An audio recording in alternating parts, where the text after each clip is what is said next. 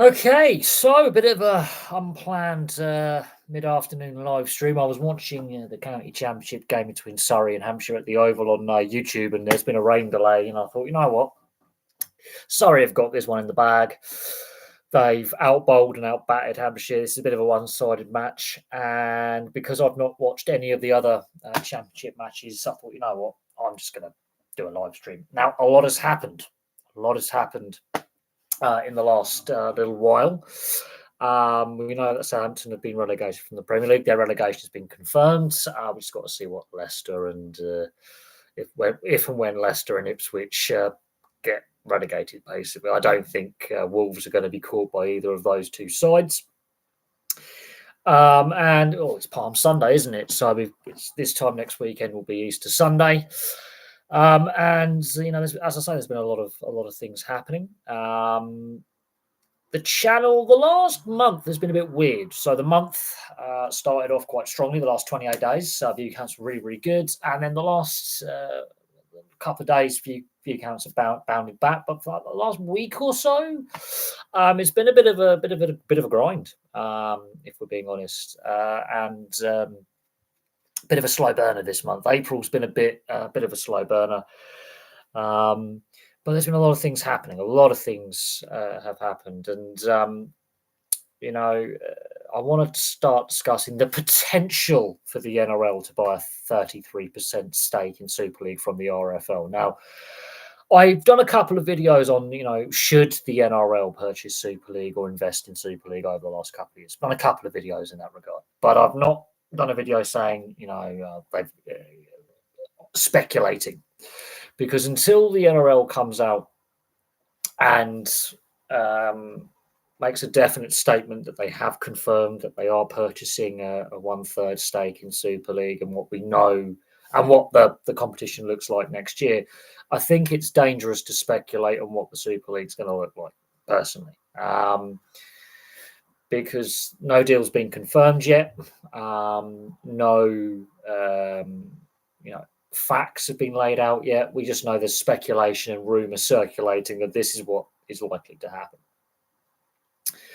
So that's something that's in the pipeline, that potentially could happen, and I could do videos on that. The last couple of days, I've started the Major League Commissioner series, looking at each Major League Commissioner. And it's been quite interesting. I did Major League Baseball first, and I've just done the Roger Goodell video, and it's quite interesting. There's a lot of topics that I could potentially do an individual video on, and so they're quite interesting. Hello, Robert. It's the Easter holidays,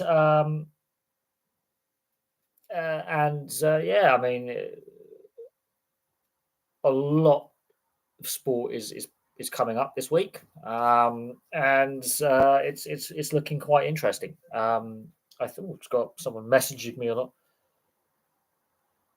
and it's normally this time of year that we have a rough idea of transfer speculation, and it's going to be interesting. I think some managers are going to be moved on from their football clubs. And I think we'll get more of an idea of what's going to happen with a lot of players who are off contract in regards to contract negotiations. I think it's very, very low. I think we'll get an announcement very, very soon in regards to Trent Alexander-Arnold and what is going to happen in regards. Is he definitely going to go to Real Madrid? I think he's going to. Well, we all know he's going to Real Madrid. It's for how long and stuff like that. In regards to Postecoglou and Spurs, it's a watch and wait and see with Spurs, isn't it? They're not going to win any trophies. We just need to find out we basically need to wait and see what their final league position is, their final league finishing position. I think he's not going to last long. I don't think he'll be manager for next season. I think there's a few managers who are going to be out of a job. I can see a lot of managerial turnover. I think at the same time, we have got a lot of players who are off contract, and we need to see where they're going to end up. Like, we know Kevin De Bruyne is leaving Manchester City. That was one of the big things to come out of the last week or so, is he made an announcement saying he's not staying with the club. This is it. The History Boffin is the other channel. I haven't posted on the History Boffin for a little while, but I've got some video ideas for the other channel. It's just been a while since I posted on there. I've got a few book reviews that I've got to do, and a few historical profiles and city histories. I've got some ideas for the other channel. But yes, in sports news, we know that Kevin De Bruyne is going to be leaving Man City. We know that Trent Alexander-Arnold is most likely going to Real Madrid. We've also heard rumours that Van Dijk and Salah are most likely going to re-sign with Liverpool. So that's interesting. Obviously, there's Goodison Park's going to be obviously no more soon. It's going to be redeveloped. What Goodison Park ends up being, if it's going to be housing or some other commercial development. We know that Everton are obviously moving on to the Docklands Stadium.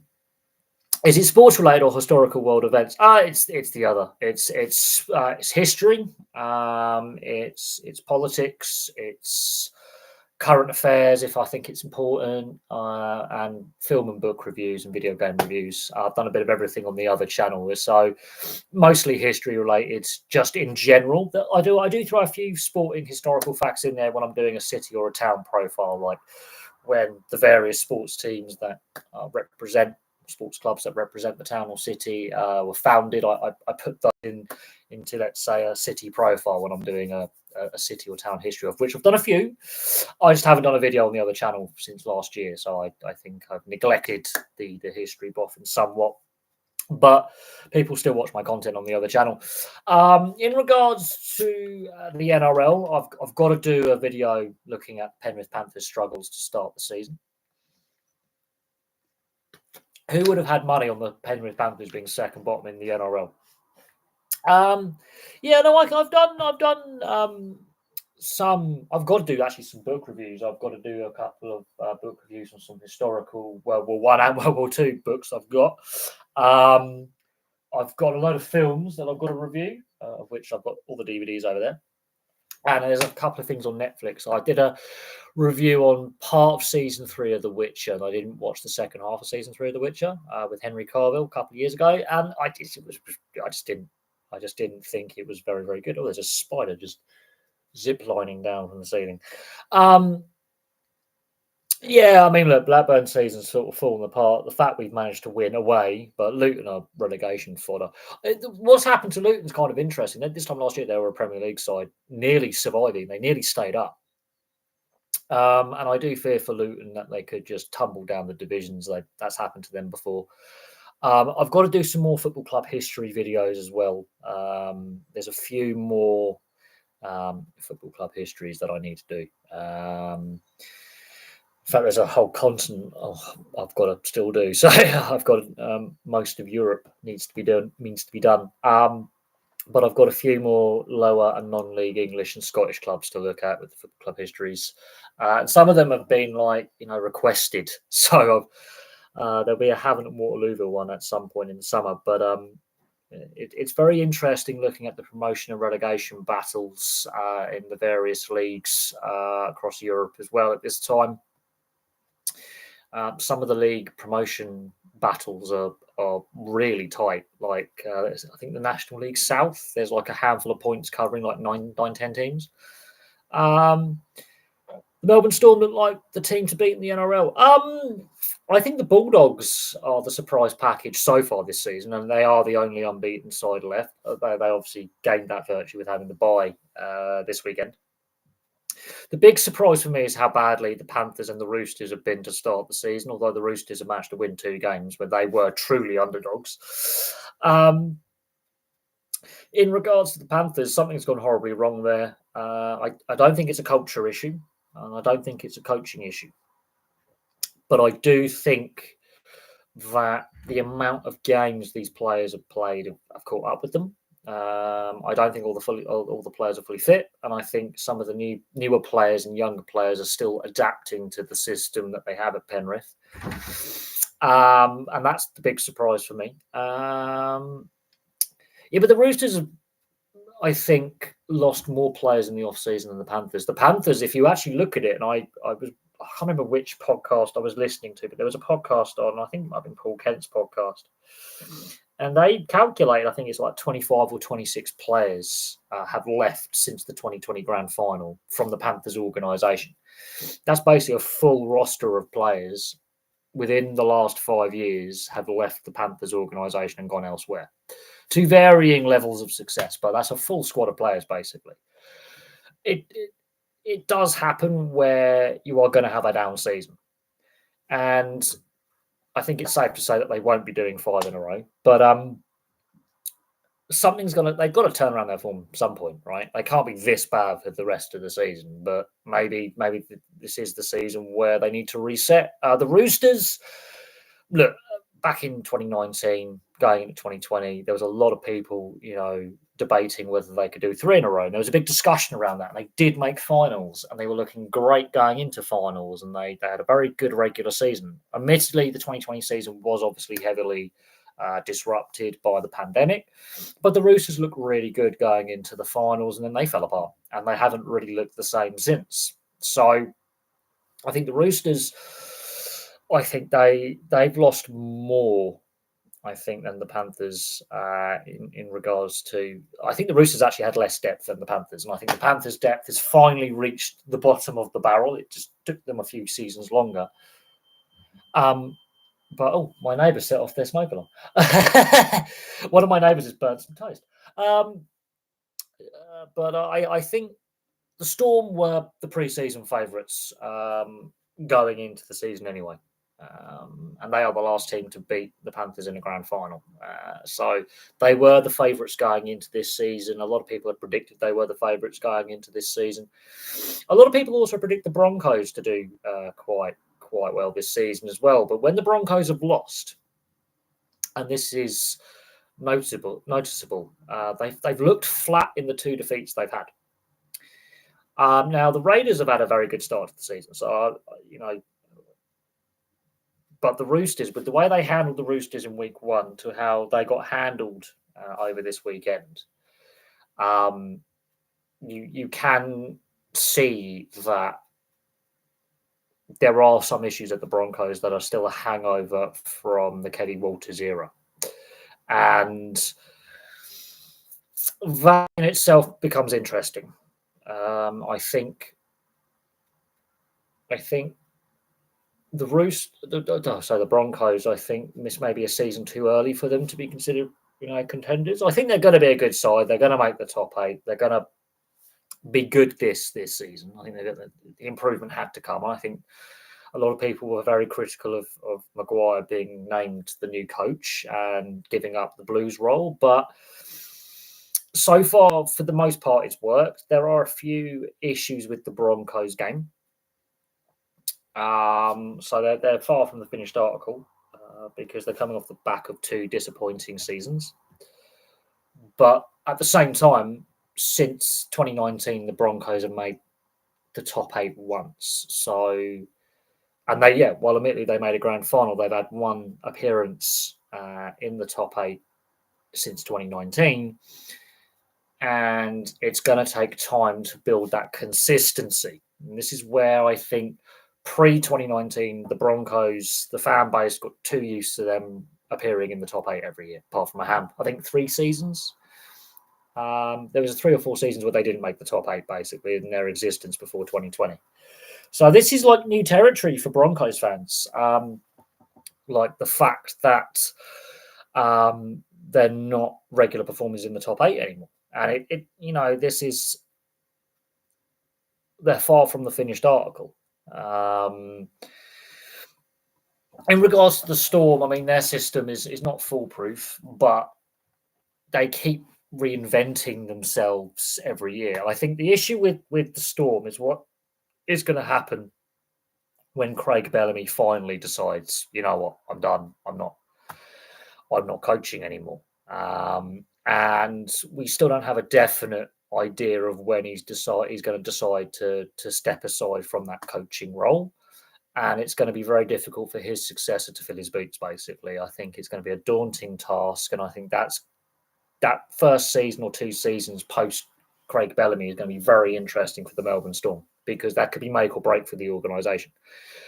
But the systems they have in place, I think, will serve that organisation well for another 2 decades minimum. A lot of clubs got to play a lot of catch up. The one weakness I think you could find with the Storm is they haven't really grown the game in the state of Victoria. Yeah, and I think that you could definitely argue the NRL haven't succeeded in the state of Victoria on a growth standpoint outside of the Storm. So, you could argue that is an issue, and it's a part of the argument with the Western Australia bid, is what the growth at grassroots level is going to look like. Now, again, we don't know what's happening with that bid. Going into this weekend's doubleheader in Perth, it looked like the bid had collapsed and it was done, and then the Prime Minister of Western Australia was at both games, and then there were meetings held and talks held between the Western Australian government and Peter V'landys. And so it appears from reports that the bid's back on. It's just ironing out. I think there's a lot of politics involved with that, and that gets interesting. But I think Perth should have been, or the Central Coast Bears or Perth Bears or whatever they're going to be called, I think that bid should have been put before the PNG bid, and they should have been announced as the 18th team. I still think there should be another team in New Zealand, and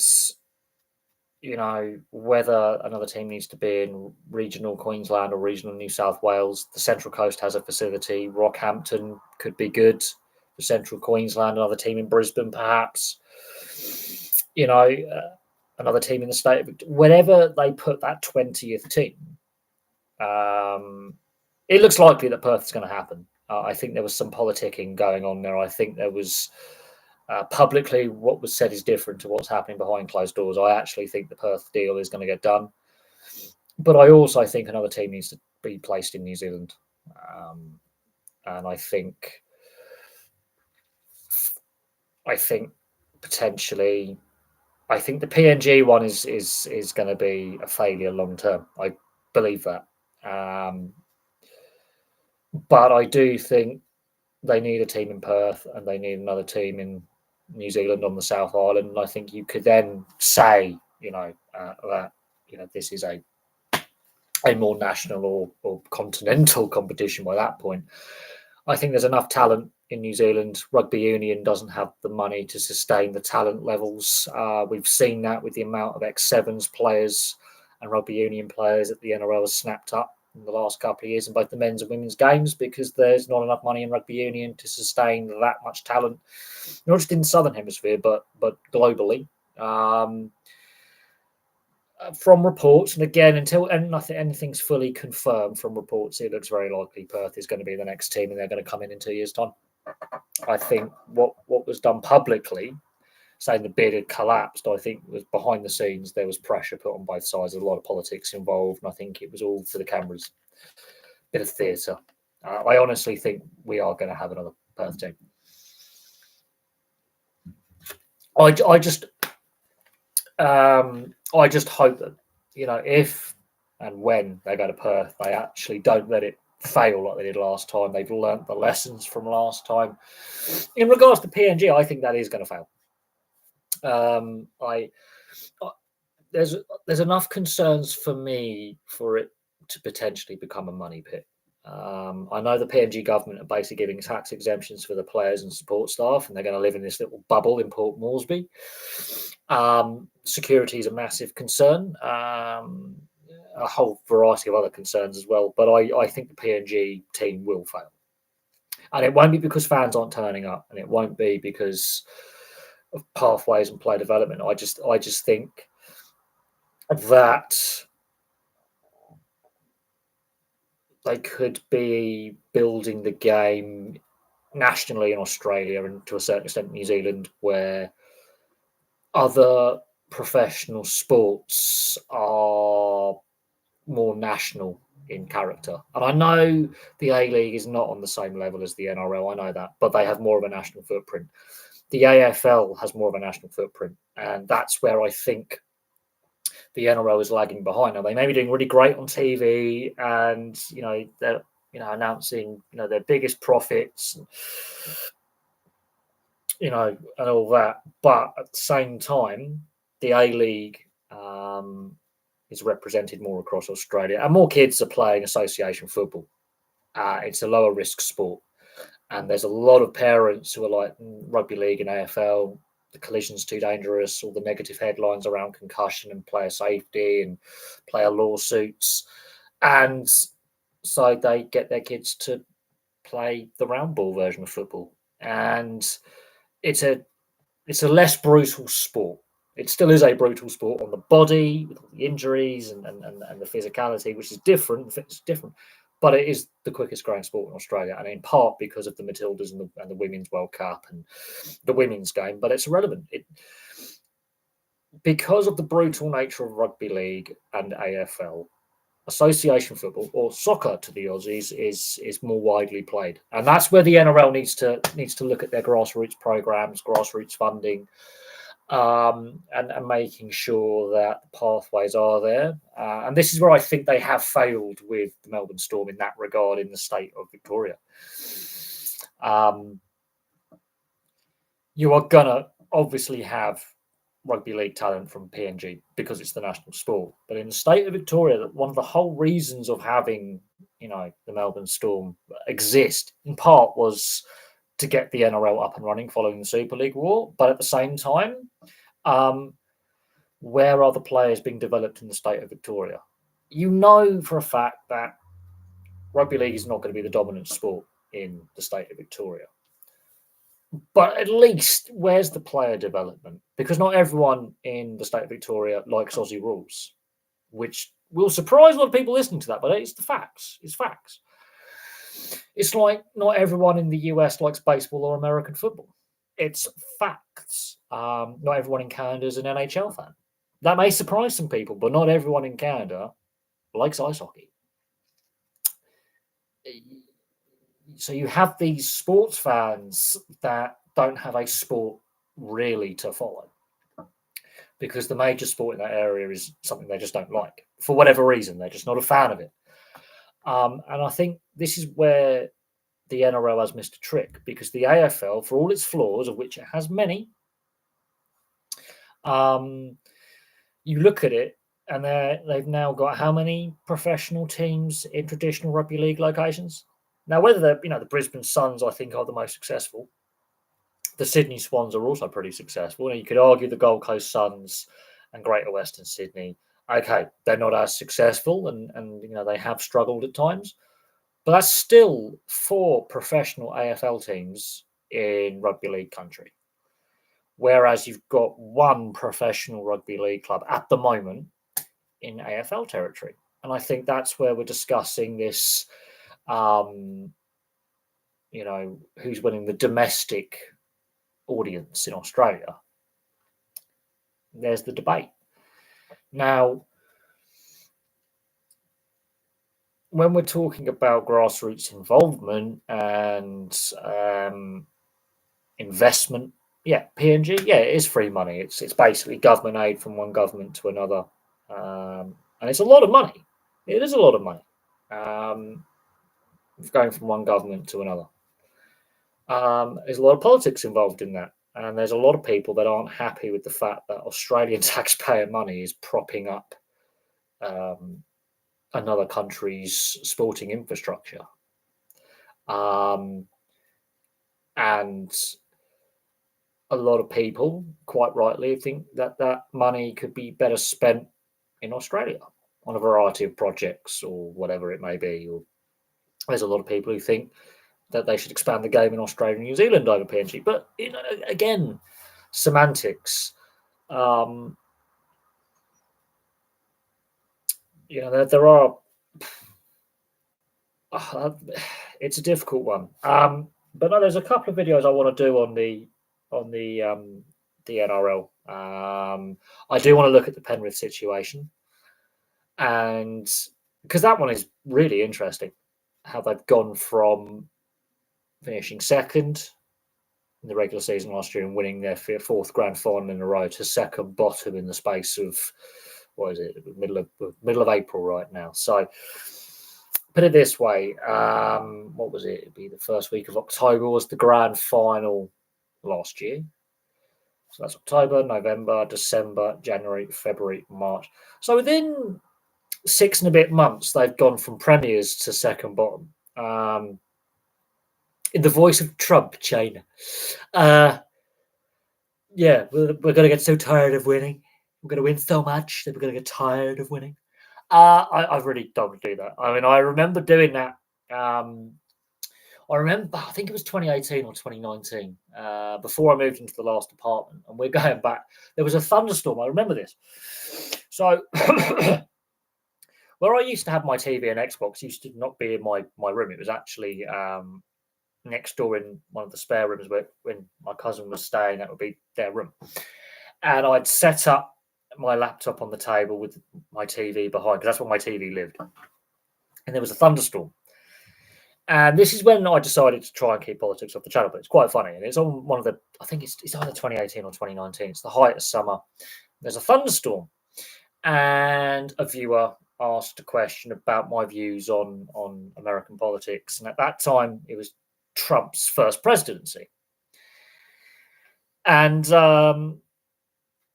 it was quite funny because I went off on one of them. This is back when I used to swear a lot more on live stream, and I used to swear in videos, and I hadn't made the channel as PG as it is now. And I went off on like an hour and a half rant. Quite funny as well. It's quite funny if you think about it, because it's just me just exploding, and I just went off on one. And I was critical of, but then I was also critical of the Democrats as well, and failings of the Obama administration as well. But anyway, so I go on this comedic but serious rant with a lot of sarcasm and dry humor in there. And there's a thunderstorm happening, and then the following night, doing a live stream like this, people are asking questions, which is perfectly fine. And so someone else asked the questions, my views on American politics and Trump and Republicans and Democrats and American policy, because there was a lot of controversy when people forget there was a lot of controversy when Trump was first elected. They actually do forget this, which is I find weird. And before I could even answer, in the comments section, the person who had asked the question the night before, not realizing that I would go off on this tirade, I literally just was off on one. I said, we don't go there. We don't do this here. I did last night, made a mistake. I just watched last night's live stream, and it gave timestamps. So I just laugh and I just carry on discussing what I'm discussing. And the person came back and was like, literally went, I don't need to ask the question now. And they goes, it was funny. I'm not going to ask. And I do believe both are still subscribers now, I believe. There are some subscribers who never comment on the channel. There are some who never, ever comment on the channel, which I find really interesting. There was one who had been a subscriber for like 4 or 5 years, and I did a live stream. And I think they're a moderator now. They regularly comment now, but at the time, for the first time I noticed them, and I said, how long have you been subscribed? And they actually went, I've been subscribed for a while. I just was a bit cautious about, asking any questions and things like that. I said, there's no such thing as well, there are things as stupid questions where it is plainly obvious, but I said, no, you can ask away and obviously try and keep politics and some of that crap off, the channel, obviously, unless it is a sports related thing where there's an Olympic bid or a World Cup bid or something like that. I try and keep the politics to a minimum, and it turns out that they were just generally nervous about for whatever reason, and asking a question, and I said, well, there's no need, because you're basically anonymous here, unless you actually are also a fellow creator who makes content and visually puts themselves out there. But there's nothing to be concerned about. But they'd waited over 4 years to comment. They're now one of the moderators, and I found that one interesting. I did find that one interesting that this subscriber, who's now a moderator, and I won't mention their name because that's not fair, basically waited the best part of 4 years, and that was the first time they had left a comment. They'd never commented on a video, they'd never asked a question in a live stream, and they waited 4 years to leave a comment. And I just found that blew my mind, because for some whatever reason they were like, "Oh, I was a bit nervous and a bit shy and a bit." It's like, well, I'm thinking to myself, you don't have to be. You know, so there is that. You're not a fan of the man, but at the same time, you don't suffer from Trump derangements. And look, I can understand why people have voted the way they have.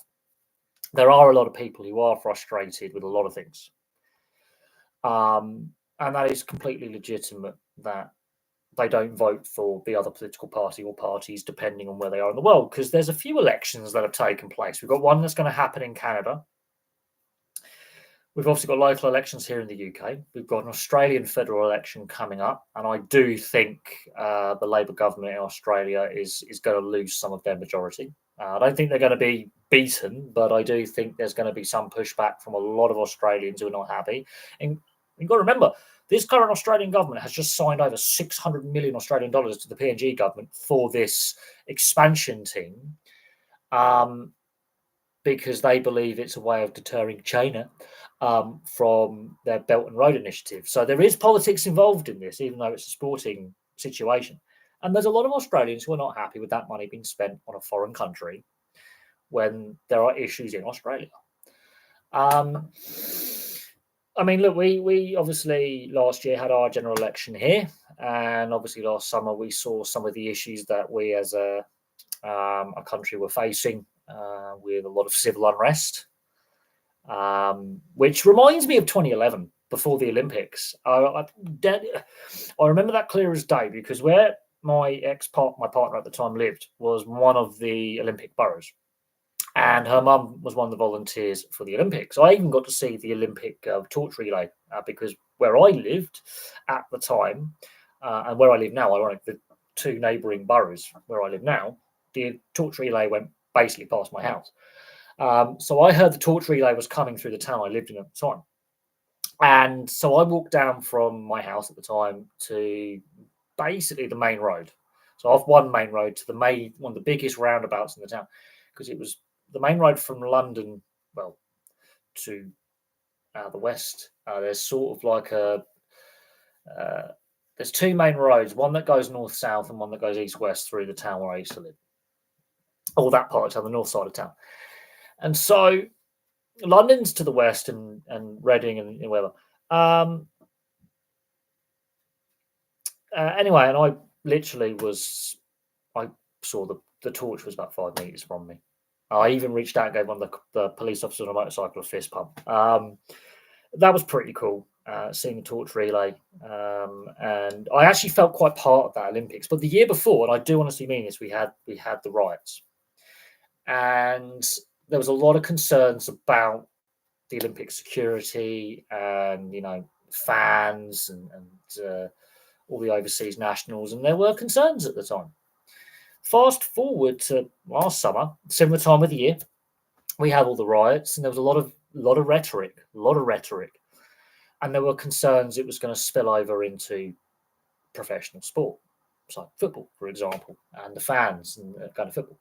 And I do remember in 2011 there were some matches that were postponed because there was not enough police to police them, because the Football League season has started. It was in August, and what happens? You fast forward to 2024, so you fast forward 13 years, and the same thing's happening again. Different reasons why, but there's also this frustration, and there were concerns that potentially they might not.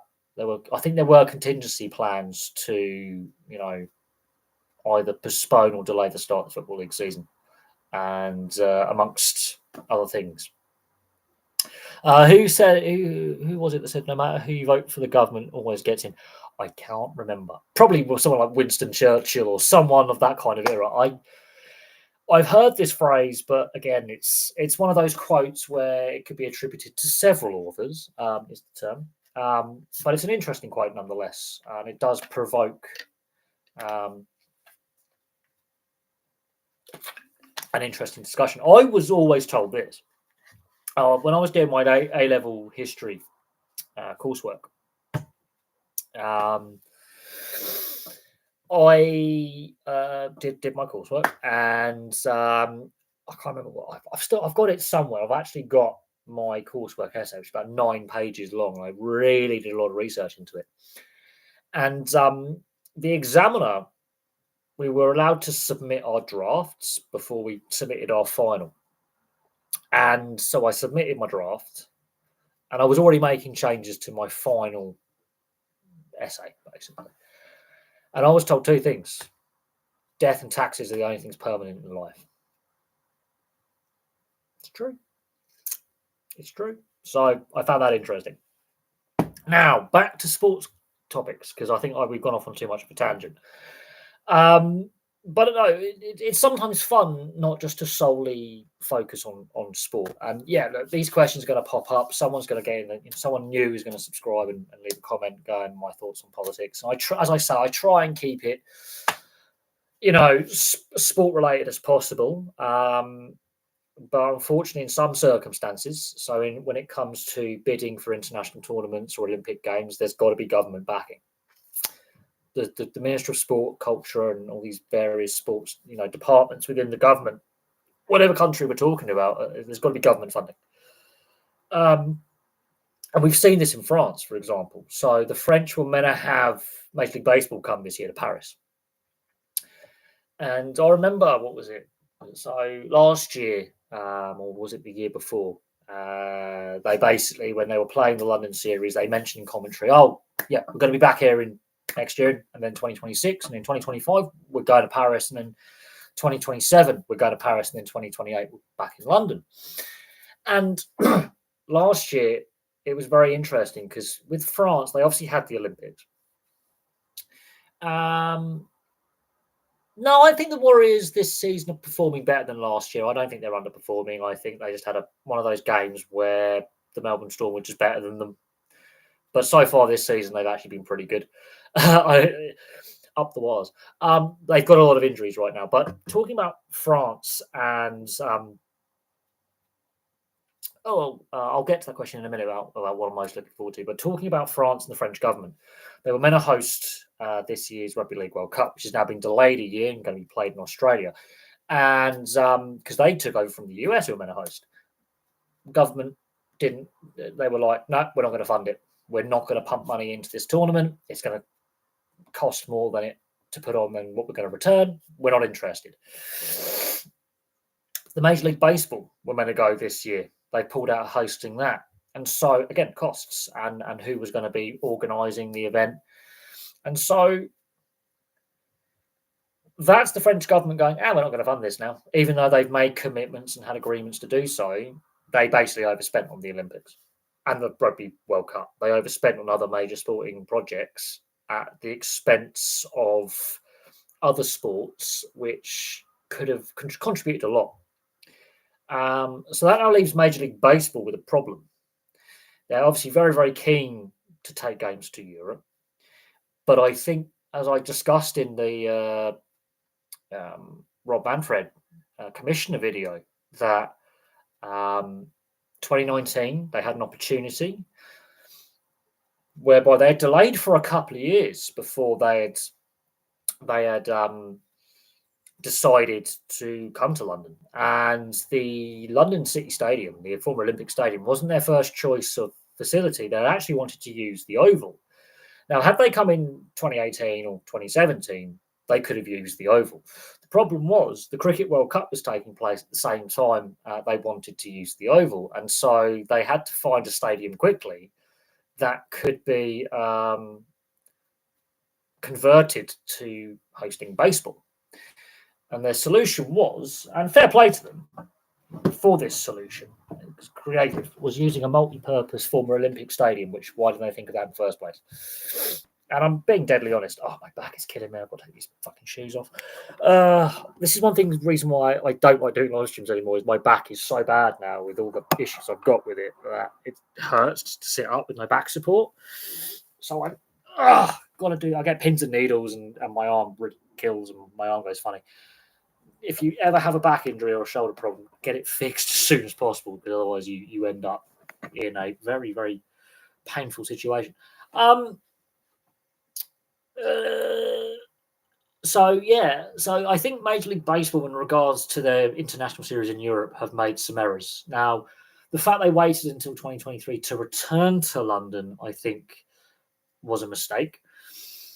And now we're waiting until next year for them to come again. What am I looking forward to most in 2025? Well, we've got the Women's Euros coming up, which is going to be fun. I am looking forward just to the rest of the NRL season. Let's look at ourselves, and State of Origin.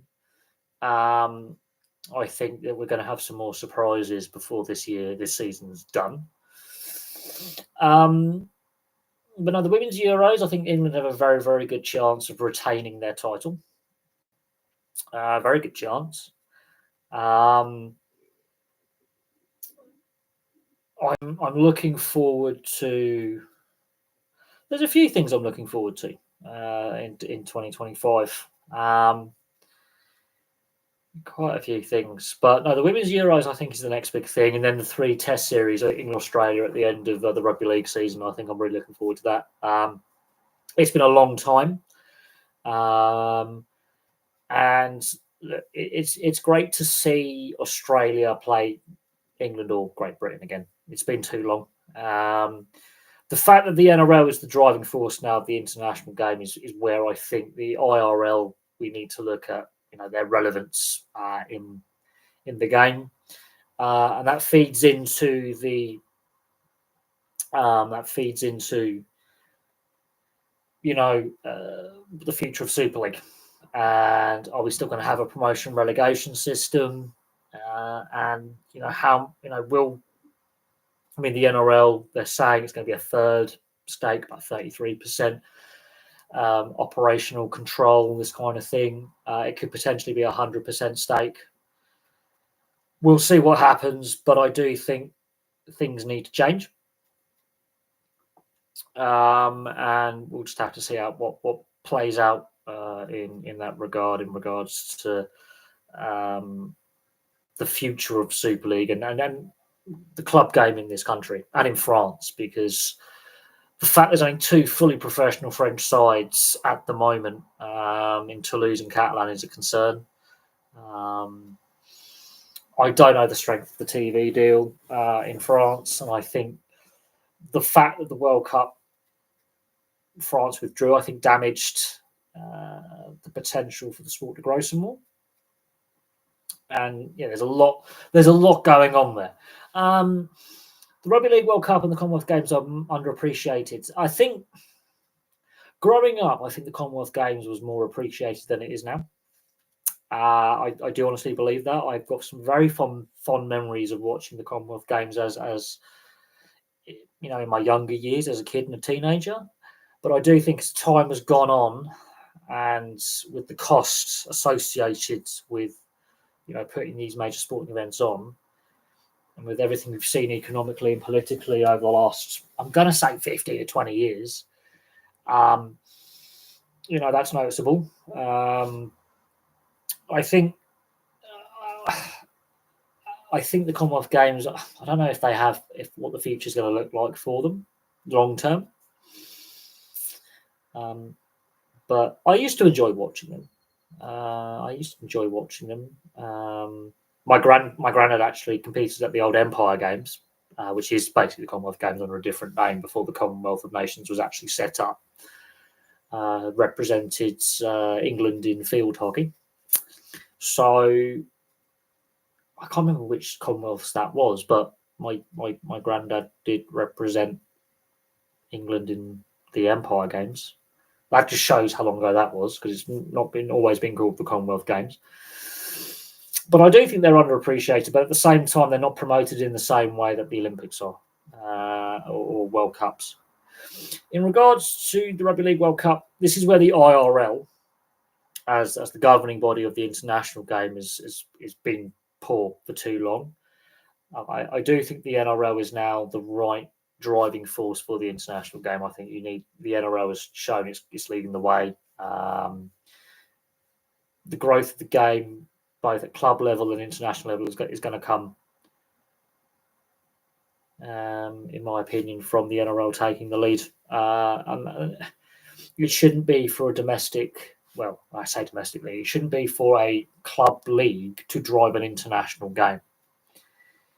But unfortunately, that's what's happening with rugby league. But it's the only way, I think. I think the IRL has failed in that regard.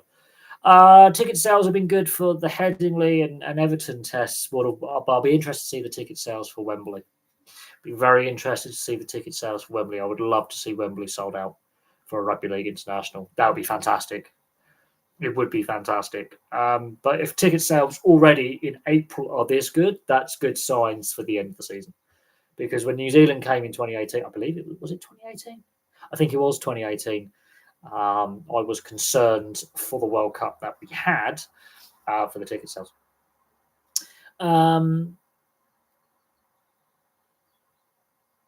If you have the time and the money, I would like to see some of India in England, England Test Series. Well, there is a great initiative they do at the Oval, because I've been following the first 2 weeks of the county championship on YouTube, because every county streams their games live on YouTube, so don't need Sky Sports anymore, which is fantastic. And I'm picking a county each week. So last week, Middlesex with the home team I was watching against Surrey, and I picked that live stream. This weekend, I picked Surrey, Hampshire. And there was a rain delay at the Oval, but at the Oval, the tea session is free. So the afternoon session is completely free entry. And so I am tempted, when looking at the county calendar, championship, and the test calendar, to book that particular match off work and just go every day for the afternoon session. Just get on the train and go watch some cricket. And they're already having discussions about test selection, and I'm thinking, well, Bazball, I think, is flawed.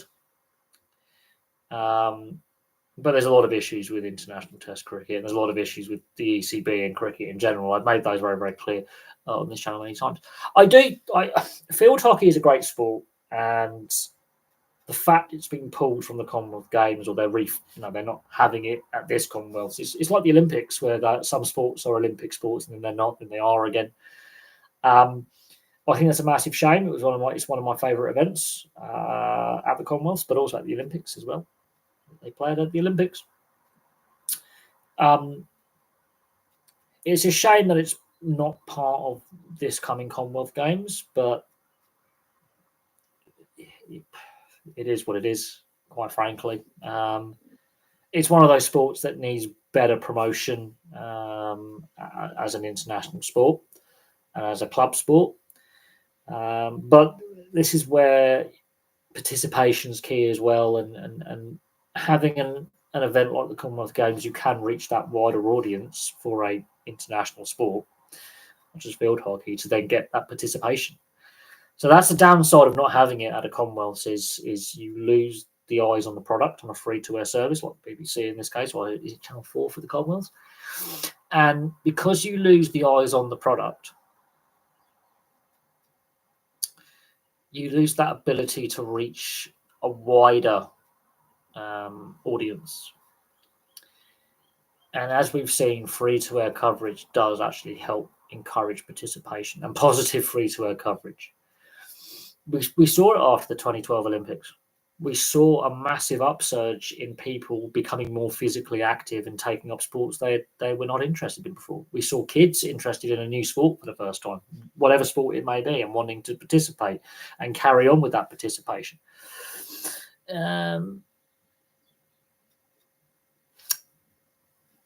For the debate about origin selection and origin eligibility, and then selection for Australia or another nation. Well, AJ Brimson's hinted he might play for England this autumn. Victor Radley already has pledged his allegiance to England. He did so before the last World Cup. And he was in and around the New South Wales side. There are a few, I mean, Tyson Frizzell's represented Wales and New South Wales. The irony of that's brilliant. And I believe Tonga as well. There's quite a few players who've been in the Origin arena who've then gone on to represent another country other than Australia. This debate isn't new, but they're talking about eligibility because Samoa's classed as a tier 2 nation, so they can and still be eligible. But then those who are also eligible for New Zealand or England, for example, because they're classed as tier 1, once they've represented that tier 1 nation other than Australia, they can't play state of origin. But state of origin eligibility rules have changed constantly over the years. They really have.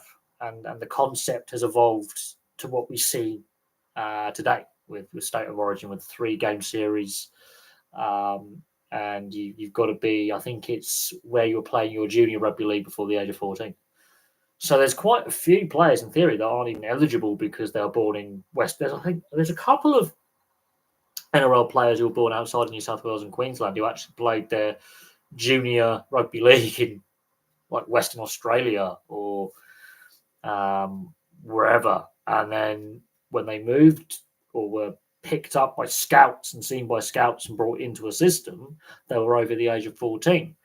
But it's been a big talking point because Fasuma Lawi, well, both of them, and both Haas brothers as well, because they both got younger brothers, ironically. You've got Payne Haas, has got a younger brother, and Tino's got a younger brother who both play for the Titans. And that creates an interesting one because they're also eligible for Samoa. Now, that then becomes very interesting. We know that Victor Radley cannot be selected for New South Wales now because he's represented England. AJ Brimson has come out publicly and said he's considering representing England. And now he has represented Queensland. Felix Crossland came out last year and represented New Zealand. And these are players who are eligible for Origin selection before they made these decisions. But that's because New Zealand and England are classed as tier 1. And there's been a big debate around it. The whole Kalen Ponga thing last year, where he withdrew from international selection at the end of the year to focus on himself. And it created a lot of debate in the media and with rugby league fans. But ultimately, it is an interesting debate. It is an interesting debate. But a lot of players of Pacific Islander heritage are having this debate within their households because they're eligible for Queensland and New South Wales, but they've obviously had the conversation with parent or parents, depending on their background, about what should I do?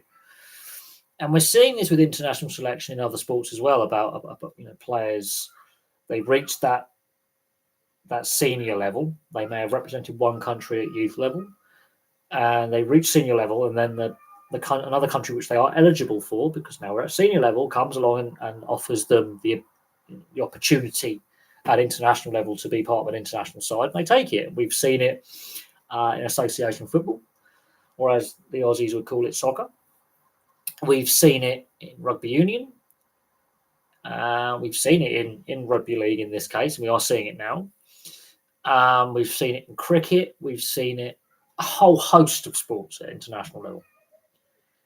I think a good example would be Jofra Archer.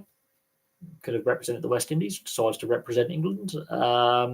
Declan Rice and is a good one for England, where he's represented Ireland at youth level. And that created a big discussion at the time, big discussion around Declan Rice switching allegiance from Ireland to England. Diego Costa, another one, Brazil and Spain. Deco is another one, I think. Youth level, he played for Brazil and then he plays for Portugal.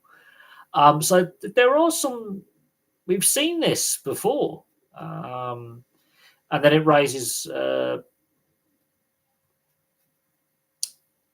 question of the integrity of the international selection system, and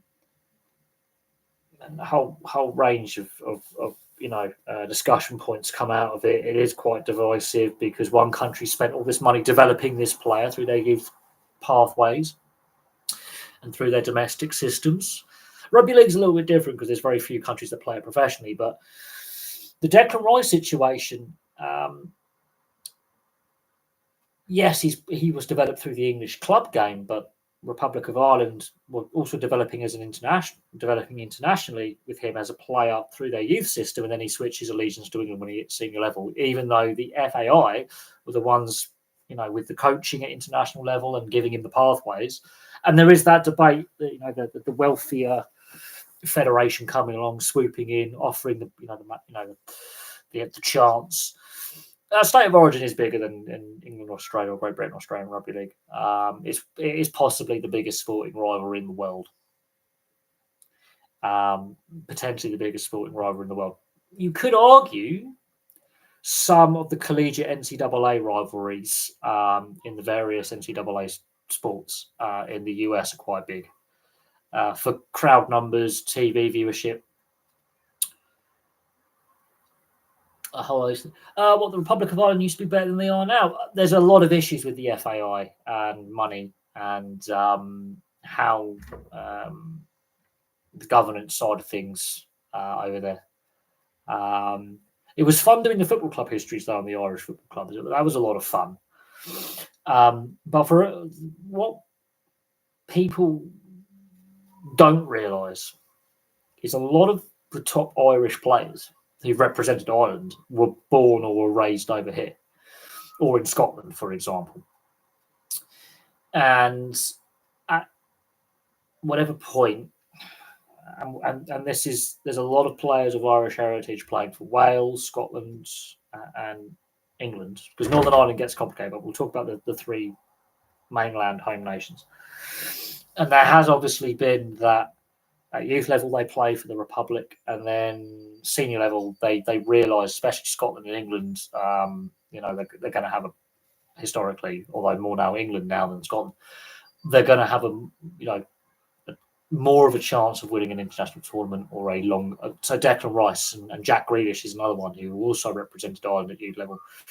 The Declan Rice one was a big talking point, and Kevin Kilbane summed it up perfectly. Because Kevin Kilbane, while he's not as skillful as Declan Rice, and a lot of people will go, Kevin Kilbane was just an average player, and he was. He was a solid player, not outstanding. He was a box-to-box midfielder, and was a very good club player in English football at the various levels. He was born in Preston to Irish parents, or at least an Irish father, and Kevin Kilbane had the same dilemma at a time when the Republic of Ireland were a better side. He's coming through at a time when, the USA 94 World Cup, that's when he's at his formative club years. Jack Charlton being the manager, Aldridge blowing up on the sideline when he's trying to get subbed on. And Kevin Kilbane had the same dilemma, and he speaks about it at great length on Irish TV and radio. He has. And when the whole Declan Rice thing happened, Kevin Kilbane was a very good voice of reason because he had gone through that same selection dilemma. And he opted to play for the country of his father's birth, which was the Republic. This is what we're seeing in rugby league. We've seen it in cricket. We've seen it in rugby union. Rugby union is an interesting one for the selection rules because half of the All Blacks could play for Tonga and Samoa, but and even Fiji. That's another debate for another video. I mean, Suoliti, who's obviously last year was playing for the Roosters, did really well at the World Cup for Samoa. It's gone to rugby union on big money, and playing for the Wallabies. He's doing all right. He's a very talented athlete, and there's no doubt he could probably play about 8 or 9 different sports. but he represented Samoa at international level in the last World Cup. He's represented New South Wales at state of origin level. Yet he's gone to rugby union. He's representing Australia. So make of that what you will. And the big, debate where Souths tried to get him fast-tracked exemption to get him to play before he was 18. The Roosters sweep in, give him a contract. He plays on just after his 18th birthday in the NRL and makes his debut. He's not the youngest to debut in the NRL, but he's one of the youngest ever. And then he has a couple of seasons at the Roosters, and then rugby union comes along and is waving a big contract. Here's some money, and the Roosters have got salary cap issues. They want to keep him. They want to keep Joey Manu, and the salary cap kills him. But they get Niakwawaze, I think his name. I can't remember. I can't pronounce his name. It's fucking impossible. But they get that Australian centre/winger, Mark Niakwawaze or whatever it is, to come the other way from rugby union for less money. And he's probably played better than Suoliti did, in my opinion. But he comes from a rugby league background and he did the same thing. He was a rugby league junior, and Rugby Australia come along. And Niakwawaze, I think, is and money. And this is where rugby union in Australia is making a lot of mistakes. And I was listening to an interview on the Buy Round podcast. And it was Matt Rogers was the episode. And the same thing happened. As a junior, he was a rugby league player. And then he had some personal issues with his growing up. Got in a bit of trouble. And his parents were advised that he needs to go to boarding school or go to juvie. And he went to boarding school where they played rugby union. And the irony was his dad was a former captain of Australia, New South Wales, Blues captain, etc. And he plays rugby union, and then he makes the Queensland, he does really well in rugby union as a teenager. And then he's scouted by Cronulla, ends up becoming a Cronulla legend, obviously, goes back to the league, and he's a young player during the Super League War. And then money was being thrown around there. And then rugby union comes along, and he signs with union. And again, money. This is when the Wallabies were not the best side in the world. And he plays union for a bit, plays at World Cup, goes back to league, and the rest is history. But it was very interesting when this happens, where Matt Rogers, Lottie Takiri, and Wendell Saylor are poached from rugby league to go to rugby union. But this has been happening for a long time, since the 80s. What do I think? Joey Manu will return. He's made it clear he wants to get out of his next rugby union contract, which is in France, with Racing 92. Made that very, very clear. And he wants to return to Australia or New Zealand. I can see him ending up in the NRL. I can't see him going to Super Rugby because Super Rugby cannot afford him unless he's on a centralised All Blacks contract. And they don't have any money. So I think Joey Manu ends up back in the NRL. I don't know what club he ends up playing for. I think he'll end up in one of the Sydney teams. But I think Joey Manu returns to the NRL within the next 12 months. Maybe there may be an announcement made later on this summer. And I can't. While his departure from the Roosters, it was hinted he would spend a year or two playing union, and then he would return to league with the Roosters. He would be the best centre they've got, but they've got enough centres because Billy Smith is now fit. Mark Niakwawaze is potentially their best player at the moment, even though he's had a calf injury. Where do you fit him in the side? because you're going to have to drop a player who's playing well. And he's taken a bit of time out of the league. Union's a different game physically and skill set. Super Rugby seems to be a bit more competitive this season. Well, the way the Melbourne Rebels situation was handled was a mess. There was a lad I went to school with called Max Heath who played a year for the Melbourne Rebels many years ago, actually. I think the Melbourne Rebels situation was badly handled.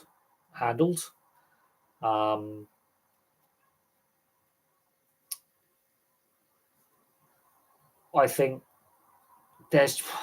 Australia does have a talent issue when it comes to rugby union with the pathways. Now, depending on the interview given, and I do listen to a lot of podcasts, a lot of them rugby league, but I do listen to a lot of podcasts and a lot of sports interviews, and not all of them are Australian mind, but I do.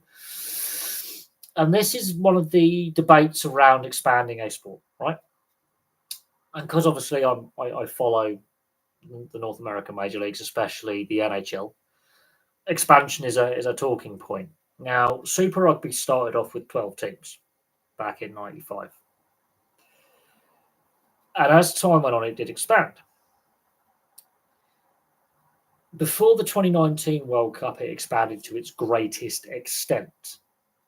Okay? So we now got teams from Argentina and Japan involved as well.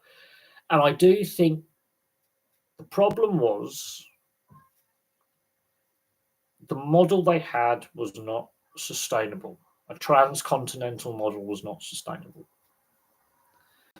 Because you've got multiple different countries that use multiple different currencies to pay players and multiple different economies. The South African nations, when they, no, the South African nations, the South African clubs, oh my God, I can tell I'm tired. Yeah, the South African clubs, some stayed with Super Rugby and some went to what is now the URC. And I think that was the beginning of the end. COVID just sped up the beginning of the end of the traditional Super Rugby format. The way the Sunwolves and the Jaguars, depending on how you pronounce it, were dealt with was messy. The COVID pandemic sped up the failure of the traditional Super Rugby format. Where we end up is when we have the Israel Folau saga, Western Force needed some support. Rugby Australia had the money to help them.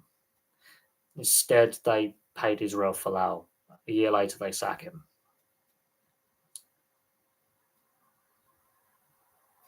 I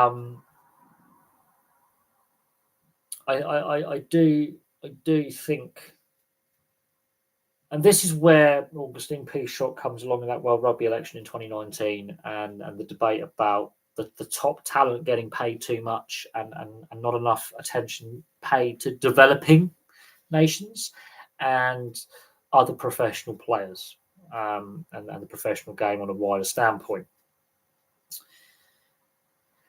And there were consequences, massive consequences, because as we've seen, Cardiff, the Blues, got into administration. And throughout the lifetime of this channel, rugby union has had a money crisis. It has. We've debated the money crisis impacting the game ad nauseum, especially Wales, but also England to a certain extent with the clubs in England that have gone bust. And this was happening 5.5 years ago, before the 2019 World Cup. We knew that after the World Cup was done, there was going to be a World Rugby election. What we didn't know was COVID was going to happen, but that, I think, further sped up the financial collapse of rugby union. Now, Augustine Pichot, everything he stated in the build-up to that 2019 World Rugby election has pretty much come out to be true. The rise of Major League Rugby, has it been good for the US and Canada, or has it not? That's a debate for a conversation, isn't it? But guess where some of the players are going, young and old. So veteran players who are nearing the end of their careers and up and coming younger players. They go to North America because they can get paid. They are guaranteed to get money. They go to France. They're guaranteed to get money. The game is not in a good state. So the Matt Rogers interview that I was listening to earlier this week on the Byram podcast is very, very eye-opening when he's discussing his rugby union spell as a senior Wallaby professional and a Queensland Red. It is very eye-opening. And very interesting, his views on things. Where the junior pathways are there. It's sustainable in Japan because the big corporations own and sponsor the teams. Japan, North America, and France is where the money's at if you want to go and play. Although Major League Rugby is more developmental, but that is where the money's at. And professionalism hasn't really worked. It's not on a sustainable footing. You could argue some of the like places like Romania, where living costs are lower. They do have professional league in Romania. They do have professional league in Georgia. You could argue because living standards, the cost of living is cheaper. Okay, they're not paid as much as, let's say, in France. But when players go there, because the cost of living is cheaper, the salaries match the cost of living. But a lot of the top Romanian and Georgian players, they get signed by French clubs or in the URC. And that's not a joke. They get talent scouted by Italian clubs and French clubs, and they go, okay, we'll fit one or two of these into our system. It's the same with the top Spanish and Portuguese players. They end up in France.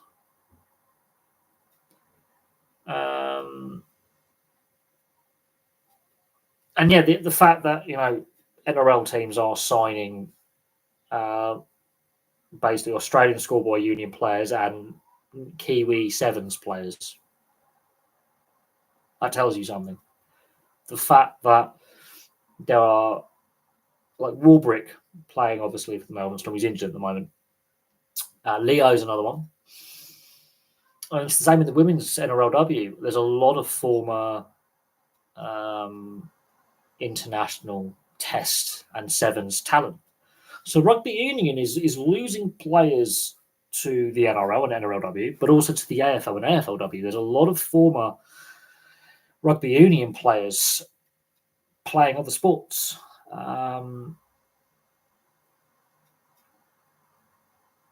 And so that is very interesting. And people forget, players like Cooper Cronk, he was a rugby union schoolboy. One of the best rugby league halfbacks and 5/8 we've ever seen. Multiple premiership winner with two clubs. Multiple. He's got more premierships than Cameron Smith, but that's, Cooper Cronk, one of my favourite players. Admittedly, he played for two sides that I don't like, but Cooper Cronk. As a youth, he was a rugby union player. And there's no other way to paint that. That is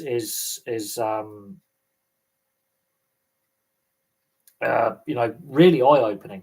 That one of the best rugby league players we have ever seen in the modern era was a rugby union player. And you're going to get worse rugby union in Australia and New Zealand with the next NRL TV deal. Look, we'll see what happens and how much it finally is worth with DAZN now owning Foxtel. I hope the format and the structures of Foxtel don't change too much, but with new investment coming into Foxtel, where the Murdoch News International or News Corp as it is now, and Telstra have sold their stakes. That's going to be interesting. That's going to be really interesting. And then you've got the competition between the NRL and AFL for the value of their TV deals. That's going to be really interesting because they're going to be big. They are going to be big. And this is the problem that rugby union is going to face down under. Now, not only are they going to face competition in that regard, but cricket. If you are a sports fan, it doesn't matter where you are in the world, and you like your cricket. At the moment, Sheffield Shield's done. Now, you're an Aussie cricket fan, you don't like Aussie rules or NRL. As I say, the county championship, every single county is now free to free to access on YouTube live stream. You can watch every county championship game for nothing. So some of the other professional sports globally have realised, TV deals, they're not worth the paper they're printed on. And they're not reaching as wide an audience as they want. What better way to reach a wider, not only national, domestic, but global audience when you can use a streaming service? I've just spent the last 2 weekends watching county championship cricket for nothing. Well, technically, I do have YouTube Premium, so I'm not getting bombarded with the ads, but I'm not having to pay an overinflated, overly expensive subscription TV service on a monthly basis. All right, I'm just going to put it out there quite plainly that I didn't realise that the county championship, all the counties actually live stream their games for nothing on YouTube. So when you talk about rugby union, in this case in Australia and New Zealand, the other major sport that isn't one of the other major sports that isn't one of the rugby or AFL codes is cricket. Both in Australia and New Zealand, cricket. I know in New Zealand that might be weird, but there's a lot of people in New Zealand who aren't necessarily rugby fans. Ironically, there's a lot of Kiwis who prefer cricket over league or union. If they realised, and it wouldn't surprise me if eventually, with recommendations, if you're on YouTube and this comes up recommended, by the way, county championship. If you're a cricket fan, bang. It is. I only stumbled across that. What was it? Was it last Friday? And I was like, really? Is this this? I thought this is BS. No. I watched the Middlesex Surrey match at Lords, and then I've watched most of the first 3 days of Surrey Hampshire at the Oval. Although there was a rain delay, which is one of the reasons why I'm doing the live stream. But Surrey are going to win against that. Hampshire are not just all over the place. They're not. Surrey are going to easily win that game. Although I think the weather could potentially force a draw, but we'll see how Surrey's bowlers just deal with Hampshire in their second innings, because the lead they've got is ridiculous. But yeah, I think that is something that the ECB, as the governing body with the test side, has made a terrible error of judgment by signing up to a TV deal that is not value for money and is highly restrictive and puts barriers in the way. Because I remember as a kid, regardless if it was the Ashes or any other test series, free-to-air coverage, my summer was sold. Admittedly, apart from my stepdad, and I don't really have much relationship with my stepdad, but my dad wasn't a massive cricket fan. And I'm the only major cricket fan in my family, if I'm being honest. My dad's family aren't really cricket fans. My mum's family, not really cricket fans. I love the sport. I do. I can quite happily sit through a 4-day county match or a 5-day test match. No dramas in my opinion. That was brilliant for me as a kid and a teenager growing up. And then at the age of 15, the ECB, following the 2005 Ashes, the day after England win the 2005 Ashes at the Oval. The day after, and the team meet the then Prime Minister on Downing Street, Tony Blair at the time. I was going to say Sir Tony Blair, it's Tony Blair. That following day, there was a lot of rumours in the press that the ECB was going to sign this lucrative TV deal with Sky, and that free-to-air cricket would go. I mean, they did. Within 24 hours, they did. And as a result, viewership has declined massively. Massively.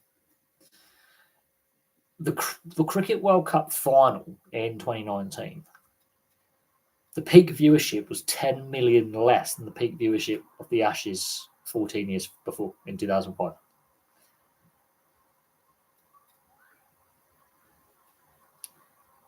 So that's lost viewers. Now, yeah, some of the older generation would have passed away in that time, obviously. There'll be some who obviously have emigrated, potentially to, let's say, the US or Canada or somewhere like that, country like that, where cricket isn't a popular sport and not as widely covered and discussed. But that means a lot of younger people, casual fans, have switched off the sport. And that is a problem. Now, has the ECB and Sky Sports denied you years? No, well, I have caught the odd occasional match at a friend's house or going around my mum's. Yeah, I have watched cricket since 2005. I'm not saying I haven't. But I would say I feel less engagement with the sport over the last 20 years since that TV deal was signed. And then 2020 rolls around, and I've covered this, I've discussed this obviously at the time. And we're discussing it now, all these years later, 5 years later, that COVID hits and global sport shuts down. The ECB is one of those governing bodies that goes to the government saying, we need money. And I'm thinking to myself, well, 15 years earlier, you signed this massive TV deal with Sky that's meant to be paved with gold. The game is never going to have so much money. And I'm thinking to myself, and I did a video at the time with the ECB asking for an emergency loan from the government, going, well, where's all the money gone? Where has this money gone? From these big TV deals that we've renewed every year, every time we come up for negotiation, where's all the money gone then? Because the ECB, in theory, should have earned a lot of money. The county should have earned a lot of money. And out of, even before COVID, the 100 was an idea they had.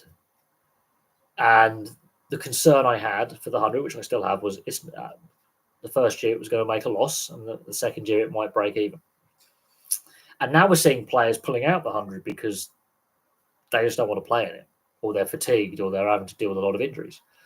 And my idea of the 100 and my thoughts behind the 100 is the ECB had realised they cocked up because participation's down, TV viewership is down, and fan engagement is down. And this is a harebrained scheme to try and draw new fans and young fans back to the game because they feel the game is stale and boring. No. The TV deal you signed is the problem. You chased the greed. You put profits over people.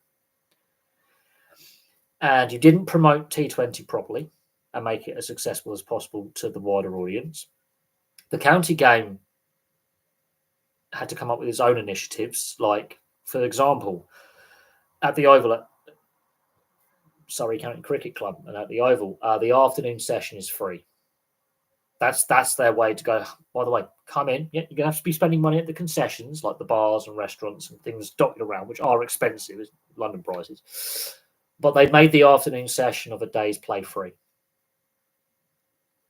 That costs them money. But the 100 is a harebrained scheme thought up as a gimmick by an organisation that realised they cocked up.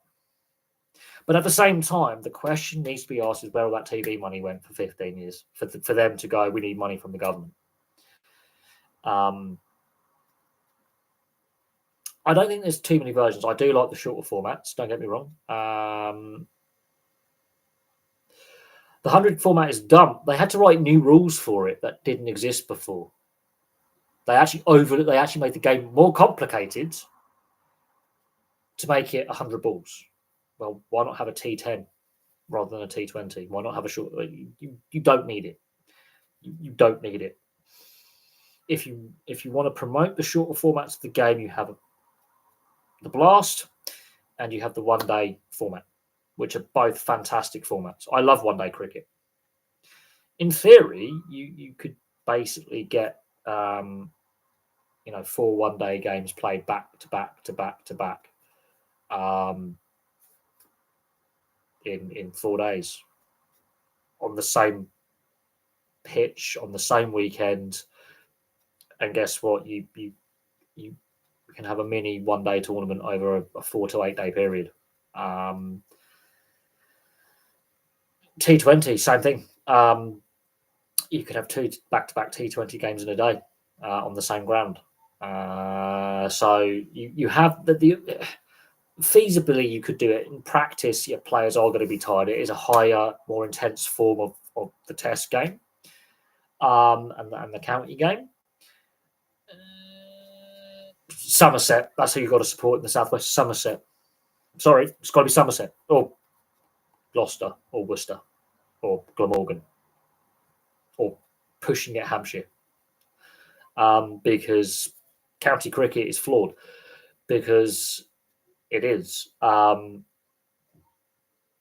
I live in Berkshire, but my 2 nearest county teams are Hampshire and Surrey. I'm trying to figure out which is the easiest county ground for me to get to, the Rose Bowl or the Oval. But Somerset have decided not to participate in the 100. So already this is the problem.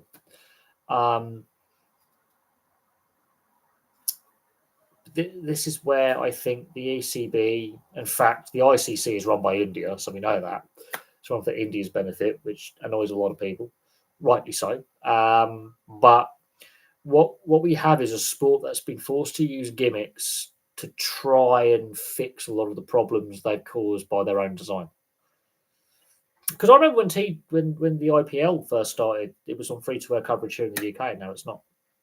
And I used to spend many an afternoon watching the IPL and enjoying it a lot when it was on ITV, and they put it behind a paywall.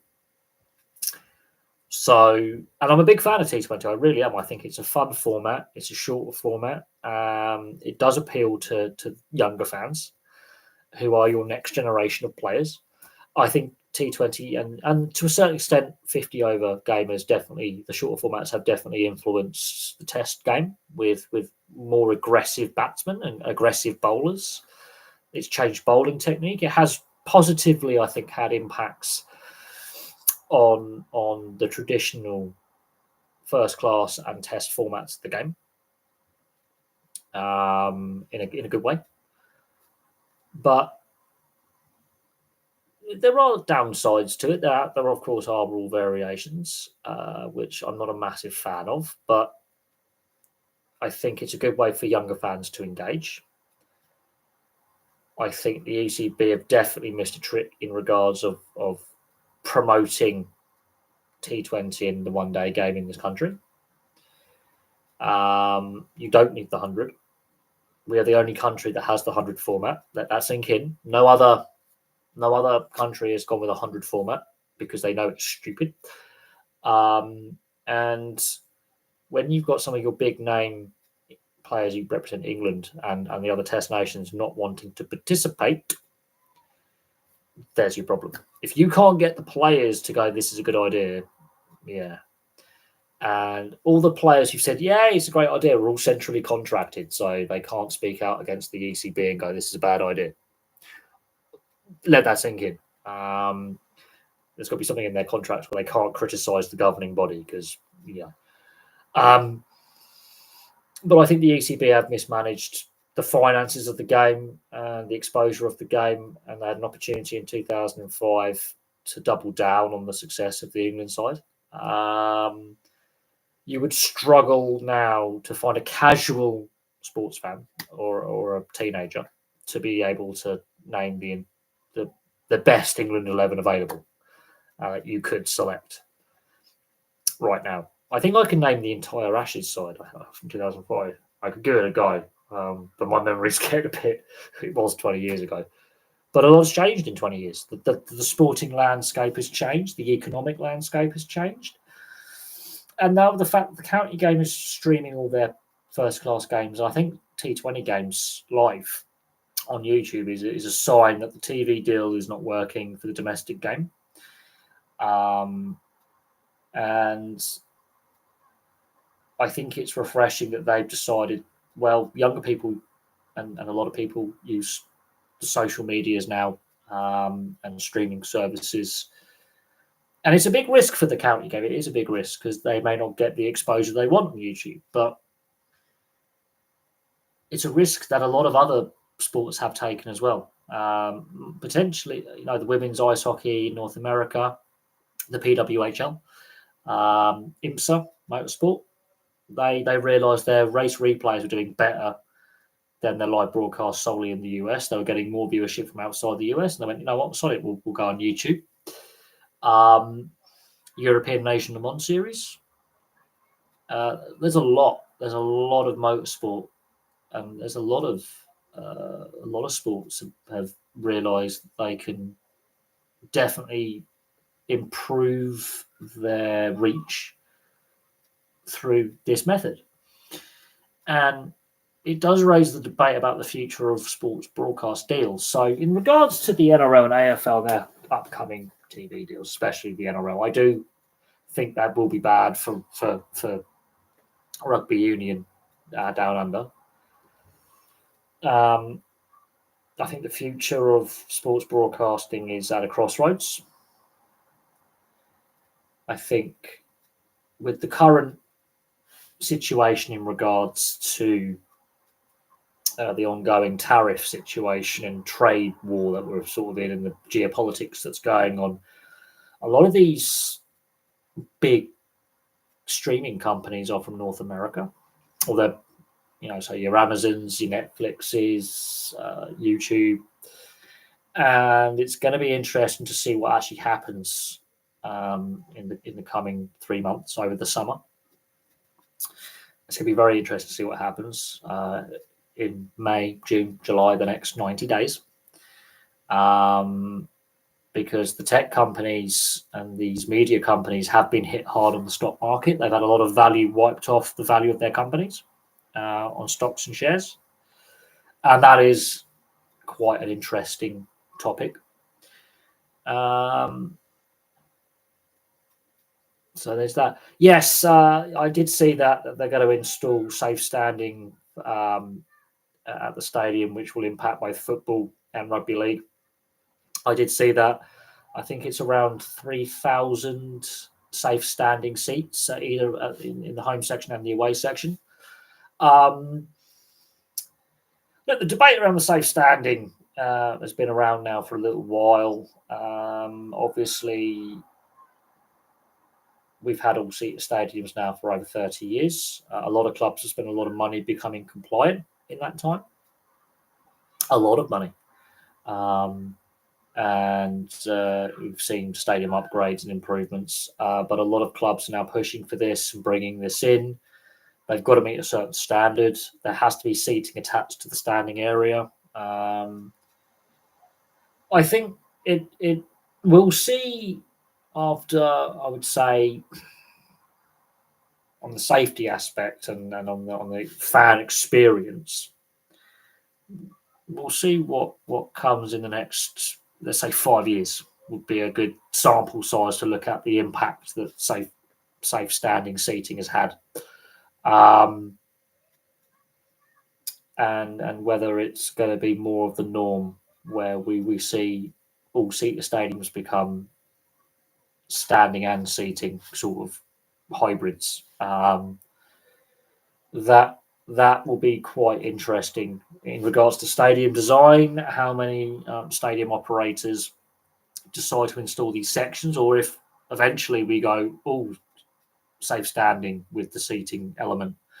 How much it's going to cost to retrofit, because and when it comes to new stadium design, so let's say this Old Trafford design that they want to replace it with, that's going to be interesting if that is part of the cost factoring in.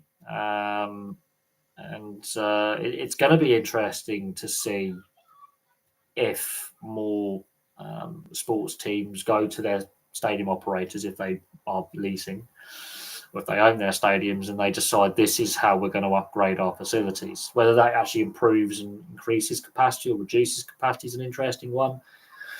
I don't know. It's an interesting one if the capacity stays the same and it's just putting a metal barrier in and putting some seats in, and adjusting the seating. It's going to be interesting to see how many more stadium operators and sports teams decide to go down this route. When we're talking about stadium upgrades and when we're talking about new stadiums being built, whether this becomes the norm where all stadiums become like this. It's going to be interesting. Let's put it that way. It's going to become interesting in the long term what the stadium infrastructure looks like. Because when I was a kid, and I'm assuming a lot of the viewers of this channel would have been either very young kids or toddlers when Hillsborough happened. And because the majority of my viewers are actually younger than me, they're 25 to 34, so they wouldn't have been even alive when Hillsborough happened. It was 6 months before I was born that Hillsborough happened. So I call anyone my age or younger the Hillsborough generation, because all we've grown up with is all-seater stadiums and the terraces being converted into all-seater stadiums. So stadium capacities and stadium infrastructure is vastly different to what our older siblings or our parents grew up with. And so, that's my viewpoint on it. Is a lot of the viewers of this channel are either very young kids when Hillsborough happened or weren't even born.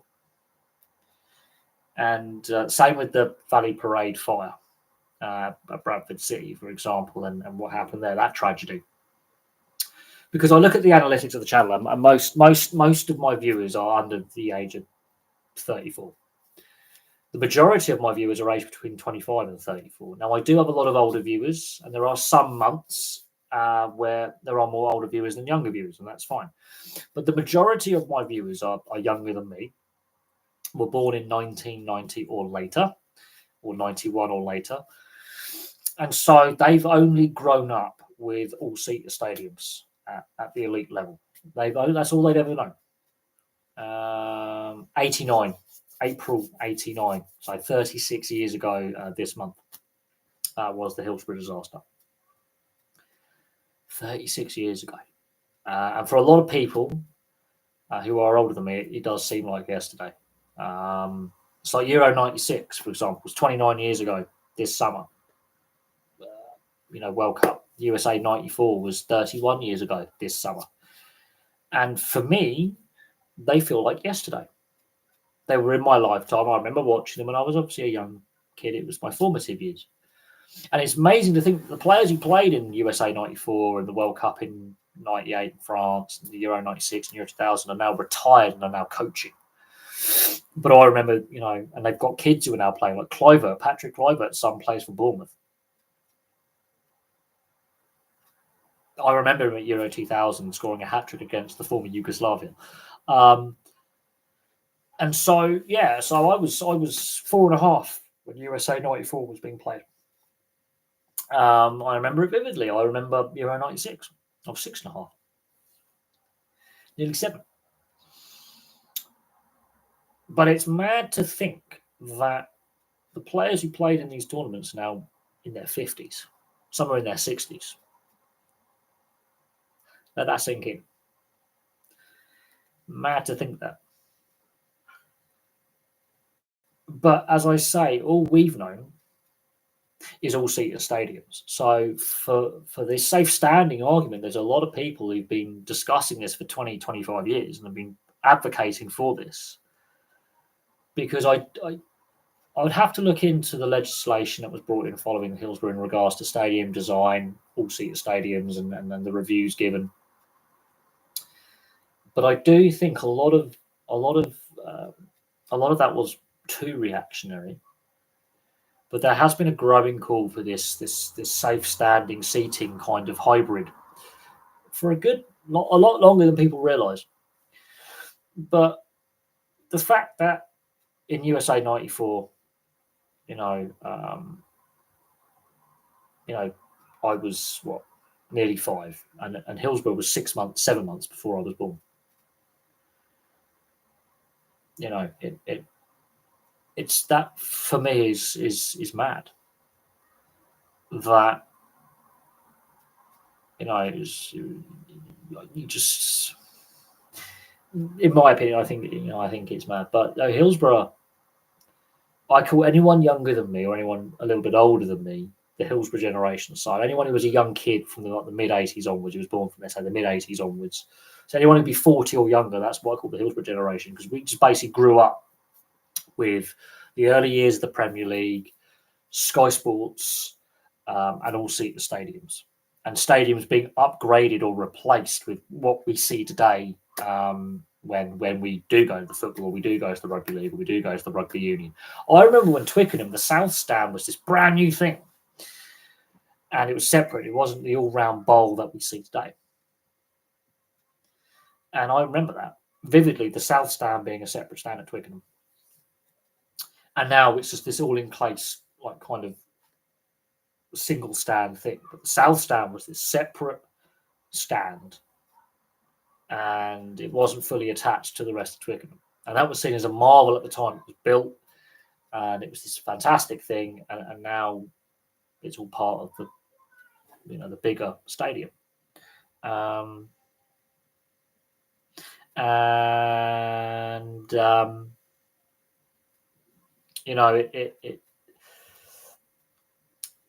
Stadium development has changed massively, and I think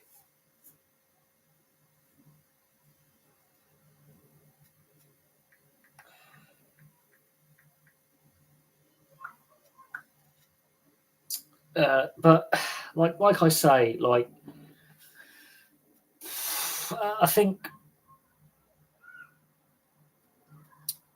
as I say, for me, it's going to be interesting to see in, let's say, 5 years' time, when we've had a good sample side, if it actually has improved the fan experience and safety, what the feedback is from those who go to games regularly. Does it actually impact the sight lines? Is it convenient? All these various factors. But I think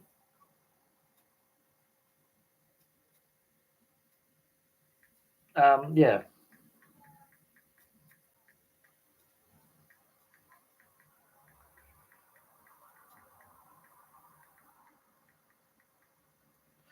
But yeah, so I'm getting a Seahawks jersey tomorrow, by the way. So we're going to have a work colleague is selling me a Seahawks jersey to add to my collection. He's having a bit of a clear out. But oh god, he's typing something. But no, I think as someone who's got roots, family connection to Merseyside, I do think it impacted my dad, because I think my dad was actually on leave when Hazel happened, because he was based in Germany. I think he went to the game. My dad was at Hazel. And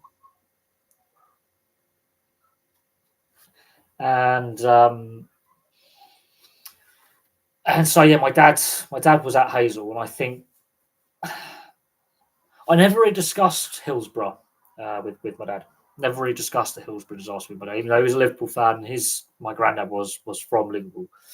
We didn't really discuss what happened there in the European ban and such like that. But I think it did have an impact on my dad. And but it was never really discussed in my family. And so that one's an interesting one. Because bearing in mind, when my dad was at Hazel, we obviously had the Bradford City fire at Valley Parade as well. So there was things happening with stadium disasters in the 80s. And people bring in the hooligan element. And, I've got books on the subject and research materials, and I've read up on it. But, innocent people lost their lives. And it did raise, not just in the UK, but across Europe, the standards of stadiums and stadiums being safer and improvements in stadium infrastructure. And I think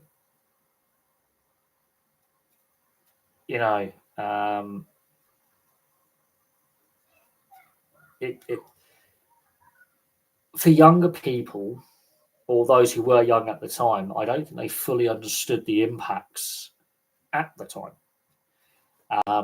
But no, Hillsborough was a bit. Hazel, Valley Parade, and Hillsborough were three very defining moments for the game in Europe. And then the Bosman ruling comes in later on, and that's another defining moment. The reformatting of the Champions League is another from the European Cup, and the formation of the Premier League.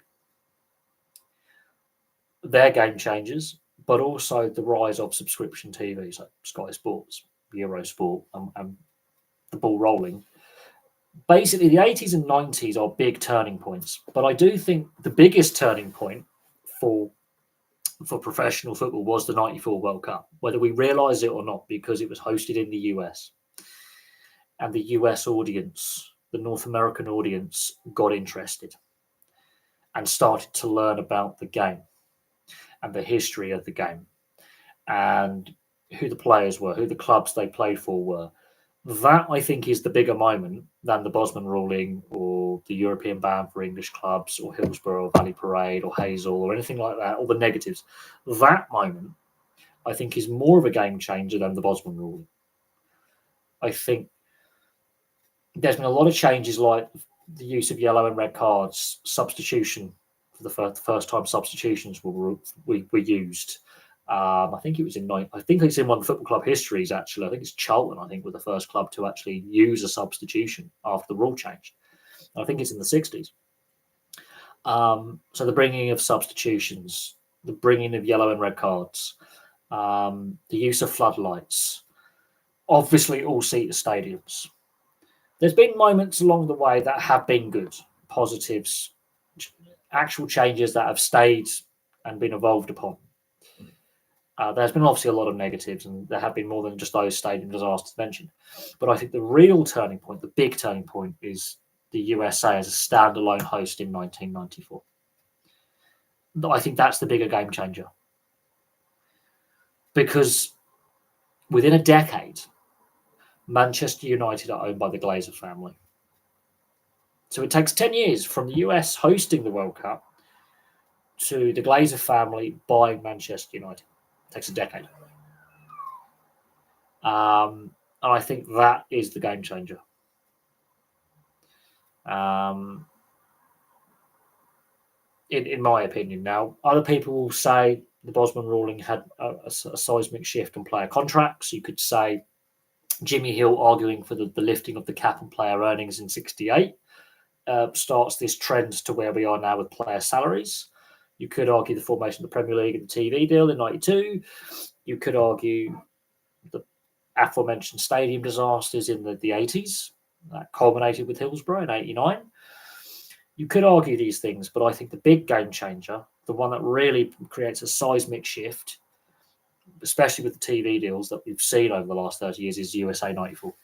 Whether it was a great World Cup or not, I think that is a seismic moment where we really make the game global because the US are interested, because now they've hosted the World Cup. And they're interested. They bid for it, they wanted it, they get their own domestic league, properly structured the MLS, and we can debate the pros and cons of the MLS and how the professional system works over there. But that is the game changer, is when the North American fans in the US realise what the tribal nature of the sport is here, the rivalries, the history, the clubs, the star players all playing in Europe. That's the moment, I think, for me. Yes, it is the NCAA. There is a collegiate system. It's more in the women's game. It is more in the women's game.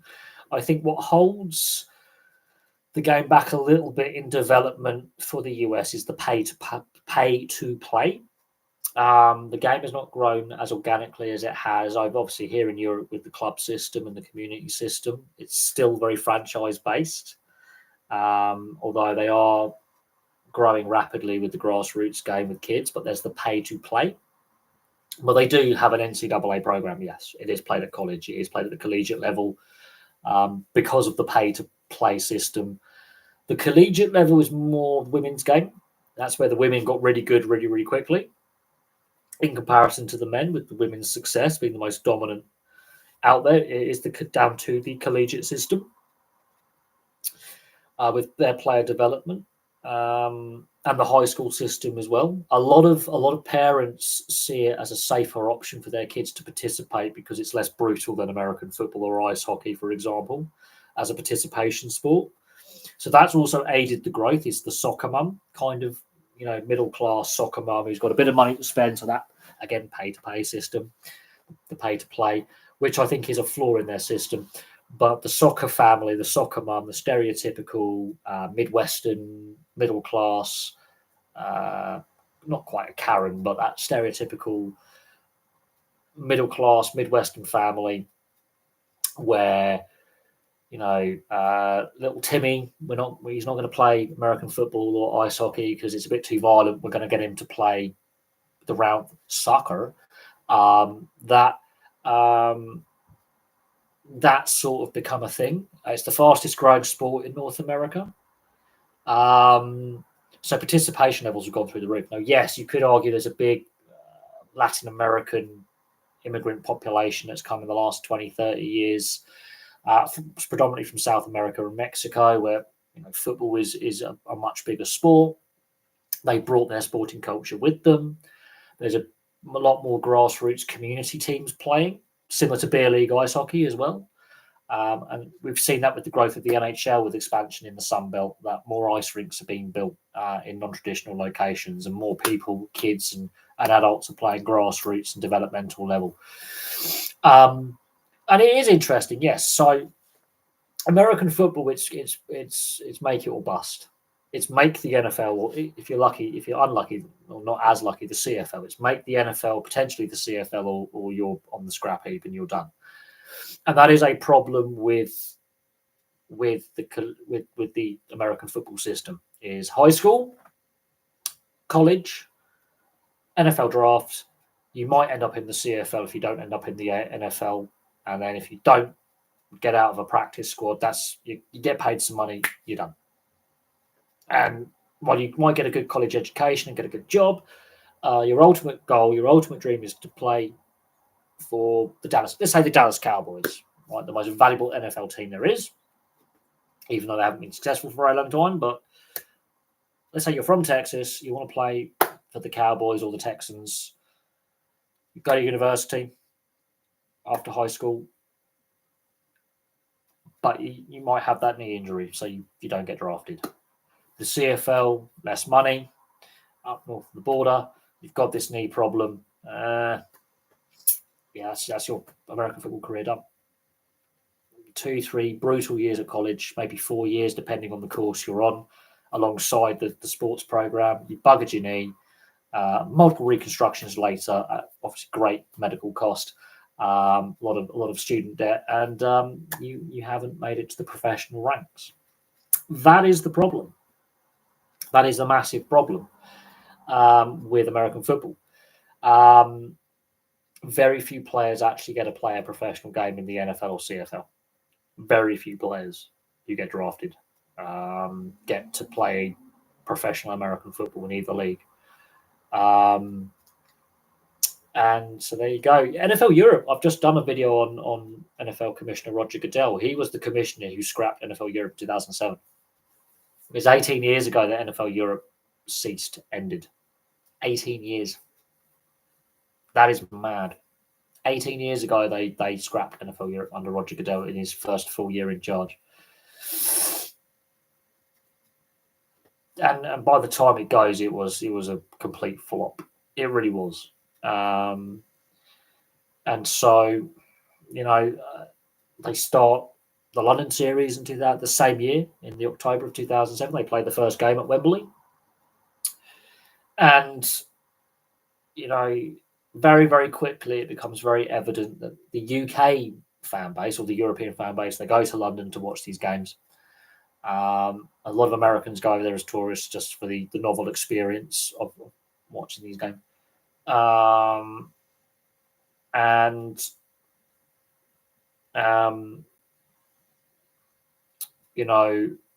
do I put this? Talk very quickly rises of having a team in London. Now, 18 years later, that still hasn't materialised at all. We're still waiting for this London team that under NFL plans should have existed by now. So, I can definitely do a look at will the NFL have a team in London? I'll do another video on it. I've done videos on it before. I can do a video on it again. Because it won't be the first time I've covered the subject. It won't be the last time I've covered the subject. But no, yeah, NFL Europe stops in the summer of 2007. It's scrapped.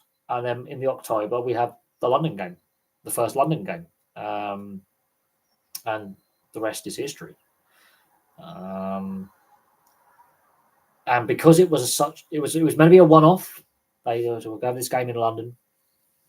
And there was a lot of people who were very critical of Roger Goodell and the NFL for the fact that they've just pumped loads of money into NFL Europe. It's failed. They've scrapped it. He's come in. He goes, NFL, we're closing it down in Europe. It's not working. Oh, by the way, we're going to have a game in London in October.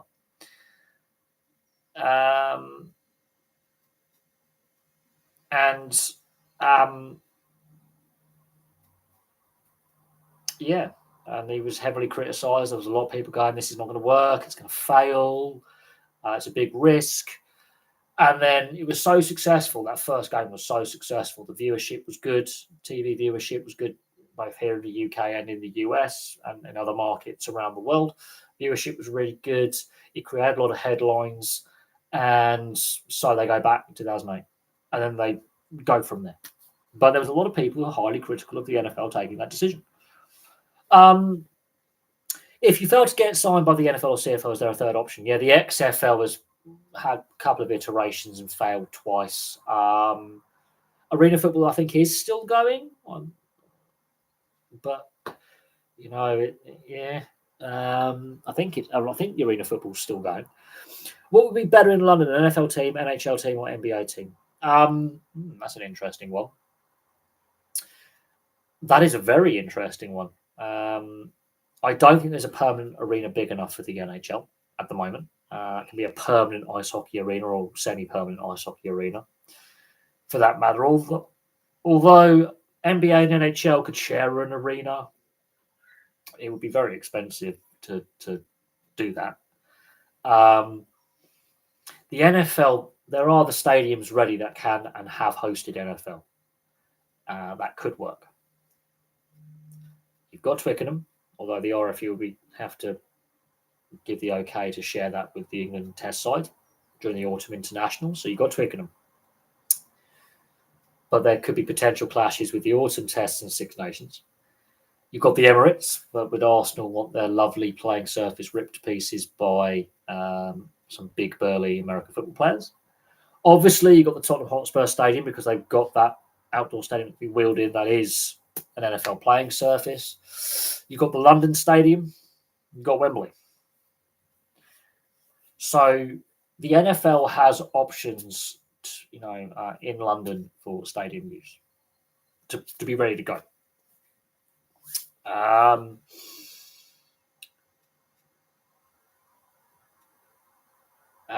So the NFL, if a team or if a franchise, in theory, yes.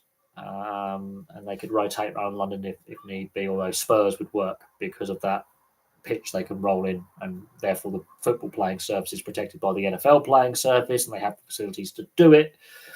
It would have to be around fixturing the home and away games and how Spurs would work their Premier League games, FA Cup games, League Cup games, Champions, and not clash with the NFL, and whether Spurs fans would be happy to have fixtures rearranged because of the NFL, because you have to have 8 home fixtures and 8 away fixtures, and that's not including playoffs.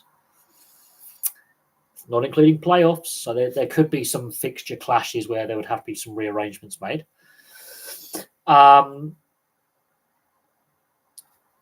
So the NHL and the NBA could work if they could find or have a sensible arena, most likely Wembley Arena.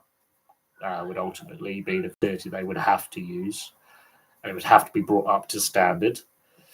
I think the NFL's got the biggest chance of working off the bat straight away because the facilities are ready to go, and you've got multiple stadiums, but the Tottenham Hotspur Stadium is probably the most likely that would be used because it has that retractable pitch that you can bring in. Although Wembley, you could probably use Wembley and work the NFL schedule around when England, the men's national side, will be using Wembley for qualifiers and Nations Leagues and friendlies. So it's doable. It's doable. I think the NFL is the most likely to work because of but then you've got to factor in, and this is where I've discussed this in multiple videos, including the Roger Goodell NFL Commissioner video. If a team was to be based in London, there are some factors that may count against said team and attracting players to play for said team in an expansion draft and or free agency and via trade, because team players can go, I want to go on a no trade list. So where to begin? So the salaries are paid in US dollars for the NFL. Now, every team right now plays in the US. Other leagues in North America where there's the Canadian element, the Canadian teams, it costs more to run a Canadian team because the salaries are paid in US dollars. After their salaries are paid, taxes in Canada are more expensive than in the US. And then in the US, it depends from county, state, and region of the US what you're paying in your income and property taxes. Now, London and the southeast of England, where you would assume if the players were to be based here, they would obviously have to live. It's expensive.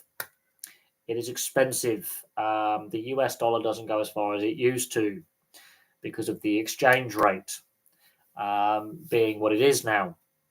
And London is an expensive city. And a lot of American tourists do find this when they do come over here.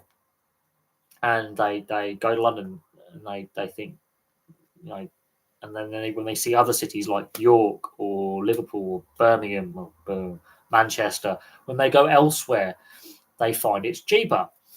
And so a lot of Americans who are expats who live here have moved outside of London now, and then they've moved a little bit further afield. And so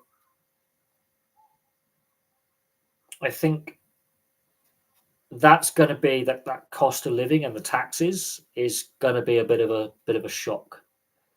This is where that logistics comes in, and then you've got to think you've got a 5 to 8 hour time difference for TV, which is I don't think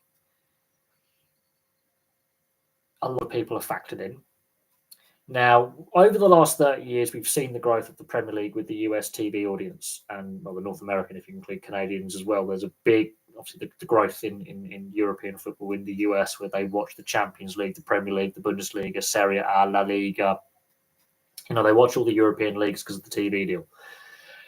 And obviously, David Beckham going to LA Galaxy, that definitely piqued the interest back in the 2000s. When he goes there, when Ibrahimovic goes there as well, You obviously had Pirlo and Kaká and some other high-profile players at that time going to the US to play. And LA is 8 hours behind London. So let's say the LA Rams or the LA Chargers are playing London in, let's say London Royals. Let's call them that. Let's say the Californian team or Seattle or San Francisco, they're playing away in London. It's an 8-hour time difference. That is going to be interesting for the domestic US audience because San Francisco and the Bay Area is quite a big metro area. Los Angeles is quite a big metro area. There's still a fair few San Diego Chargers fans who would be following the Chargers from Southern California. That's 8 hours difference. These are big metros on the West Coast. Seattle as well, the Seahawks. These are big metros, right? And there's an 8-hour time difference. So what time is the kickoff? What day of the week are you playing this game? You've got to factor that in. So there's that logistics. And then you've got to get the players over. Do they get a bye week when you're playing a Western team, and vice versa when the team in London hypothetically goes over to the US to the West Coast? Is there a bye week in there? Do they get a bye week? Because then that really starts to muck around with the schedule because you've got to have 8 home and 8 away games, and that's again something that needs to be factored in as well. And so there's a lot of things counting against having a team in London. But there are a lot of East Coast teams in the US. They've got to fly to the West Coast, and there is that time, travel time as well. But that's something that's got to be factored in. It's the time zones difference. That's a massive factor. The salaries being paid in dollars, you've got to exchange rate that to pound sterling. Will the players, because they've got 8 home games, will they be based here to live? That would this become, because the taxman, the US taxman, you still have to pay taxes even if you're based overseas to the IRS. That's something else. Even though you're over here with work, you've still got to pay taxes back home with the IRS. Property prices in the UK are very expensive. Even when you're further out of London you get, there are some parts of the rest of England or the rest of the UK where you'd be surprised how expensive property is in certain areas well outside London. Now we're talking in the north and the Midlands and the West Country. There are still some very pricey areas. And so that's got to be factored in. And people don't realise that the average salary for an NFL player is not that great. The top end, the quarterbacks and these big high-profile top salaries is what distorts the average, but the average salary for an NFL player is not a lot of money.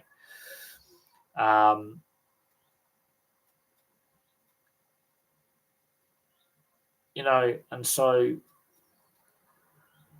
this is where, when we talk about NHL expansion, will they have an 8th Canadian team? Will they go back to Quebec? The answer is going to be no, because of the economics. And that's on the same continent, in the same time zone as a lot of US teams on the east. Quebec will be on the same time zone as the Rangers, for example, the Nordiques, for example.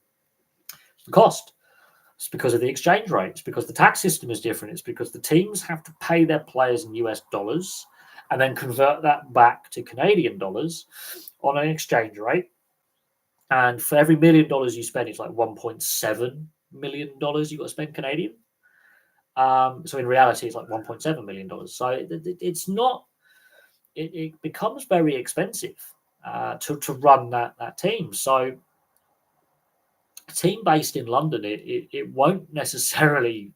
It would make less money. And then the TV contracts, that becomes a bit messy because of the time zone difference. Because there's a lot of evening games like Monday Night Football, Friday Night Football, and where they start quite late on the West Coast, whereas the East Coast is already going to bed. And suddenly you've got to factor in how it might start at 5 p.m. UK time. But have you tried travelling in London over a weekend in the evening? That's a nightmare at any time of the year. And then you've got to factor in how many viewers you're going to get in the US, especially if you're playing against a West Coast team, or vice versa. When that team, it starts to sound like the Super Rugby failure, doesn't it? And I just raised the idea. Look at the Toronto Wolfpack and the failure there. The same issues apply. And did I get a taper fade? No, I just shaved my beard off and shaved my sideburns off, and I went a little bit too high in regards to shaving my sideburns off. So I might have to go through and just trim around the ears a little bit. But it'll grow back quick enough. I'm sort of trying to grow the mullet again a little bit, and the mullet's coming back, but I just went a little bit too high in regards to getting rid of the sideburns up here. I had my first shave in first full shave for a year, where I've been completely clean shaven, not just going over it with the clippers. I'm talking actual shave it off with the clippers, then go over with a wet shave. I haven't been clean shaven like this for a year, completely, where it's all off. But I've kept the mullet. So the mullet's growing back, as you can sort of see. The mullet's sort of growing back. The hair's getting a bit mullety. But no, I decided to get rid of the beard. It was just getting to the point where you could see the grey hairs, and the greys were showing through, and it's starting to get warmer now, and I felt like a change. And obviously, the beard's coming back for the NHL playoffs. Got to grow the playoff beard again, but no, I've been growing the beard for a little while over the winter, and it was just I felt like I had time to have a little bit of a change. I felt it was the right time to have a bit of a change. If I'm being honest, it feels nice and fresh. Like I don't shave regular, if that makes sense. I used to shave all the time, and especially when I first started the channel, I used to be more regularly, not clean shaven, but I used to shave more regularly, have a little mustache and goatee, but I used to not grow the beard. It's basically been since COVID, basically, that I've sort of grown the beard, if that makes sense. Basically, since I've lived in this apartment, I basically have gone with the beard and COVID lockdown. So just before I moved in here. So this time 5 years ago, I shaved the beard off, and it came up on my Facebook then and now. And there was a photo I took where I just left the goatee, but I shaved everything else, and I was wearing my Jaromir Jagr Washington Capitals Screaming Eagle jersey. And I obviously had to go and do the shop for the whole family. I had my letter to say I'm a key worker. And I thought, is this good enough to say socially distance? This is a crap era of the Capitals. And I've gone for a very, I look ridiculous. And then I grew my beard for the rest of the summer. I just got the Yeti beard. My hair got a bit long. And then in the August, when I moved into my current apartment, I waited about a week or so. And then where I live now, there's a barbershop. 5-minute walk down the road, 5-10 minute walk down the road. And I was walking past it, and I thought, you know what, I'm going to see if they can fit me in a slot, because people were booking. I said, do I have to book to have a haircut? And the guy who runs the shop said, no, I haven't got many customers. Booking hasn't turned up. I can fit you in. So I spent my money, got it all shaved off, had a shave, had that all shaved off, and I went, had all the hair cut off and all the beard. And that's where the 1,000 subscriber forfeit came from initially. So I basically, for the next year and a half, didn't cut my hair, didn't shave my beard, and I occasionally went trim the beard and all that. But and that was the last time I went to a barbershop, because I've got my own clippers now. But that was the last time I went to a barbershop. So I grew my hair for a year and a half. My next door neighbour was like, I've got some hair and beard trimmers you can have, which I use today. And so I was like, thank you very much. And then literally after about a month and a half after he gave me these hair and beard trimmers, my clippers, we hit 1,000 subs. And off came the hair, off came the beard. And the rest is history, so to speak. But no, I haven't been to a barbershop in nearly 5 years in August. It'll be 5 years in August since I last actually went into a hairdresser's or barbershop. I used to go quite regularly to my old local one where I used to live. And I got to know the people who, my mate used to work in it, but I got to know the people who worked in there, the men and women. And I used to go quite regularly, like once every 3 to 6 months. Have a nice tidy up. And then I spent a little while where I didn't go for about I was going to say about a year and a bit. So between 2018 and 2019. And then not long before I moved into my old apartment, I thought, you know what? I'm moving. I want to have it's a fresh start. We're going to go have a haircut. We're going to move in. And so a week or so before I moved into my old apartment, I had the haircut. This is back in 2019, all that. And speaking to the barbershop, to the hairdresser, and she was like, "Got any play you been?" I said, "Yeah, no, I'm keeping well." I said, I'm moving away in a couple of weeks. I think I'm in the process of finding a place to live. I've got a few viewings, and I'm going to be moving away. And the barbershop that I used to go to, they were heartbroken by this. They're like, "Oh, but you're one of our regulars." I said, "Yeah, I'll be moving away." Blah blah blah blah blah. I don't know if I'm going to be coming back to visit as regularly and coming in here. And so, that happened. I moved into to my old apartment, and then I obviously a lot of the old you viewers know what happened with the old apartment, and then having to move out very suddenly, and and then COVID hits and the lockdown, and it was literally not even sure if I was going to be stuck there and all this. And the first thing I did when I moved in here, got my stuff moved in, got settled. First week, barbershop. I forget which week it was, but middle of August, barbershop. And the hair all came off, the beard all came off, the COVID beard came off because all the barbershops had been shut, and I didn't have any clippers anymore. And so, I didn't have a way of doing my own hair, and I didn't want to waste any money on buying a set of clippers or anything like that. So I literally just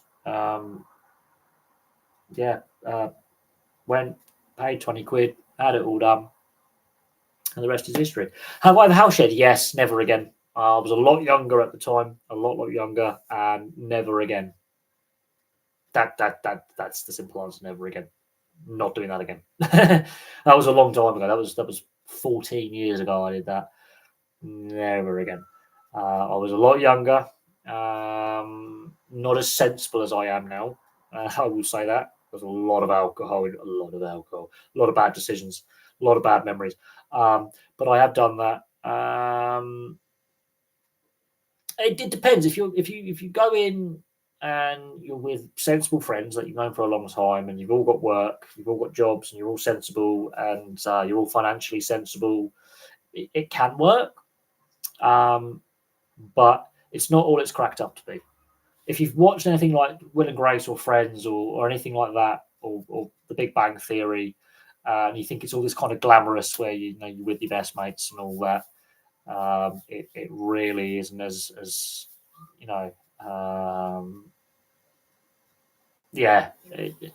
if you are considering it, discuss it with those you know from uni or college who've done it, where they've gone into alcohol.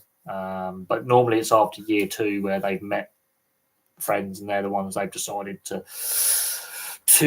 be roomies with. But it's just I knew all the people I was house sharing with, and it was a disaster, and it ruined a lot of friendships, and it was a mess, and I was the only one working full time. I just wouldn't.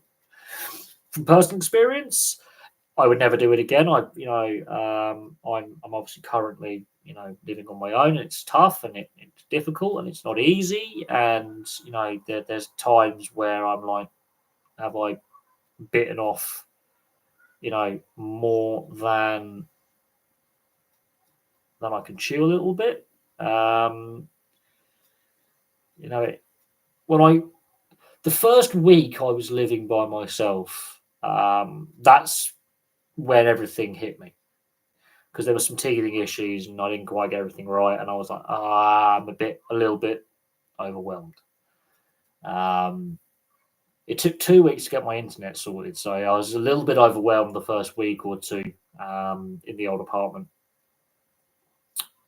I actually cried a little bit. I'm not going to lie; it was a bit emotionally overwhelming. I really just was not fully prepared for everything.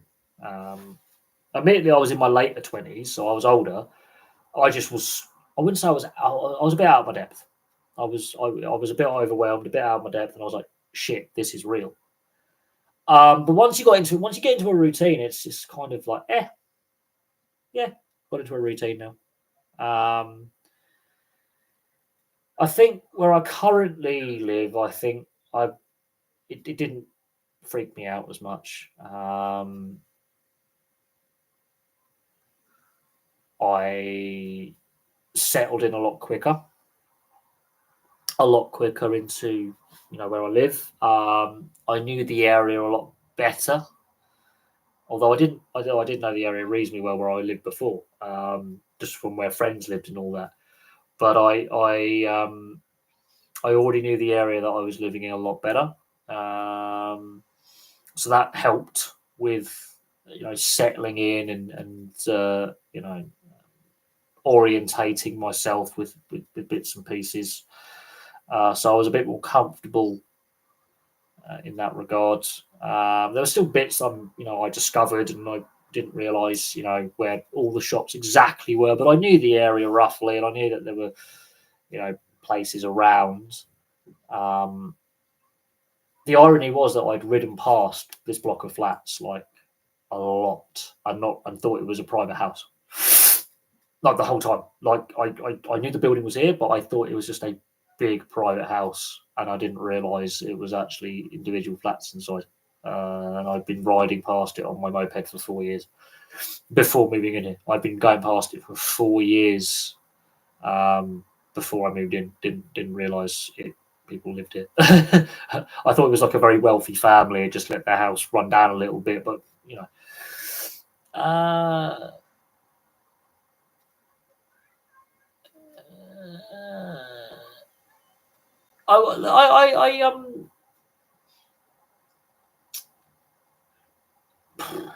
I struggle to save a little bit. I've lost all my savings, but I've not necessarily been the most financially sensible over the last 6 years. I've had my moments of being financially sensible, and then I've made some errors, but it's a challenge. It's challenging. But at the same time, it's where life's at. I mean, I live by myself, and I've done the house share. For me, not for me. I wouldn't do it again. I didn't enjoy it, and I've got very used over for the most part, for the best part of 6 years, living by myself. Very, very used to it.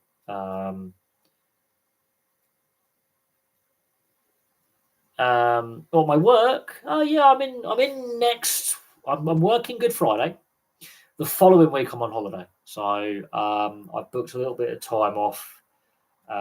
So I'm working the Good Friday bank holiday and the Easter Monday bank holiday, and then I've got 4 days off, and I need 4 days off. I haven't had time off since January, so I've been ill for most of the last 2-3 months. I've had this horrible ongoing virus in the last couple of weeks. It's knocked me for 6, which you would have heard in videos with me, like basically sounding like I've got plague. And I think but talking about yes, yeah, I'll be starting. So Friday and Monday, I'll be starting an hour earlier. So that's annoying. I hate working bank holidays, but then I finish earlier. So it's a catch-22. Well, did I have a girlfriend before moving to this apartment? The current one. No, I've had two girlfriends since I've lived in this apartment, and so I moved in August 2020. I didn't have a girlfriend. I was very much single, thankfully, after a messy relationship with the previous. And it was after living here for about 6 months, I met my ex partner. So this is coming out of the first two COVID lockdowns. Met my ex partner. I think she appeared in one video accidentally. She just like sort of poked her head in while I was recording the video, which was really interesting because I've rarely recorded in front of other people. I've done a few videos at my mate's house and I was recording in front of them and they were winding me up and it took so many outtakes. Back in January, I did a couple of videos at my mate's house where I was staying for the weekend, having a long weekend when I was last on holiday, when I last had time off work at the end of January. And they were just winding me up. I was very self-conscious. I was very, very self-conscious about, doing content in front of them. And they saw how I did it. One take, took some quick notes, bang. And they saw how self-conscious I got and how nervous I got. And that was interesting. But no, I met my ex-partner in 2021. Then I had my motorcycle accident and the relationship broke down in 2021 in the summer. And that was the 3 months I basically just was not very well. And just before last Christmas, I met my current partner, but it's awkward at the moment. So that's where I'm going to leave that.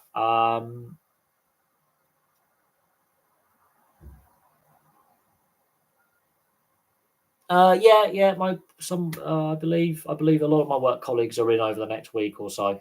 I think Dave's in. But I do try and keep discussion around my day job and this. I try and it's called the work-life balance. It's not that it's the work-life balance. And it's great that I'm interacting with with subscribers and all that, but I do try and keep that work-life balance in a way where work is work and this is this. If that's where we go, because since I've been doing the channel as it's grown and got bigger and I've enjoyed it more. One thing that I've got wrong over the last couple of years with the growth on the channel, and then there's this expectation that I've got to do content every day, and I think I should have, when I had my motorcycle crash in 2021, that's where I should have, whilst I was recovering from that and the related health issues that I had, both physical and mental, I should have made content while I was recovering, because I think that would have kept my mind ticking over in a positive way. And so that's where I met my ex-partner, was on Facebook dating. That's where I met my ex, was Facebook dating. That's mad, that. But yeah, met the ex on Facebook dating. And we're still friends now. And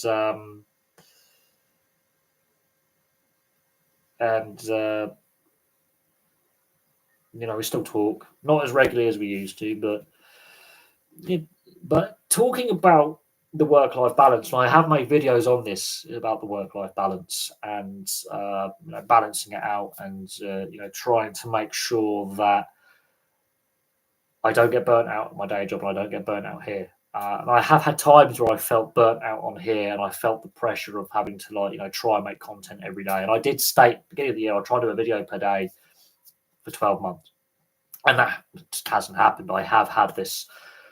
I've not been particularly well over this winter. I've had a lot of chest infections and viruses. Just coming off the back of another one. I'm just starting to come out of it. On the other end, I've still got this horrible cold and sinus, and it's gone on my chest a little bit, which is just really annoying. It's just really, really annoying.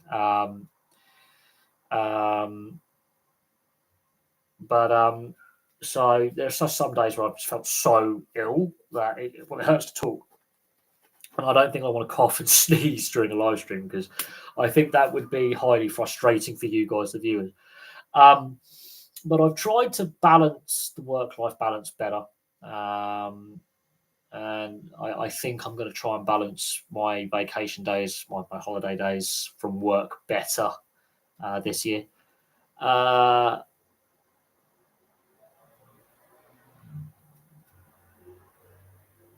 Yeah, no, I can't stand TikTok at all. I'm not a massive fan of it. You know, TikTok is the reason why YouTube brings in shorts, and shorts are a big waste of time. Personally, I don't do much for the channel, view counts wise or engagement. I'm not a massive fan of TikTok. It's bad enough that the US government gets to know what I get up to with Google, let alone the Chinese government with if I watch TikTok or not. I'm not. I'm not a massive fan of it. It's noticeable since TikTok's come along in the last 4 or 5 years. Average view durations on the main channel have dropped a little bit on the channel because people are they've done it in a way which short, sharp, and in your face. But no, it is full of absolute narcissists, and I've ruined a couple of TikTokers' videos just by walking behind them and just doing that, and pulling faces and just generally screwing up their TikTok, which is hilarious. I enjoy doing that. I enjoy ruining a influencer's day. Yes, luckily now I think I could. Well, yes, I've discussed this before, Mr. Hutz. When we hit 2,000 subs, we will be doing a live stream. The forfeit is, as a Blackburn Rovers fan, I have to wear a Burnley shirt. Now, where I'm getting my Seahawks jersey from is through a work colleague. His partner works for Fanatics, so I might be able to acquire one for less than full price, which will be interesting. But if failing that, I'm just going to have to search eBay and search Free Cycle and Facebook Market and Facebook Marketplace, and just troll the internet and try and find one. But I found a Castleford Tigers scarf in a charity shop locally in the south of it. So anything is plausible. But I might even have to go on the Burnley club shop and go on their clearance at end of season before their new kit's released. That's just the reality of the situation. I might have to go online and hope that I can find one. That's in reasonable condition. But that's the plan: is wear a Burnley shirt in the live stream for as many hours as deemed fit. But again, as I say, that's the plan. It'll be interesting to see how quickly we get to 2,000 subs. But the fact that we've got monetized at all, even with just memberships and super thanks and super chats, I mean, I'm reliant on you guys, the viewers and fans, giving super thanks and super chats for money at the moment. We're not earning any ad revenue or any YouTube premium revenue. No one has a Burnley kit who's a work colleague, but one of my work colleagues' partners works for Fanatics, and they manufacture under license all the Premier League and Football League kits. Fanatics has a manufacturing contract with all the big kit manufacturers. So I might be able to get a Burnley one on clearance or a cheap one. Failing that, I'm going to have to look at going online, eBay probably, or Gumtree, and finding one. I am not going to Burnley to pick it up because I would not leave the town alive, and I can't afford to get to Burnley to pick up the kit. Or I'm hoping a kind-hearted subscriber can send me one. But no, I'm not getting a cheap knockoff one. Because I want to add kits to my collection, and I'm getting a Seahawks jersey tomorrow, so I want to add to the collection again. It's been a while since I've done that. I want to add to the memorabilia connection, and I don't want to get a knockoff. I've had knockoffs before, and no, I don't want to get a cheap knockoff. I can't see Burnley kits being that popular to have counterfeits, but yeah, I mean the quality of Fanatics alone is iffy at times. But no, I don't want to get a knockoff. I understand why, because of the price of replica match day kits, or authentics as they're called, or match day replicas and fan replicas. Why a lot of people around the world, not just here in the UK, they go for the counterfeit. I can understand why people do that. I can completely understand why people do that. It's a shame that people feel the obligation to do it because of the cost of the authentic. And it's a shame that it comes to that. It really is. But unfortunately, the markup in price is shocking. And this is where I think professional sport has lost its way. It's very expensive to get fan replicas now. Very expensive. And I want to get some more NHL jerseys, but I look at some of the prices and I cannot justify the costs and the shipping on top of that. And with what's happening with tariffs and the ongoing, would I pay? I mean, look, I paid 150. Well, was it? I think was it 2015? I'm trying to think now. Was it 2014 or 2015 for my birthday? I think it was my 25th birthday. My mum bought me my Winnipeg Jets jersey and my Arizona Coyotes hoodie. And between the two items, because she bought two items, there was a clearance. Because Reebok were going to be replaced by Adidas. I think it was 2015, maybe 2016. For one of my big birthdays, and that was nearly £250. I think the hoodie was 90 quid and the jersey was 150, so it was nearly 200 plus pounds. My Vegas stuff that I got in, I believe it was 2017, because that was the year they entered the league. They didn't have all the jerseys ready online. They didn't have them all ready for fans, even over here in the UK. 4 months after they entered the league, not all the merchandise was available. So I've got a Vegas hoodie, a Vegas t-shirt, and I think that's it. I got a hoodie and a t-shirt for 100 quid. And that was expensive.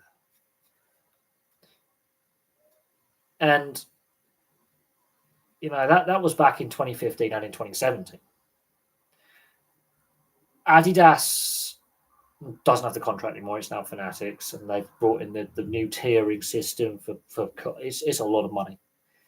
And that's even before we get into the current potential tariffs on items. It's a lot of money. And there are some NHL jerseys I want to get my hands on, like the last Kachina that Arizona had. That is a fantastic jersey. It's a shame they're no longer a current NHL franchise and they've been relocated to Utah. I love the Kachina. I love the Howling Coyote.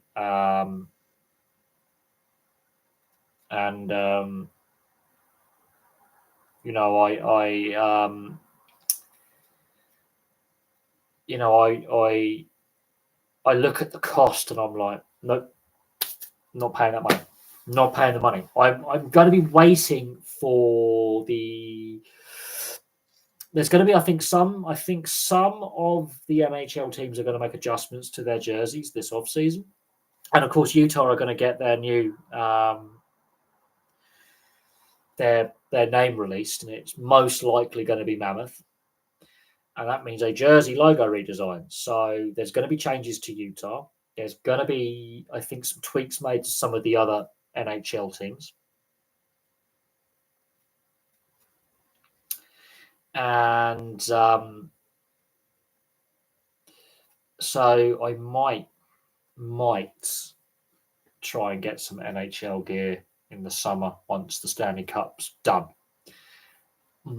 Might. There will be a clearance of some of the other, maybe not jerseys, maybe hoodies, t-shirts, hats, scarves, beanies. There may be some items on clearance. But I look at the cost and I'm like, that is a lot of money. A lot of money for a hat, a lot of money for a beanie, a lot of money for a scarf or a t-shirt or a sports top, polo top, jumper. That's a lot of money. And so I personally never paid full price for a jersey. I've either been given them as gifts, like my NFL jerseys, and when I used to go to watch the Bees play, I got some money off because I knew some of the members of the supporters club, so they gave me their discount, which was nice of them. And so I've never paid full price for a jersey, which I'm very thankful for, because it is expensive. It's very expensive. It's not cheap, and that was one of the reasons why I stopped collecting for a while. I stopped collecting jerseys for a while. It was the cost. Do I have an NFL shop? I do any kind of shopping like that. I do online. I have to say, I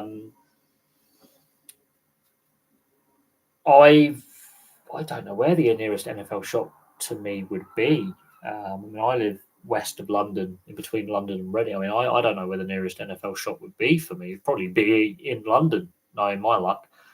But I don't know. I mean, this thing I know I'm probably more likely to go on the websites and go online. I'm not a massive NFL fan, but I do actually have some NFL jerseys. I mean, I was wearing one earlier today. I was wearing my Miami Dolphins one earlier today. And I'm picking up a Seahawks one tomorrow from a work colleague who's selling it to me. He's having a bit of a clear out. I get one for dirt cheap. I don't think he even realizes how much it's actually worth, but I'm picking up a Seahawks jersey for not a lot of money. NFL shop in London. I think a lot of the North American leagues are going to online for their merchandise sales, and so you don't need that brick and mortar kind of shop anymore.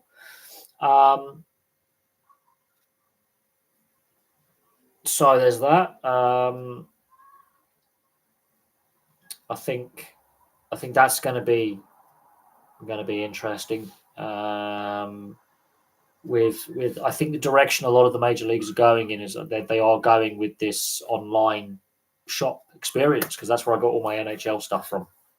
Apart from my Washington Capitals jersey, which I got secondhand, all my NHL stuff I got from the NHL website. Well, my mum did as birthday presents and Christmas presents for me, but I would probably hazard a guess that there's an NFL shop in London somewhere, or shops, but I've never been to one.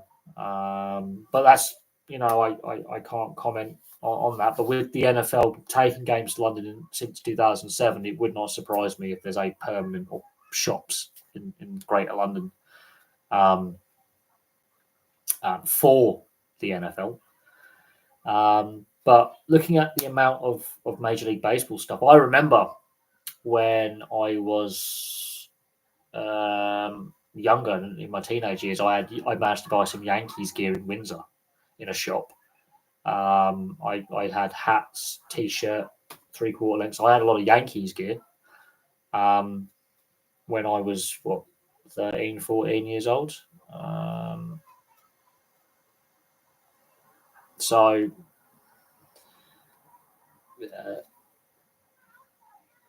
that surprised me, but there's obviously a lot of Americans go to places like Windsor and London as tourists, so they're going to cater to the American tourist. And there's a lot of Americans who live in the south of England, outside London, because of work. In north of London, going up to Cambridge and up to Oxford and west to Reading and Swindon, because of the tech industry and the car industry in this country. There's a lot of head offices. So there are obviously a lot of American shops here. So yeah, I managed to buy some Major League Baseball gear in my early teenage years, in the early 2000s in Windsor. There was a shop that had Yankees everywhere. I bought the load. And it's annoying. I'm really annoyed that I don't still have, but I outgrew it. I mean, I was 12, 13 at the time. I'm 35 now. I don't think that Yankees gear would fit me anymore, but I've got a couple of Yankees hats that I've had for a long time.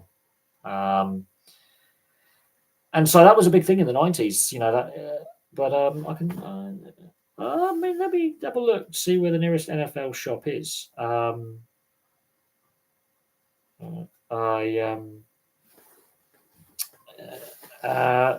I would not be surprised if there's NFL shops in London, especially with NFL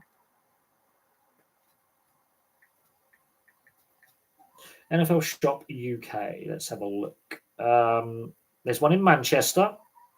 Well, this is going to be interesting. Let's have a look. Official NFL Shop jerseys.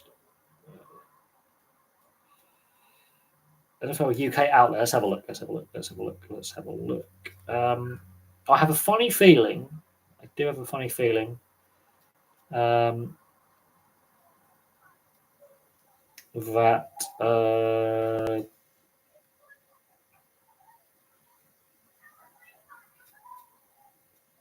I think it could be to do with.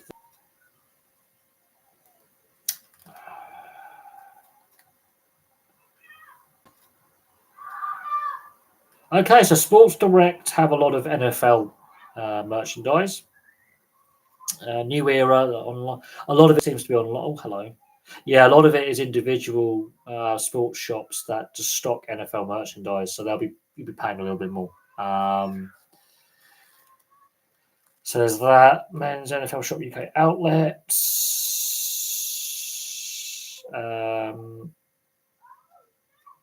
Let's have a look.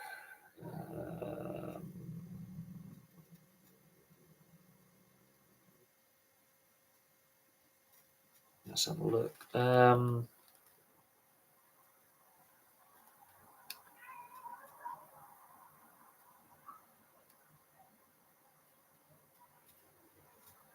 Yeah, there's one in Carnaby Street, New Era. There's the NBA store in London. There's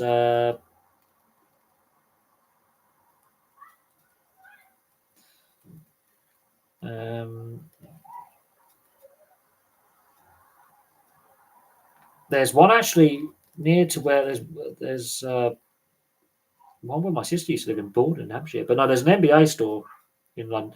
There's one in Carnaby Street. So yeah, you can buy the Major League apparel in locations like that. But who do I think wins the Champions League? I don't know who wins the Champions League, and quite honestly, I've fallen out of love with European club football. I think the TV deal is restrictive and therefore puts a barrier up, and I think we've got to a point now where we've had so many format changes, and there seems to be a disconnect between UEFA, the clubs, and the fans. I think with each TV deal, I think there is a growing disconnect, and it's a shame, in my opinion, that it's behind a paywall completely now, apart from the finals. I think that's definitely damaged the image of UEFA and European club football. I think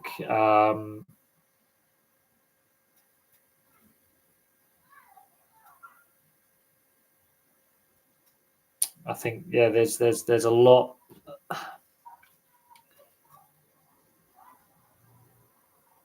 I think the FA Cup as well has lost a bit of magic as well. It doesn't have the same, vibe for me in a way. I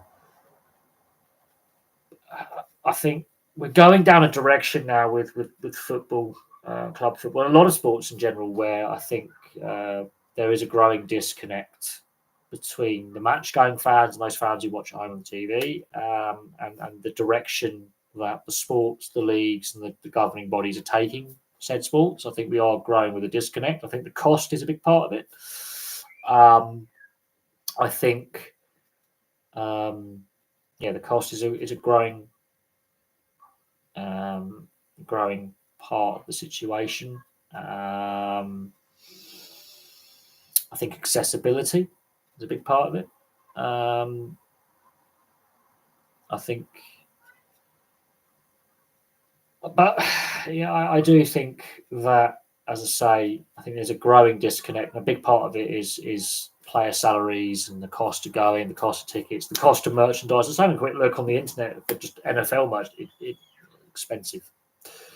It's expensive, and I'm not going to say how much I'm spending on this NFL jersey, but it's not a lot of money. It's not a lot of money, really. So at the three, as of tomorrow, at the 3 NFL jerseys I have, I've not spent a lot of money at all, which is ridiculous considering. But no, I as time has gone on, I felt a growing disconnect with UEFA and the Champions League and Europa League and Europa Conference. I was massive. I was so passionate about the sport growing up as a kid. I watched as many games as I could, be it European games or English FA Cup or League Cup. I watched as many games as I could. And as a kid growing up, I was very fortunate that every competition, League Cup, FA Cup, Champions League, UEFA Cup, Cup Winners' Cup, which UEFA Cup becomes Europa League, and the Cup Winners' Cup gets merged into the what was the UEFA Cup. But all these European games, all competitions were free to air. So you weren't just watching the English teams play; you were watching the other European teams play and the Scottish team. It was fantastic. And then 2014 it stops, and I think that's part of the problem. Is we've denied the best part of a decade to a generation of fans accessibility. A lot of fans who are 10 to 15 years younger than me do feel a disconnect unless their parents have enough money to pay for the subscription TV. I think that's a massive part of the problem. You've now got this definite divide where those who can afford it can, and those that can't definitely can't, and you're starting to get that divide. The cost is becoming more and more expensive, which definitely has a negative impact on participation levels and engagement, fan engagement. And that's something I've noticed with the FA Cup, for example, is empty seats and games, which in years past that would be a sellout, which is a one-off game. We've lost the FA Cup replay, which hurts the smaller clubs. And as a result, the smaller clubs are having to charge too much for tickets. So there's definitely a disenchantment, I think, is there.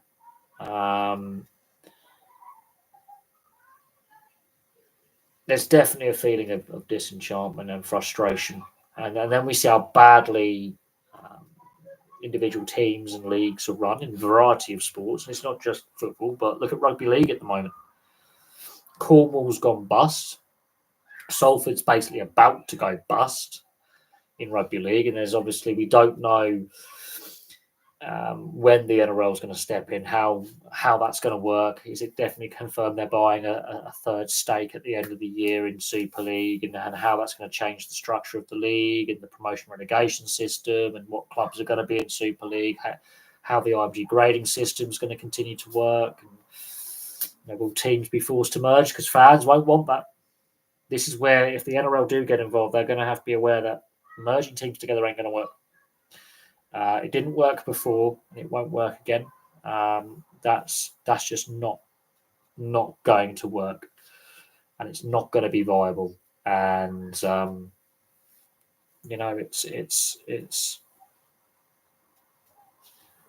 it's just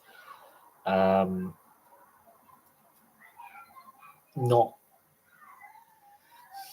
It's a difficult one. I want. I'm a massive rugby league fan, and I would love to see the London Broncos back in Super League, but I want to see it happen naturally, not just because the NRL says we need to have a team in the capital. The fact that the majority of the playing squad now is homegrown talent, or a huge proportion of the Broncos squad is homegrown, come through the southeast or London. They are local lads. It's fantastic.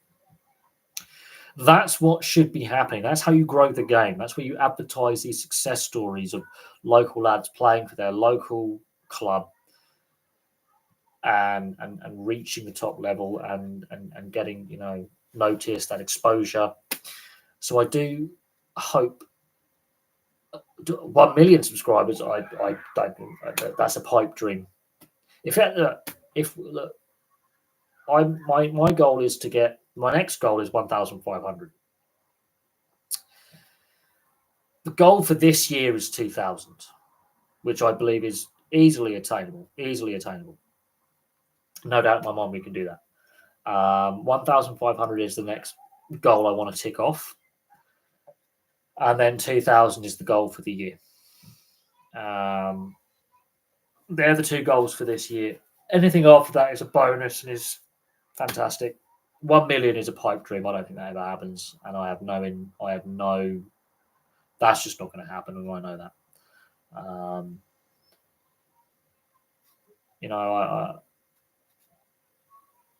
Well, word of mouth helps. So absolutely, tell your fellow students about the channel. That would be brilliant. I would tell your classmates about it, because I think one thing I've noticed, and I do honestly stress this, I do feel that younger people today are less engaged in sport than what I was. When I was growing up, when I was in my teenage years, like even when I was like nearly 19 and 20, I would still, at the age of 19, 20 years old, bunch of mates, go down the local park with a football or a rugby or a frisbee, basketball, whatever it was, cricket, start having a kick about. Another group of people would turn up, they would want to join in. And suddenly you've got 3 or 4 groups of lads, don't even know each other, and they're all playing football, or they're all playing a bit of touch rugby, or they're playing a bit of frisbee, or they're playing cricket. And that's something we used to do. We used to go and go down the local parks with 4 or 5 of us as a group, meet up, go, right, bring the football, we're going to put, one of us is going to be goalie, 4 of us are going to muck around, we're going to have a little kick about, and then another group will go, come we join. And I feel now, 10, 15, 20 years later, I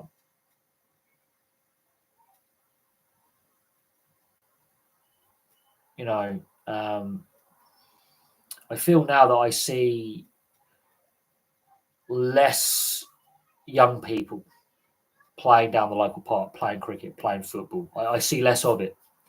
And it's very noticeable because especially when in the summer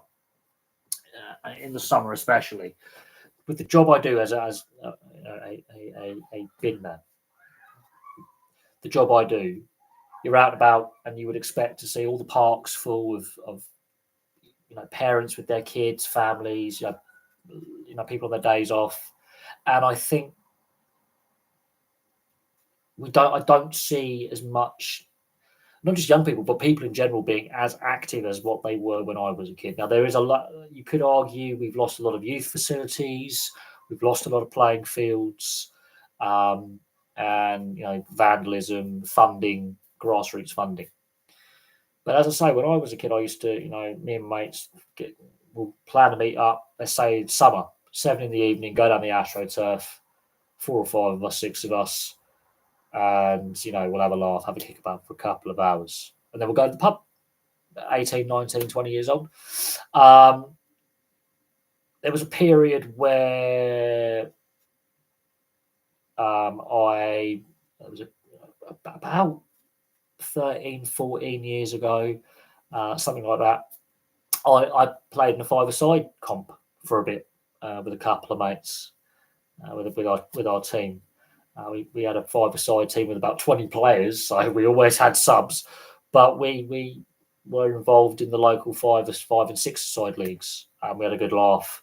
We weren't very good, but we had a good laugh. It was just a bunch of mates running around like lunatics trying to play football really badly on an AstroTurf. And I do feel that, especially during COVID, I think we lost something in 2020. But I was noticing this before the lockdown and before the pandemic. It was very, very noticeable that you would see less people, groups of people, young people, parents with their kids, or whatever, having to kick about down the park. You would see less of it. Be it cricket, football, frisbee, be it touch rugby, whatever it was, you would see less people just enjoying a little kickabout. And that was something that was noticeable as time has gone on. It used to be I used to walk from my old house to the pub, especially in the height of summer.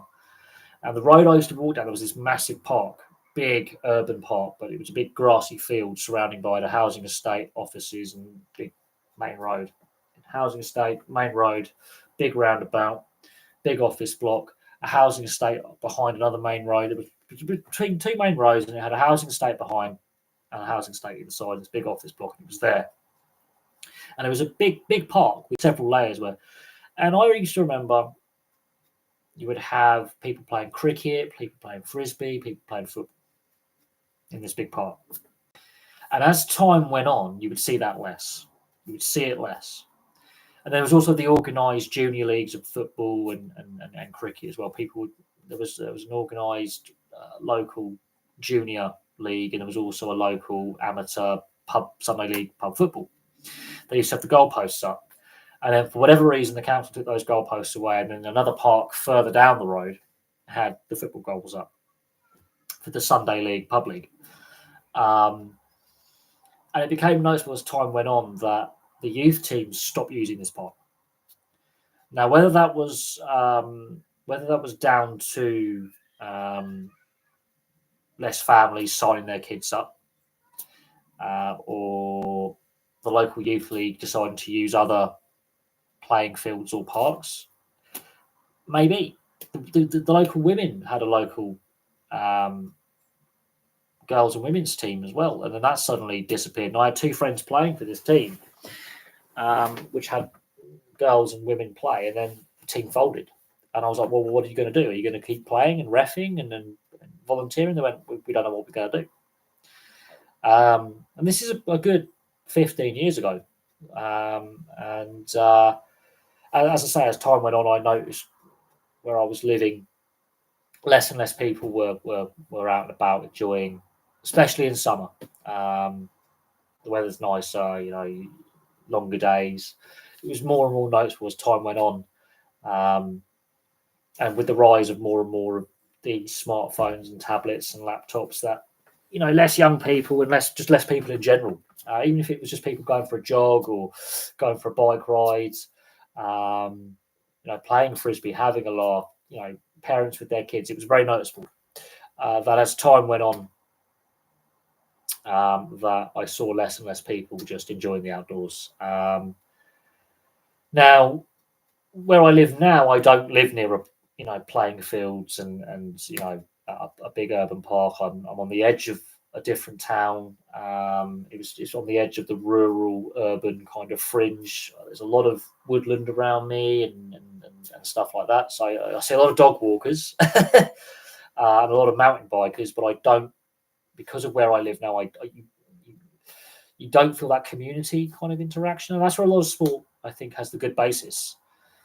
My favourite position in football, goalkeeper. That was my best position. I read a lot of books. I watch a lot of documentaries and films. I do go on a lot of walks.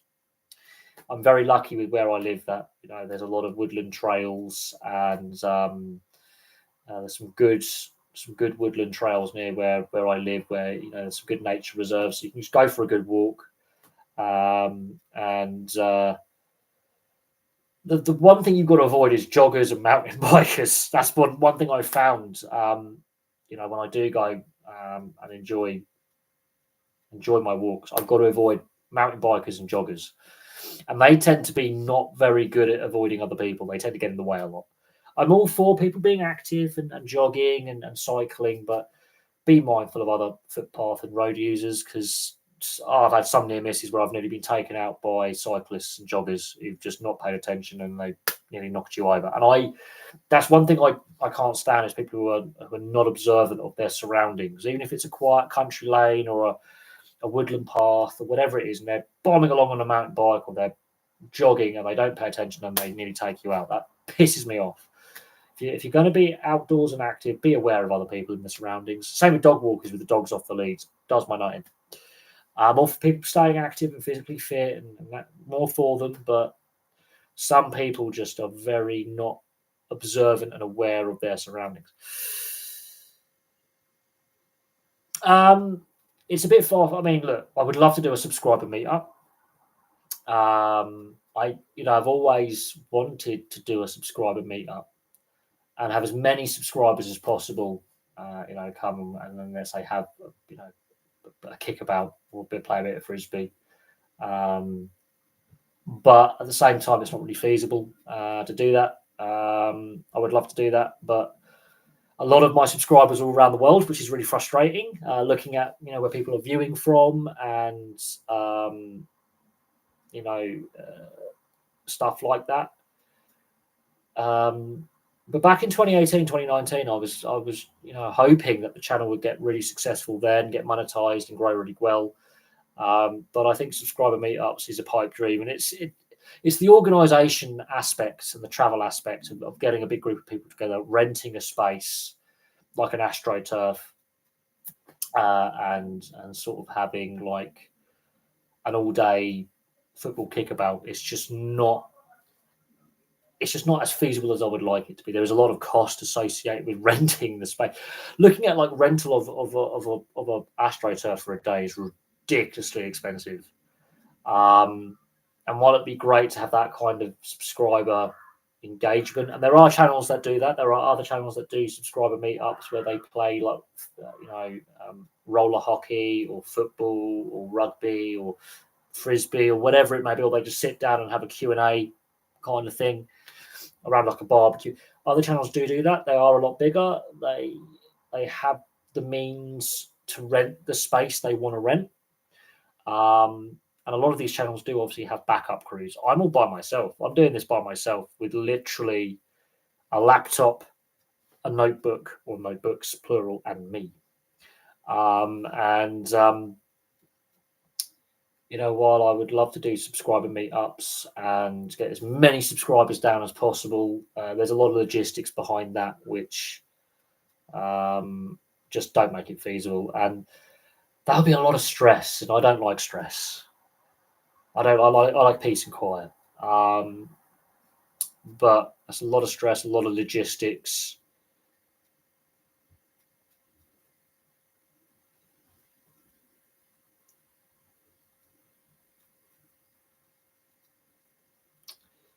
Yeah, I mean, look, there's a couple of the lads at work who have played various sports at various levels. There was a guy I used to work with who had played non-league football at a decent level, and played ice hockey at a decent level. I don't know if he still does. And I think I don't know if he still does, but it was mad that that was at a different workplace, and I'm still friends with him now. I just haven't seen him for a while. He's had another kid, and this is something that I don't think a lot of people realize is why people stop participating in sport. It's work commitments and it's family commitments. And I stopped, playing rugby when I was playing in my early 20s, because of work. I stopped playing because of work at the time. And I also had a few nasty injuries, and I just wanted to heal up from them. And work got in the way, and then I talking about another ex-girlfriend. I was spending a lot of time with my then girlfriend in West London, where she lived, and I was in and out of work at the time, and then the Olympics came along, and so that was very disruptive. Ironically, I did enjoy the 2012 Olympics, but it was very, very disruptive. And then towards the end of 2012, I got a different job. I got a different job, and that was actually at a golf course, ironically. So I was involved in the world of sport in that sense, and I met a lot of people there, and it was interesting. Out the hours were flexi hours. There was a lot of days, a lot of nights, and it was different. And following that, I had a lot of different jobs following when I was working at the golf course, and I left working at the golf course, and I had jobs at other places, and because of work, it made it difficult to continue playing sport, and so I just stopped playing rugby. I stopped playing golf after I left the golf course, and so because of work commitments, that was my focus, and I didn't really, play sport anymore. But that didn't stop me from being a sports fan and going to ice hockey games and watching ice hockey and things like that, and going to ice hockey a lot. But because of work, it made it more difficult to continue playing sport. And that was a shame. And then ultimately, I moved away from where I lived, and I moved to a different town and a different county, and I lived by myself, and so that was solely I had different priorities. And then I moved back, and then I moved again, and where I am living now, and it's where I live. It's the logistics of where I live that puts a barrier in the way, and that's something a lot of people I don't think realise, and a lot of the reason why a lot of people stop participating. It's either logistics, it's because they move, where they live, work, cost. And a lot of people don't realise that. And that has a big part to play in why participation at grassroots level drops off drastically. And it's more pronounced in women than men. Post education, and this was discussed when the NFL came up in conversation earlier, where like post college, if you don't make the NFL or CFL, your career's done. And no, not that I'm aware of.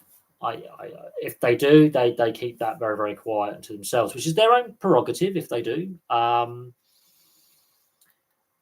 don't believe so, but that doesn't mean they don't, and they don't make content. But I'm not aware of anyone else that I work with currently or in the past that does. I know a couple of people who do have their own YouTube channels, and they post content on various different topics.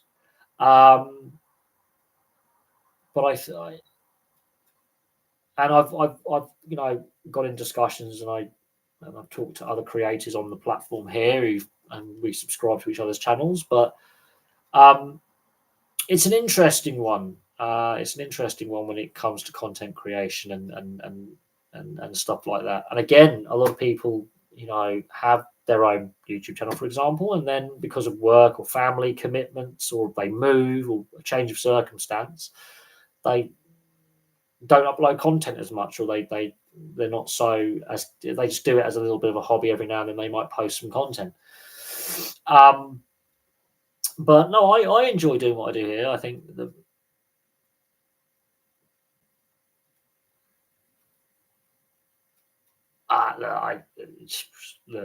have,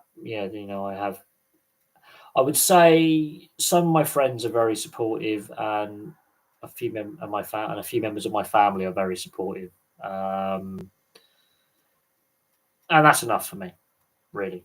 The fact I just do this as a hobby, just for fun, and the money side is a bonus, and I've been told this is a waste of my time. I don't care. I don't listen to that noise. That when you start listening to that noise is the day that you've lost. Ultimately, I do this for fun. I do it as a hobby. Any bonus I get financially is a bonus. But I always treat this as a hobby, as a lesson that, yeah, there's plenty. But I try and keep work and this separate. It's two separate entities. I keep my work and this separate completely. And that's something that I've learned doing this, is you've got to find that separation between work and work and life. And this is part of life. This is what I do outside of work. But yeah, that's why I try and keep work and this separate. Because this is my relaxation. This is me relaxing, discussing sports. So, for example, obviously, there's a lot of sports news going on now. We have uncertainty surrounding rugby league in this country. We've got uncertainty surrounding Manchester City and the 115 charges they're facing. Reading Football Club, we don't know if they're going to exist past the end of the season, although it looks more than likely that a takeover deal is going to take place, which will save the club. Rugby Union, Cardiff Blues, they've got into administration. So there's a lot going on in regards to sports finance, and a lot of concerning things that are very, very worrying, for the state of professional sport. We're going to find out within a couple of months what the Utah Hockey Club in the NHL is going to have as their new name. Most likely Mammoth, but nothing's confirmed yet. And that will mean another rebranding, new merchandise sales. With the NRL, for example, we know that they're going to be negotiating a new TV deal over the next couple of years, and that's going to be worth a lot of money. And how much money is a wait and see. Watch this space. I do think that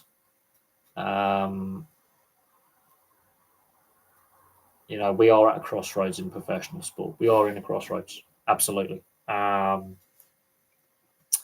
do think when it comes to media rights negotiations, I think the streaming services and platforms like YouTube, for example, are going to be involved in trying to get rights. I think Netflix, for example, is going to start bidding for a lot of professional sports rights and broadcast rights. I think within the next 5 years, Netflix is going to be, one of the platforms and broadcasters bidding for rights. And it's going to be interesting to see if they get any of those rights. And it's going to be interesting to see what impact that then has on the value of said sports rights. I think Amazon are going to be bidding for a lot more than what they currently have, because they have the potential to, again, increase the value of the rights. So it's going to be interesting. But on the same token, I think we're also seeing, I wouldn't say a stagnation, but I think we've reached a limit now with what TV media rights are actually worth. We're seeing the traditional linear TV has changed, and so the debate is, about the value. So we're going to see the streaming services take bigger chunks out of the broadcasting pie. We're going to see a lot more shift to online only. We are going to see that shift, and it's going to be very, very profound when it happens.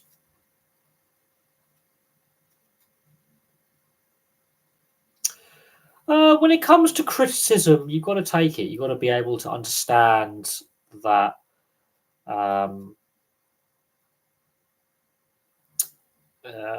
Criticism is, oh, here we go. Manchester United have lost to Newcastle United 4-1. Oh dear, oh dear, oh dear. Manchester United are falling apart. 4-1. Oh wow, that is stunning. Absolutely stunning. That it's finished 4-1. That is insane. That is absolutely mad.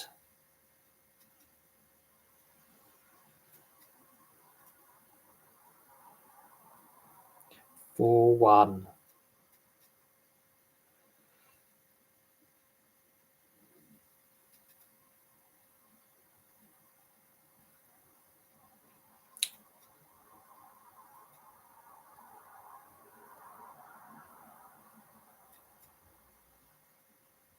I think that the Newcastle, that is. I was just going to check the sports headlines, but Manchester United losing 4-1 to Newcastle. That's St James's Park. Um, that is seismic, absolutely seismic. I think the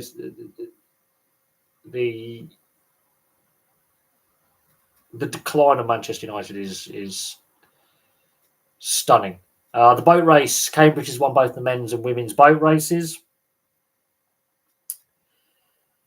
We've got the Women's FA Cup semi-finals taking place. McIlroy, he's still two shots clear in the Masters. Piastri has won in Bahrain. And Russell is second. Norris is third. Liverpool beat West Ham. So Liverpool getting closer to from the title now. If Arsenal lose at Ipswich next weekend, all Liverpool have to do is beat Leicester. Salah has signed a 2-year contract extension at Liverpool.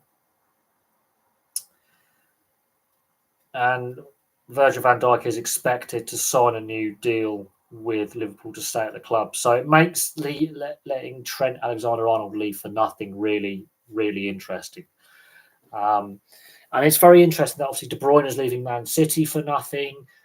Trent Alexander-Arnold's leaving Liverpool for nothing.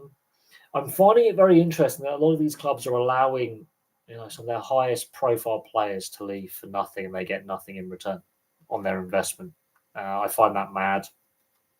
It's going to be interesting where De Bruyne ends up, where he goes. I can't see De Bruyne going to Saudi Arabia, to be honest, but he could. The decline of Manchester United is very, very newsworthy, though, because they have really fallen off a cliff. And if they fail in is it the Europa League they're in? They get knocked out of Europe, they're serious trouble. And it's very noticeable that they're saying that they're losing money. And, not being in the Champions League will do that. But if you do want to become a chef, I do encourage it. I think, I've got a few friends who've worked in chefing. It's a highly stressful job, though. It is a highly stressful job working in hospitality. And so that is something that if I've worked in hospitality, I've worked in the kitchen, it's highly stressful. It's not fun. It's not fun being a professional chef and a waiter and working in the hospitality industry. That is something the pay is not great. It's a high-paced job and you're constantly go, go, go, go. You can't afford to have an off day, really. You've got to be on it. It's horrible. And I did it for a few years and I'm so glad I don't now. I did it in my late teens, early 20s, and I wouldn't. It was not enjoyable. I did it because it was a job and it was paying money, but I wouldn't. Let's just say I didn't enjoy my hospitality experience. I wouldn't do it now. I wouldn't do it now. But working in hospitality, the restaurant game was horrible. Absolutely horrible. But no, as I say, looking at Manchester United and their implosion this season and how they got worse. They're a club in a mess. There's a lot of negative headlines coming out of the club about spending cuts by Sir Jim Radcliffe and Ineos, and the Glazers still have the majority shareholding, and the plans for the new stadium and who's going to pay for it. There's all that. Still no word on the 115 charges that Man City are facing and when we're going to find out the verdict of that. News that three-time Speedway World Champion Ty Woffenden is out of an injury scope. Speedway, that's something we haven't discussed for a while. The fact, that is... I'm assuming he had a very serious accident which led to him being in an induced coma. That's obviously very sad news. I mean, I don't follow Speedway, so I can't. I haven't watched Speedway for about 6 years, so it's been a while since I've actually watched any Speedway. 2019 was the last time I watched any Speedway. I used to watch Speedway all the time. That's another sport that's declined in this country, but does very well in Eastern Europe. Speedways are very popular in Eastern Europe, but Ty Woffenden, and the G's cover that he did it. He did have a bad accident in Poland in 3 Honestly, motorsport, people forget how, because motorsport's become so much safer, that when a serious accident occurs, it's more shocking.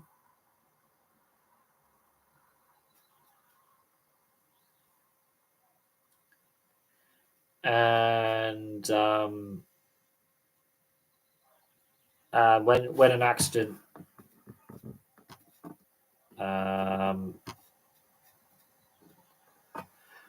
accident occurs, it's more shocking, especially if it leads to a very serious medical emergency like that. But motorcycling of any type, speedway, motocross, superbikes, MotoGP, the TT obviously riders still die now.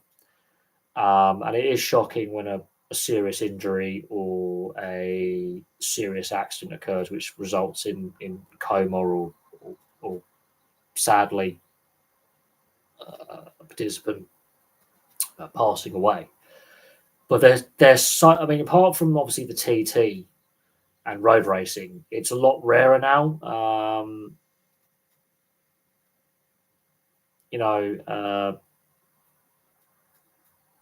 It's a hell of a lot rarer because of the safety features that we now have, and the massive improvements in medical care as well. The World Darts Championship, the winner in the next year is going to win £1 million. I mean, that is ridiculous how much the prize money has exploded over the years. I think like having players like Luke Littler and the impact they've had has definitely raised the profile, and has drawn a lot more interest from casual fans who otherwise wouldn't be interested in darts. And when you're getting bigger viewership on TV and more engagement online, advertisers see this and they're willing to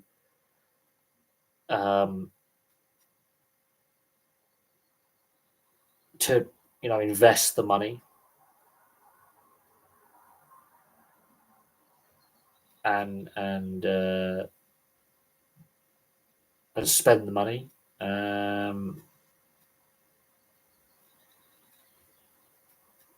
And that will lead to bigger prize money. I think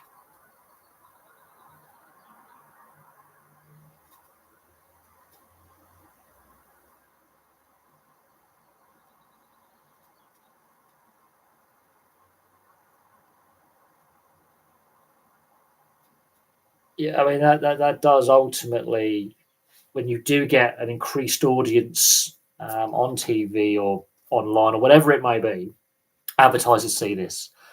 The broadcasters see this. So when you come to TV rights negotiations, the sponsors are willing to spend more money because there's more engagement, more merchandise. the sponsors themselves, they're going to have more engagement with potential customers. That's why they sponsor these events. But the fact it's going up to £1 million, that's a milestone moment. And I wouldn't be surprised if other tournaments raise their prize pots as well. Now, whether that is sustainable with the sponsors and the drive to reduce the reliance on the gambling firms in professional sport, is going to be really interesting. But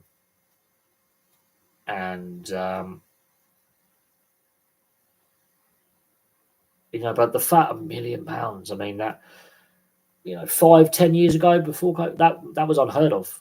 That amount of money in darts, that was unheard of. That amount of investment from a sponsor, that's the sponsors and pumping money in. And I do think players like Luke Littler have definitely had an impact where, because he's young, he's burst on the scene, it's created a lot of media interest, not just here in the UK but abroad, and it's created a discussion point that's on social media. And it's definitely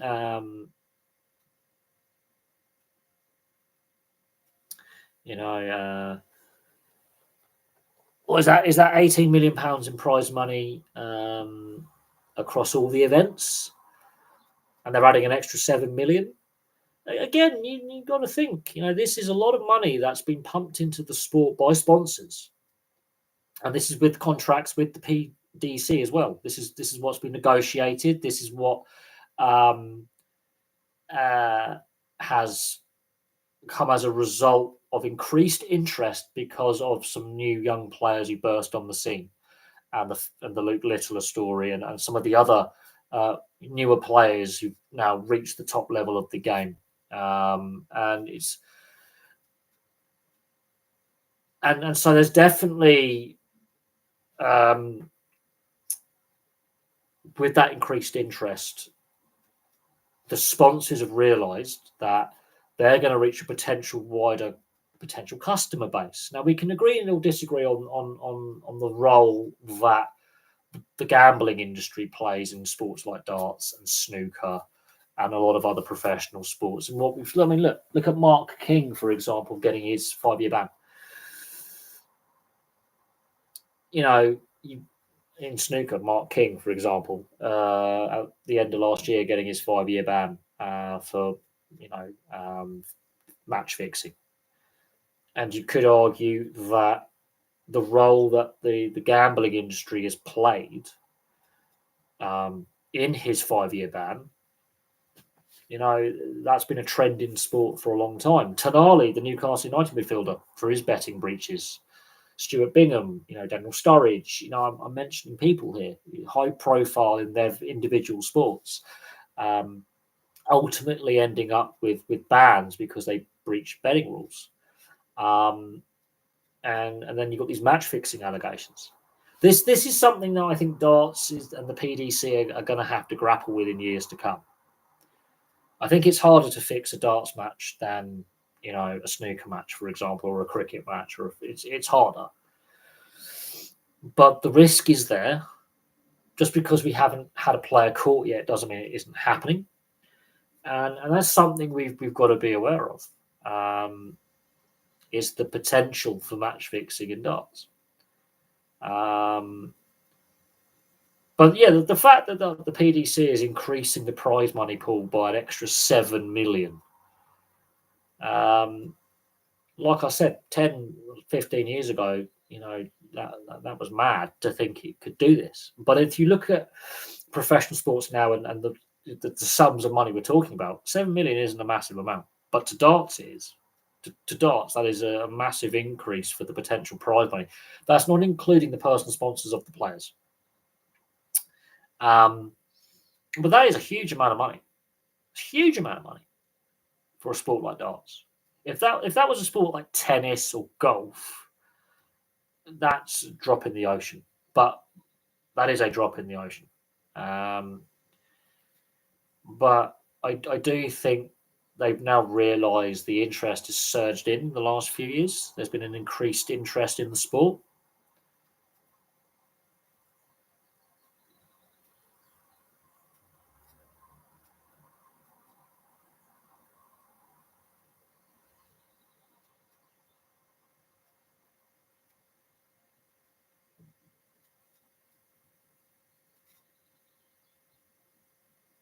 And so, yeah, that is. I'm just having a little think that is a lot of money that's come in, and we can argue the pros and cons of that. We can also argue, as I say, the pros and cons of the gambling companies being the major sponsors of the darts Euro Tour and the Pro Tour events and the various championships that the PDC are the organisers of, and the BDO for that matter. So there is that trade-off. You're getting more prize money, so the players are getting better compensated for what they do, and at the same time, much like as snooker has found out in recent years, all these match fixing allegations and players breaching betting rules, there is a downside to having the gambling sponsorship. And we've seen it in other sports as well. It's a good thing there's more money available, but the negatives are, hang on a second, we have this potential slippery slope we could go down.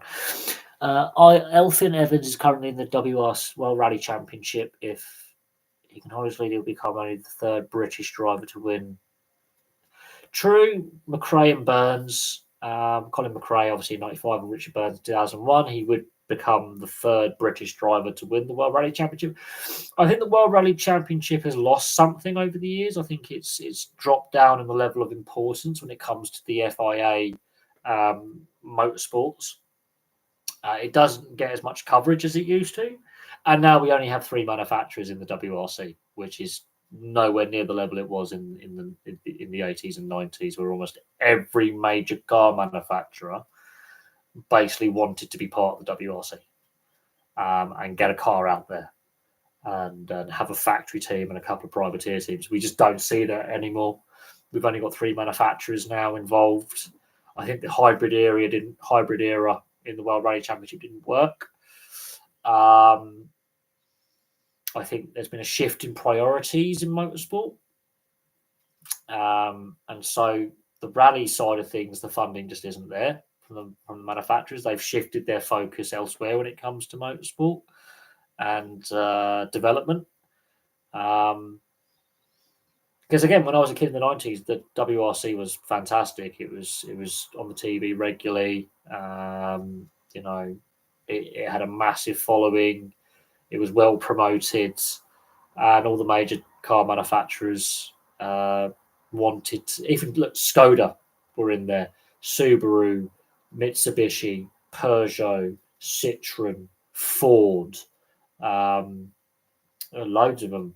Audi was, I think, still involved towards the end of the early 90s, if I'm not mistaken. Lancia had a big program. Fiat were involved.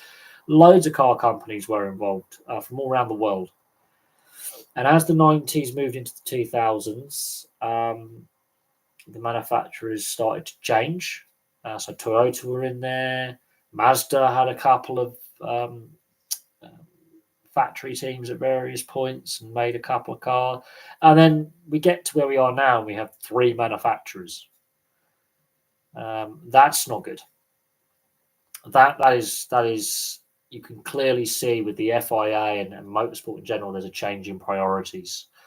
The hot hatch, the hot saloon being, a rally car as well as an everyday road car, is just, there's a change in priorities now. The car companies have shifted their motorsport development, and I think rallying is in a crossroads, and so is touring cars, for that matter. Touring cars is at a crossroads now. GT racing is at a cross. A lot of motorsport has reached that point at a crossroads, and the manufacturers have got to decide what path they want to go down with elite motorsport. And I think rallying is gone on to a drop down a level of importance when it comes to the major car manufacturers. But that again is my view on it, and maybe in a few years to come we have a surge of new manufacturers coming back in, or manufacturers re-entering the World Rally Championship. But it doesn't seem to have the same importance as it did 20 years ago, 25 years ago. But rallying's fun. But the regs have changed so much that a lot of the old school rally fans feel it's a bit not the same as what it was 20, 30 years ago. And rallying in the 80s and 90s, I mean, the Group B, I mean, look at the footage of rallying back in the 80s. Ridiculous. And into the early 90s, it was a completely different world. They had to change the rules because some of the cars killed people. It was basically, if you were rallying, it was get the car home, try not to die, try not to kill spectators. That was basically your instructions. Try and finish. Don't die, don't kill spectators, bring the car home. And then Ford came up with the RS200, and that really, they rushed the development of the car.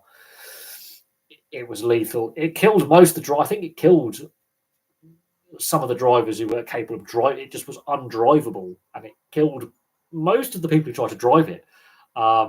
And it was a horrible car, and it changed when that. I can't remember what rally it was where there was a fatal incident involving the RS200 Ford, and they changed the regs surrounding Group B. They just went, no, it's getting too dangerous, and it was getting ridiculous. Motorsport in the 80s was ridiculously dangerous, but rallying, the World Rally Championship, was getting really dangerous. And not only were spectators getting hurt, well, the spectators, I mean, you just look at the footage, but the Renault 5 Turbo, the Peugeot 205, the Lancia Delta, the Fiat 131 Abarth, the Audi Quattro, these are fantastic cars. They were lethal.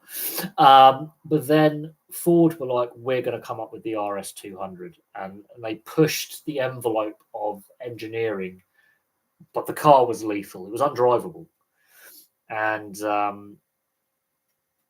forget the accident, but it was such a serious accident. And there was a few of them, but it was so dangerous. They were like, nah, this is getting too much now. The FIA were like, nope, we've got to change the regs. We've got to make the cars safer drastically. Too many serious accidents, too many people dying, and Group B died. But Michelle Mouton, they need to make a film about her exploits as a rally driver. And she nearly became world champion, if only for reliability. For Michelle Mouton, I mean, they need to make a film, a biopic about her life. Not just documentaries, but a biopic. But yeah, when I was a kid, rallying was a big thing. I think Ken Block brought rallying to the American public and made it more mainstream. Of course, his tragic passing, I think, it was a dark day for extreme sports and just motorsport and just snowboarding and, motocross and rallying. But Ken Block really did help bring rallying to the American public. I think if there was a high-profile American rally driver in the WRC, the American broadcasters would get on it, and then the broadcast climate would change.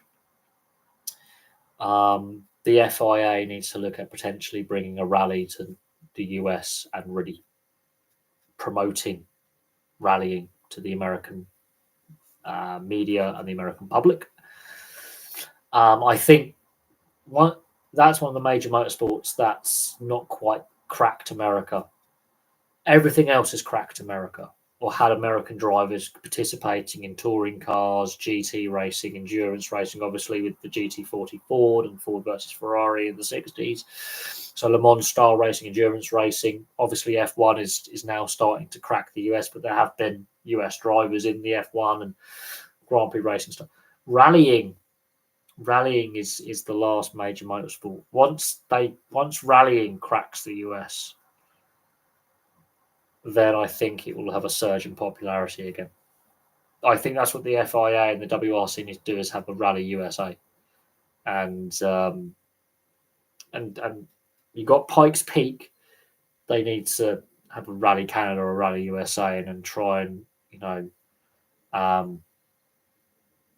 engage with the American sporting fan base. Because I do think rallying could work for the US. I think there's an untapped market there where the WRC is missed a beat. I really do. I think it's the ultimate test of man and machine. It is the WRC. The brutality that they put the cars through. I mean, the sheer brutality of it, the engineering brutality, and as I say, I think it's it's a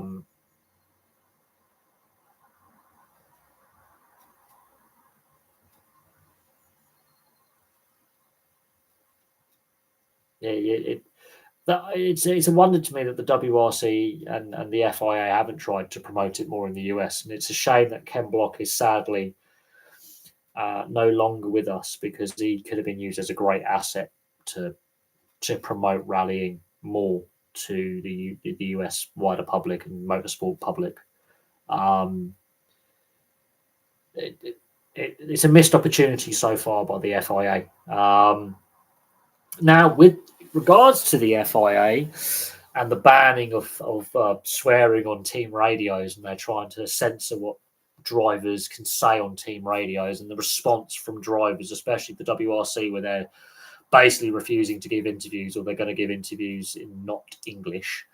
I think that is the FIA is in itself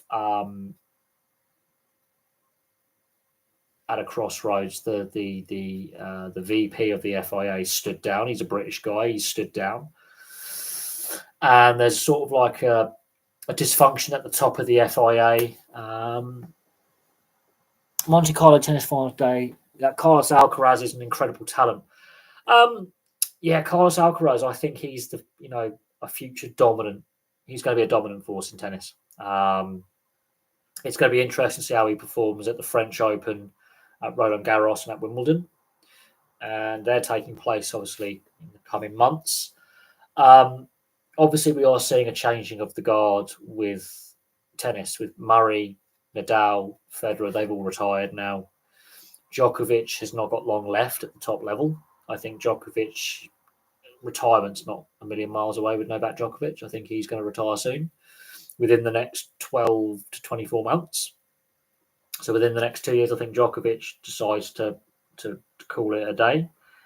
But Alcaraz, he's leading that next generation of talent, and there's a lot. I think it's more competitive now than what it was in the last 2 decades. I think we're going to see a changing of the guard, and I think while Alcaraz is this young, vibrant, aggressive young player, there are other young players in their early 20s who are equally as good, and I do think we're on the cusp of a potentially very competitive era in men's tennis. Very, very competitive era. Sinner? I don't watch as much tennis as I used to. I will admit that. The only time I watch tennis is the French Open and Roland Garros and Wimbledon, really. But we are, as I say, we're at a moment. We are at a moment where we are seeing a big shift. In tennis, and I think it's going to become very, very competitive. And I do think when it comes to the majors, the Grand Slams, we're going to see a lot of different names winning Grand Slams in the next couple of years. The changing of the guard is there, and now that Nadal and Murray have moved on, and Djokovic is basically, I think Djokovic has got 2 years, maybe 3 years out of push max, where he's going to be competing for Grand Slams. I think we're now at a moment where we're at the changing of the guard, and I think we're going to see a lot of. Yeah, I think part of the problem that tennis had was a handful of players dominated the last 2 decades. And whereas you had Djokovic, Nadal, and Federer, you also had Wawrinka and Murray as well winning. Del Potro, won one in there as well, and couldn't, if it wasn't for injury, Del Potro would have won more. But only a handful of players won in a 2-decade period, which I think was bad for tennis. But we saw some records get broken by Federer, Nadal, and Djokovic. And, Murray is the greatest British player of all time. And we shouldn't knock Murray's achievements. But I do think we're set for a very, very competitive next generation. And, players like Wawrinka and Murray, were thereabouts, and they had to compete against Nadal, Federer, and Djokovic. I think Djokovic, he's, I think, the most controversial of the champions we've had in the Grand Slam era. But McEnroe, Agassi, Connors, Boris Becker's had his controversies post-playing. I do think we've had some controversial champions, McEnroe being one, Jimmy Connors being another. Andre Agassi's had some off-court controversy as well. So some of the great champions of the past have had their own controversies. But I do... Well, discuss Graham Dott. That's an ongoing legal thing. He's been suspended by, snooker. He's suspended since these allegations have come out. But, he hasn't been really relevant in snooker for a long time, but it's deeply troubling that these allegations about him are in the public domain. He's obviously got to face legal due process. But the Graham Dott situation comes on the back of all these match-fixing allegations that snookers and gambling allegations that snookers have, which are completely different, but they're still damaging nonetheless. It's unfortunate that, he's a high-profile player, and when he's at his best, he was a world champion, and that, again, is something that taints the image of snooker, another negative headline. But it'd be interesting to see if other current and ex players, if this was a known thing, if it is, but the fact the allegations have made the news, I mean, there's no ban on reporting the allegations, but then there's obviously, it's going to go to court, which means there's going to be court reporting. And so, yeah, this is something that is in the news cycle. It's not a good look for snooker when you've got players getting lengthy bans for other things. Stephen Lee, I think I did videos on that. I think it was 10 years. I think there was some backdated part of the ban, part because of the investigation side of things. I don't think he's played since. Mark King is obviously, he hasn't appealed his bans. That's 5 years. Stuart Bingham's had a ban. There's a whole host of other players, of lesser known players who've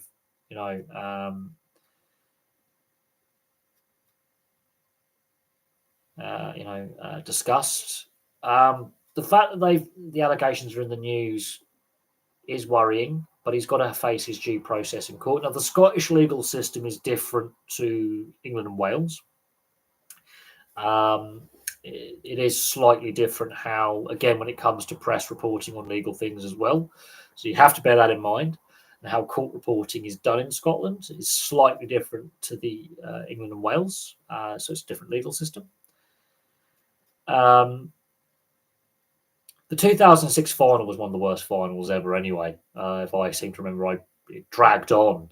That was wasn't a great final, but no one really talks fondly about the 2006 final anyway. But we now have to let the courts and the legal process, take their course. But he's denied the allegations. So that has to be considered as well. But it's headlines that snooker doesn't need, considering a couple of months ago they banned Mark King for 5 years. Stephen Lee's still banned from his, and these Stuart Bingham's had a ban in this time. We've had allegations against Higgins and Maguire and other high-profile players when it comes to corruption within the sport. Oh, Quintin Han. I mean, God, that name doesn't come up much these days. He's a very controversial figure, and his legal issues are very well known. His legal issues, and that was, I think, because he was less of a successful player. I think that caused less harm for snooker, but more harm for himself. But he was a very controversial player when he was playing, and his legal issues are very well known. But I think that Quintin Han, allegations and his legal issues, I think, were less damaging for snooker. Well, should John Higgins have been banned? Again, the Higgins situation, I'm going to have to do a little bit of digging into the allegations against him.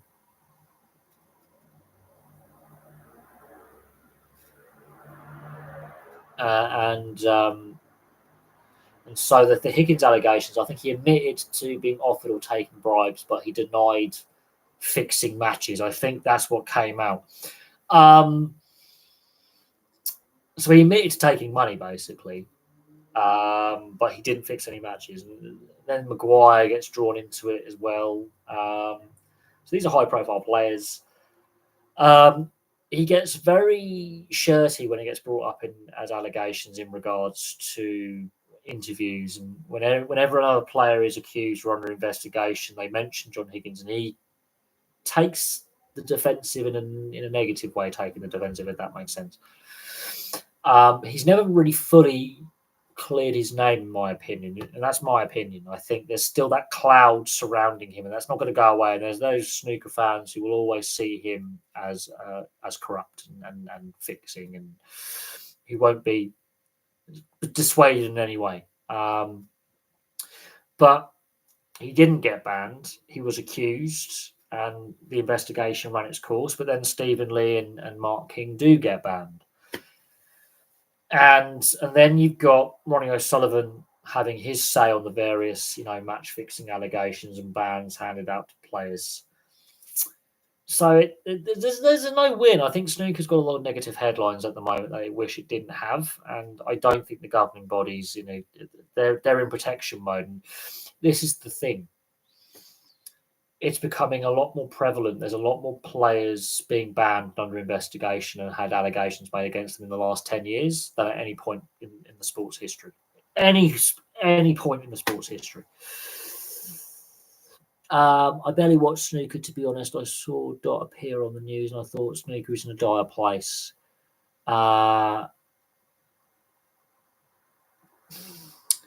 I wouldn't say Graham Dott was still in the topic of conversation. He had really dropped off the radar until a couple of days ago, and I wasn't even aware of the allegations until today. I hadn't really been paying attention to snooker news, and I hadn't really been on social media much the last couple of days.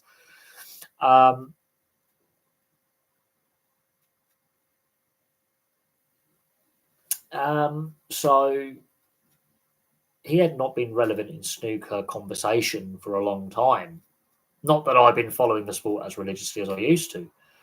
So he's suddenly in the headlines again for the first time in over a decade, making the snooker headlines for all the wrong reasons.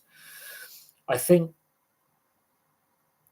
because he was a high-profile player 2 decades ago, and he's still active as a professional, then that is a concern.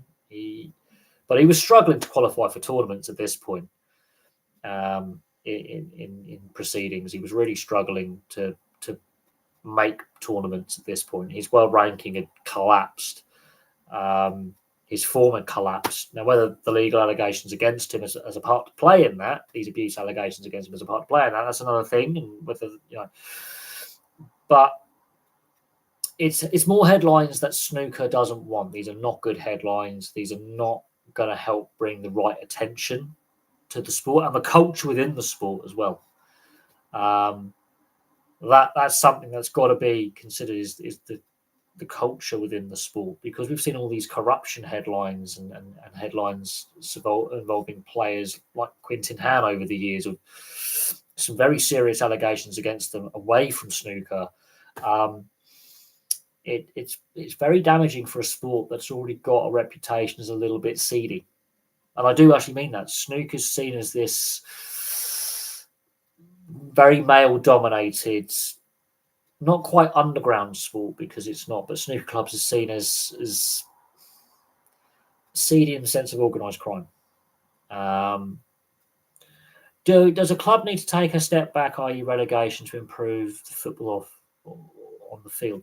It's a big risk getting relegated to rebuild. But I think sometimes you need to have a down season where you say, the manager says to the board, manager comes in, or a manager there goes, we're going to have to rebuild this season. We're going to have some squad turnover. But that's what the transfer market's for. That's what the youth system's for. That's what player development's for. You don't need to get relegated to bounce back. You need to get the balance of your squad right and have the right philosophy in regards to club identity and what that means.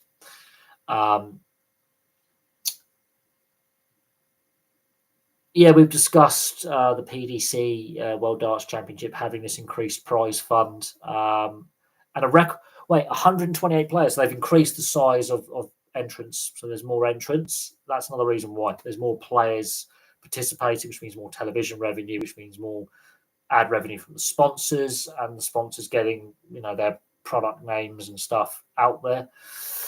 The Five Flyers, they've resolved their financial issues, and they've got new ownership and new investment, which is crucial, which is fantastic news, because there was concerns that they might not be a hockey club, and they're one of the oldest hockey clubs in the world. So that's great news that they are still viable. As long as the Hearns are manning the ship in snooker, it will continue to fester. Look, I've never been a fan of Barry and Eddie Hearn and their involvement. I have my reservations about them and where they go. The stench of corruption and sleaze follows. In regards to the Graham Dott allegations, they go back to the early mid-90s, and they predate the Hearns' involvement in snooker. But it does raise questions about if they are proven to be true in a court of law, and we have to remember that, because this is where a lot of people on social media are forgetting that he's only been charged. He hasn't been found guilty or innocent yet, and there's still a legal process to follow. That any court date could be jeopardized by what people are saying. Any court proceedings could be jeopardized, and a trial could collapse. We've seen this before, where people have said things on social media that do jeopardize legal proceedings, and that's my opinion on the Graham Dott situation. But it does raise questions about the culture within snooker over the years, where Quintin Hann is the example people will go to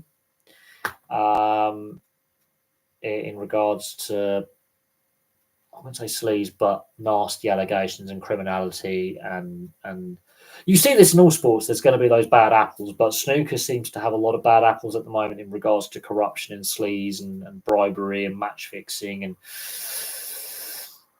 there's a lot of issues there. And I do fear that the governance of the sport needs to really, there needs to be a code of conduct, and a very public code of conduct put in place to say what is and isn't acceptable. And I do think that snooker, alongside a lot of other sports, needs to clean up its act in regards to player behaviour and the culture within on the professional circuit and within the sport. Because I think too many things have allowed to slide over the years, and I do think we're going to have that moment where a player retires, and we we find out that there's a lot going on that shouldn't be going on in the world of snooker. We've had some characters before with Alex Higgins, for example, big character, and Jimmy White, and their drug use and alcohol use. And that was back in the 70s, 80s, and 90s. Just imagine what's happening now,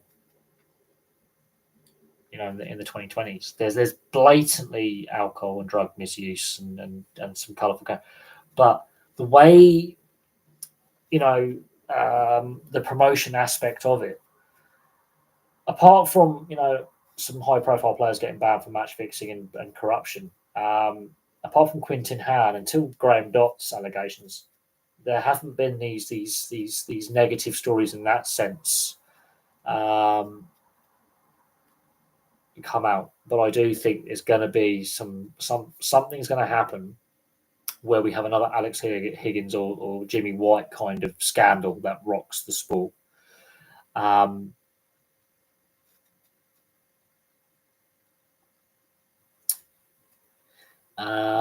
32 players in the Snooker World Championship is too many. I think 32 is actually a good number, personally. But we could say with the Football World Cup expanding to 48, that's too many. And I think we're going to have that debate next year with the World Cup in the US, Canada, and Mexico, with the group stage structure and the knockout stage structure and how that's going to work. No, I've never heard the Hearns admit they've screwed up at any point and admit they've made mistakes. They're narcissists, aren't they? They're egomaniacs and narcissists. Eddie Hearn is just not a very likable. Is it Barry or Eddie, the son? The son. Is it Barry Hearn or Eddie Hearn? The younger one. He's not a very likable individual. He thinks he's all that. He's very loud. He's got an arrogance about him that works for boxing, but Eddie Hearn's I can't stand him, and that's my personal view. I have my personal view. I don't know how. I don't like how he conducts himself and goes, but that's his business. That's how but that's the world of being a sports promoter and a boxing promoter and a promoter, and investing in a TV company. But I have my concerns with how the Hearns conduct themselves, and every sport they get involved in, there is that sleaze attached to it, and I have concerns. Do I reckon City will get relegated because of the 115 charges? We're waiting to hear a decision and an outcome, so we'll see what happens. But watch this space. We shall see what punishment they are given in the end. We will. And it'll be interesting to see what the outcome of said punishment is. Well, the Premier League has been poor. I think we're reaching that point in the season where the players are just shattered, quite honestly. And that the fixture congestion is taking its toll. The season's taking its toll. And I am worried about the World Cup next year, the quality. I'm worried about the quality of the World Cup next year and what we're going to see and how good a quality the tournament's going to be. The Manchester derby the other day was literally a waste of everyone's 2 hours.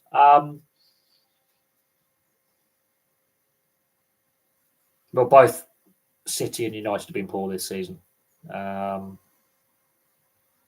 City have looked very vulnerable. Man United have been utterly dreadful. And I do think that the footballing calendar is getting too congested now. I think we've got the FA, UEFA, FIFA. I think the priorities are wrong. They've chased the money. And yeah, the season's too long now and the off season's too short. And look, football is not the only sport we can have this discussion about. And we can have a discussion about whether we should have a mid-season break. But I look at it, and the COVID pandemic has definitely screwed up a lot of things. But Yeah, the Club World Cup not being on free-to-air TV, FIFA's concerned about that. No free-to-air broadcast of BBC or ITV has wanted to have the Club World Cup. And FIFA's concerned that it's not going to get the coverage. Well, a lot of people are not interested in the Club World Cup. They don't see it as necessary. They see it as a waste of time. Further unnecessary fixture congestion. It'd be interesting to see the strength of squads that the clubs take and how seriously the clubs take it. But we shall see. We shall see if this becomes a long-term thing. But I think FIFA, Infantino, I don't think is leading FIFA in a good direction. I really don't. I think he's worse than Blatter. Will I be doing a preview of this year's Women's Euros? Probably, yeah. I'll have to have a look at the groups and I can have a look at it. I will be covering I'll be watching as many games as possible. And I might take the group stages off so I can cover as many games for the channel as possible. But I am definitely looking forward to it. I think England have a very, very good chance of retaining their title and making their third consecutive international final. And the improvement in the women's game is there for all to see. It's massively improved since I first started watching it. I think it was it 2013? Yeah, it was 2013. I really started watching women's international football for the first time, really seriously. And from where the game was in 2013, the Women's World Cup in Canada, to where it is now, you can clearly see massive improvement in their fitness, their skill level, tactically, defensively. I think the gap between the top nations and the lesser nations is closing. Maybe not as fast as we would like to see, but there's definitely the top nations and the improving nations. The gap has closed, and I'm looking forward to it. The fact that Germany isn't winning the Euros all the time, and the fact that the US isn't winning the World Cup all the time is, in my opinion, good for the sport and the direction the sport's taking. And the quality of the European club game has massively improved as well. So the women's game is trending in the right direction, and I hope it continues to trend in the same direction. I just hope it doesn't make the same mistakes that the men's game is making right now, and the players get overworked and fixture congestion and all that. I just hope that, as I say, the women's game doesn't make the mistakes that the men's game has been making in the last decade. So there's that's my opinion on the women's game. The cricket season too long? I think it's just about right for the county season, in my opinion. I think the 100 is what's unnecessary and congesting the season somewhat. But I've enjoyed watching what I've watched of the county game so far. And I'll be looking forward to watching some again this coming weekend, and then the weekend after, I'll be looking forward to watching some of the county game. I'm very thankful that all the counties have put their games on YouTube, live stream them. I think that's a way for them to potentially reach more fans and reach a wider audience, because they're going to reach a younger audience that way, which is something that I think cricket's got wrong, is their strategy. And the ECB coming up with the 100, that's desperation from the ECB.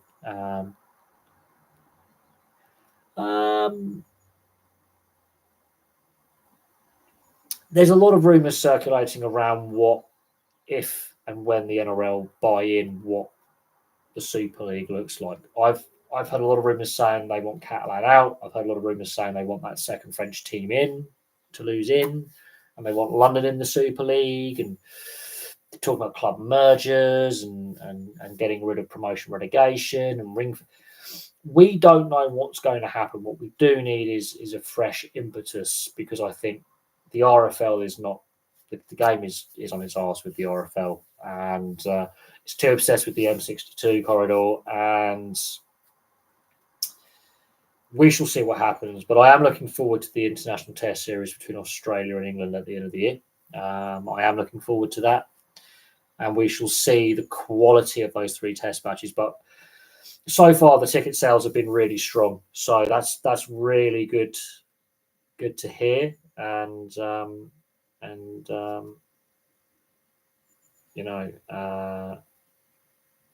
and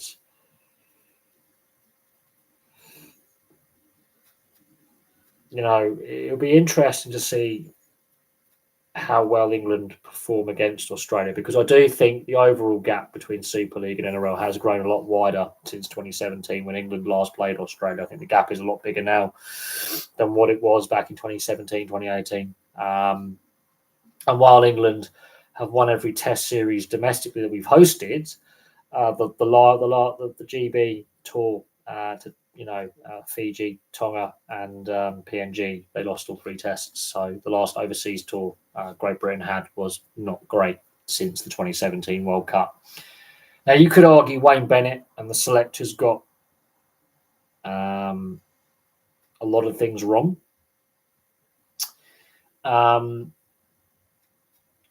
But hey, at the end of the day, we need to see what's going to happen. In regards to what rugby union died in Wales, rugby union Wales is in a real mess. Cardiff Evented Administration. It's not looking good. It's not looking good for Welsh rugby at the moment, is it? And as I say, I've had my battles with Welsh rugby fans over the years on this channel before COVID. Since COVID, not so much, but before COVID, I've had my battles with Welsh rugby fans and my disagreements, and I've had a lot of crap thrown my way from Welsh fans. But the facts are there that the game financially is buggered. The game's on its arse. The national side's on its arse. They're in trouble, and I don't know how they're going to fix it. There is no quick fix. I don't think there's a perfect solution, but it can't continue how it has continued now for many years. And that's plain and simple.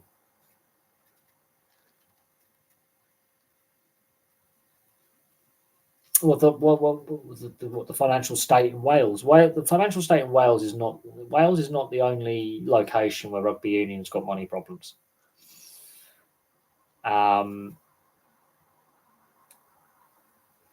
But the money issues in rugby union have been festering for years. COVID just exposed them, but they've been festering for a long time. But it's been public knowledge that there's been financial issues in Wales, for 2 decades. And especially they got better in the mid-2000s, in the 2000s and early 2010s. Things did improve. They did get better. The national side was more successful. They got to the latter stages of World Cups. Things started to improve. And then in the build-up to the 2019 World Cup, it was clear and obvious that the money situation got bad again. The reports coming out of Wales weren't great. The rumours circulating were later verified. There's no smoke without fire. And it was noticeable before the 2019 World Cup, players were very publicly concerned about their playing futures, and the financial state of the game, where they were going to play their club rugby, and all that.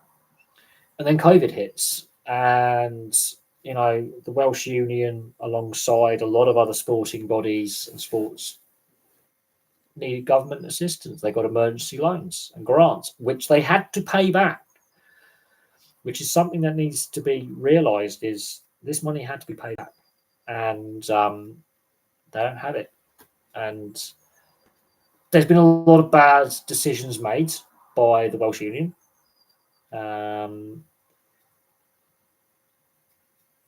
Including their selection rules and centralised contracts and funding formulas and player development and a whole range of things that the Welsh Union have definitely got wrong. They're being left behind by the rest of Europe, which is just facts. the Test side's been left behind by the rest of the Six Nations. I think it's a matter of time before Georgia, Spain, and Romania and Portugal overtake Wales with the decline. I'm being deadly serious. I honestly believe, and Welsh rugby fans may disagree with me on this because they have got some very talented players, but the way these tier 2 European nations have developed, like your Georgias, your Spains, Portugals, Romanias, they are going to leapfrog them. Italy have left them behind. Japan have left them behind. Fiji are better than them now. And we are at a point where Wales, could be classed as a tier 2 nation, if not a tier 3 nation. I honestly think we could get to that point within the next 5 years where the game basically goes back to fully amateur status and Welsh players have to play outside of Wales to play a decent professional standard, at which point the Welsh selection rules have to change because they're not going to be able to put a competitive side on the field. They're just not going to be able to put a competitive side. It's bad enough that they've not won a test match for over nearly a year and a half, but there's going to become a point where they're not able to put a professional competitive test side on the field for a Six Nations or a Summer Tour or an Autumn Internationals under their current selection rules, because players are going to have to go overseas to play and earn a decent wage. And whether that's playing in France or in England or in North America or being brave and going down under to try and find a Super Rugby franchise to play for. I'm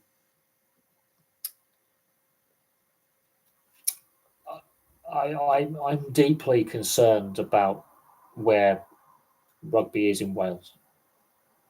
Some of the best players ever to play the game are Welsh, ever. Some of the greatest moments on Lions tours have come because of Welsh players. Some of the most inspiring moments I have seen as a kid growing up, the 99 World Cup,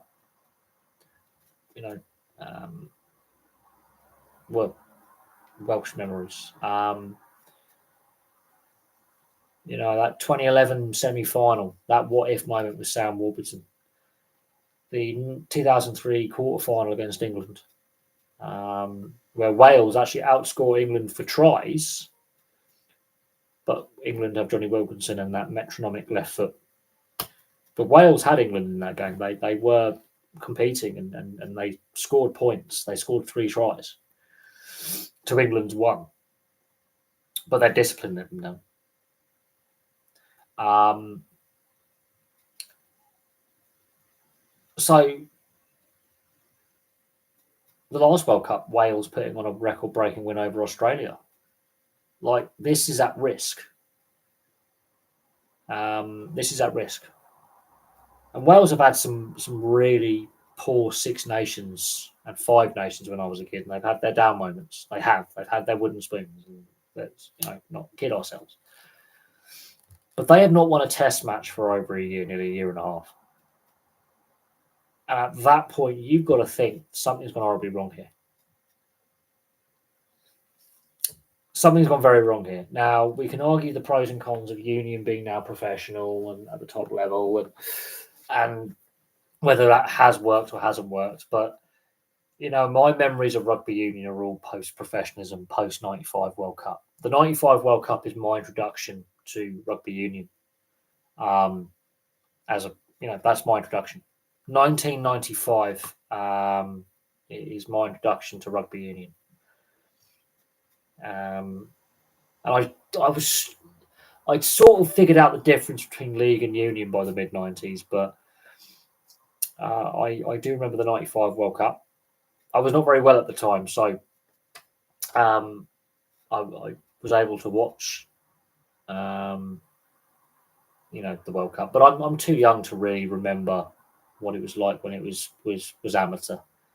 I think I watched the Five Nations when it was still amateur in maybe 93 or 94. I watched a couple of them, but at that point the discussion was, we're going to go professional in a couple of years. It's going to happen. But I was too young to understand, what was going on. And was it better? I couldn't tell you if it was better before professionalism. That's before my time.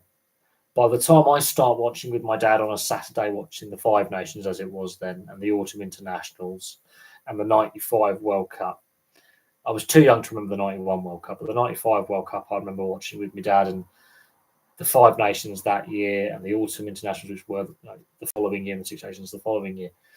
I was very young, and I didn't fully understand what the significance of 1995. I do think there's been some drawbacks to professionalism, yes. I don't think it's been as successful as the unions would have hoped. At the same token, some players have done really well out of professionalism. We get the real superstars like your Jonah Lomus and your Johnny Wilkinsons and your Dan Carters. We get these superstars that the game hadn't really marketed them before, and suddenly you have your Jonah Lomus, you have your Johnny Wilkinsons, and then that creates the superstar rugby union player, which they hadn't really had before because the game was amateur. And suddenly we have these, household names that the whole world knows about, not just rugby union fans, but the whole world. The whole world knew who Johnny Wilkinson was. The whole world knew who Jonah Lomu was. Because the IRB, now known as World Rugby, knew how to market them. And they marketed them very well. The Springbok team, Joost van der Westhuizen and Francois Pienaar and others, they suddenly became well-known figures outside of South Africa. Some of the Wallabies, like Gregan and Larkham, became well-known outside of Australia. And so by non-traditional fans, those casual sports fans who only watch the World Cup when the World Cup's on every 4 years. And World Rugby marketed the World Cup really well. And World Rugby marketed these stars really well in the 90s and the 2000s. I think rugby union's making some of the same mistakes football made at times.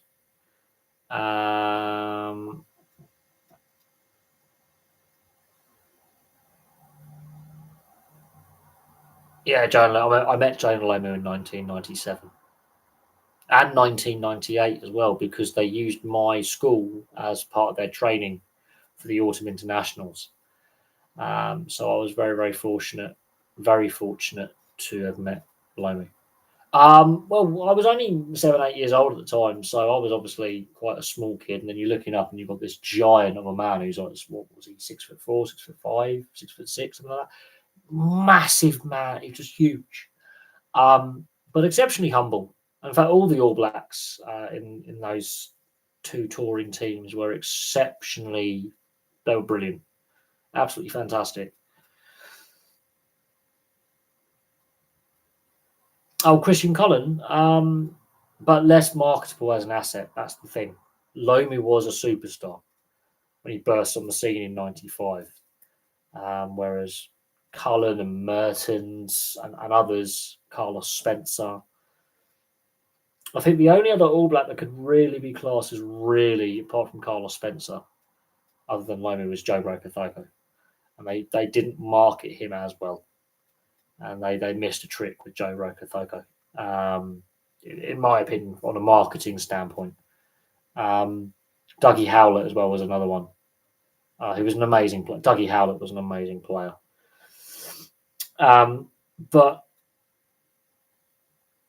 the IRB at the time and the tier 1 unions go, we're going to go professional. Super Rugby's born.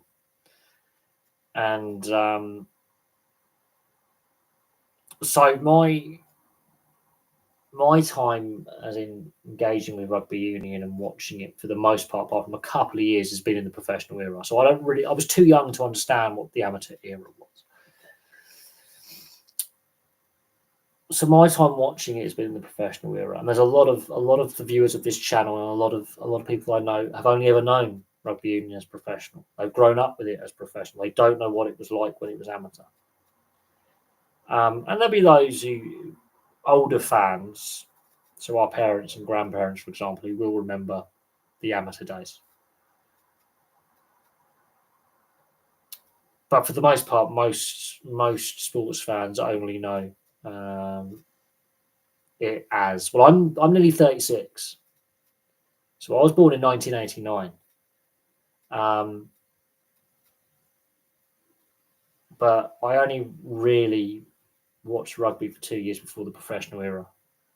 But 95 was my real introduction, where I understood what was going on and knew the difference between rugby union and rugby league. Where do I think De Bruyne ends up? I think he probably goes to the MLS or back potentially to the Bundesliga. He might go back to Wolfsburg for all we know and finish his career where he burst onto the scene, or he goes to the MLS. He might even decide to retire. Who knows? We just do not know. He's not hinted at where he's going to go, but I think he wants to wind down his career. That's my opinion on De Bruyne. We don't know where he's going to end up. I think he's got a good few years left in him. I think he's only 32, so he's younger than me by a significant margin. I wouldn't be surprised if he goes to the Bundesliga, back to Wolfsburg, or a Bundesliga club like Leverkusen or Dortmund or Munich, Bayern come along. I can't see him going to Saudi Arabia. I think he still actively wants to be at the highest level for the World Cup next year. I still think he wants to give the World Cup one last go, and I think he wants to go to a very competitive league, whilst trying to achieve a World Cup with Belgium. But with how they performed at the Euros last year, they were really poor. They were not great. They weren't great at the World Cup either. They've had a couple of disappointing tournaments where they really played poorly as a nation and as a team. So I don't know. But I can't see him going to Saudi. Can't see it happening. How will they communicate? Well, there's Flemish, Walloon French, and a dialect of German that they all speak. So Belgium's a weird country. It's like Switzerland, except it's just less peaceful. It is such a strange place. It is so strange. Like geographically, half the country's basically speaks French, and geographically, half the country basically speaks Flemish, which is similar to Dutch. And then there's a little bit of the country that speaks a dialect of German. It's just really weird. It's good chocolate though, really nice chocolate. And if you drink beer, some good beer, and some good pastries as well. But overall, it's a really odd place, really odd. But they produce some fantastic athletes and some great football players. Yeah, there are some really lovely pastries and sweet baked treats and chocolates, and they've got some good food. But my God, it's a weird country. It's really strange. But their baked goods are fantastic. Yeah, but Canada's different. Canada's a lot different. Because you can definitely see the regional, provincial, and territorial identities. That there are the regional identities, but they do have a national identity in Canada. They're very, very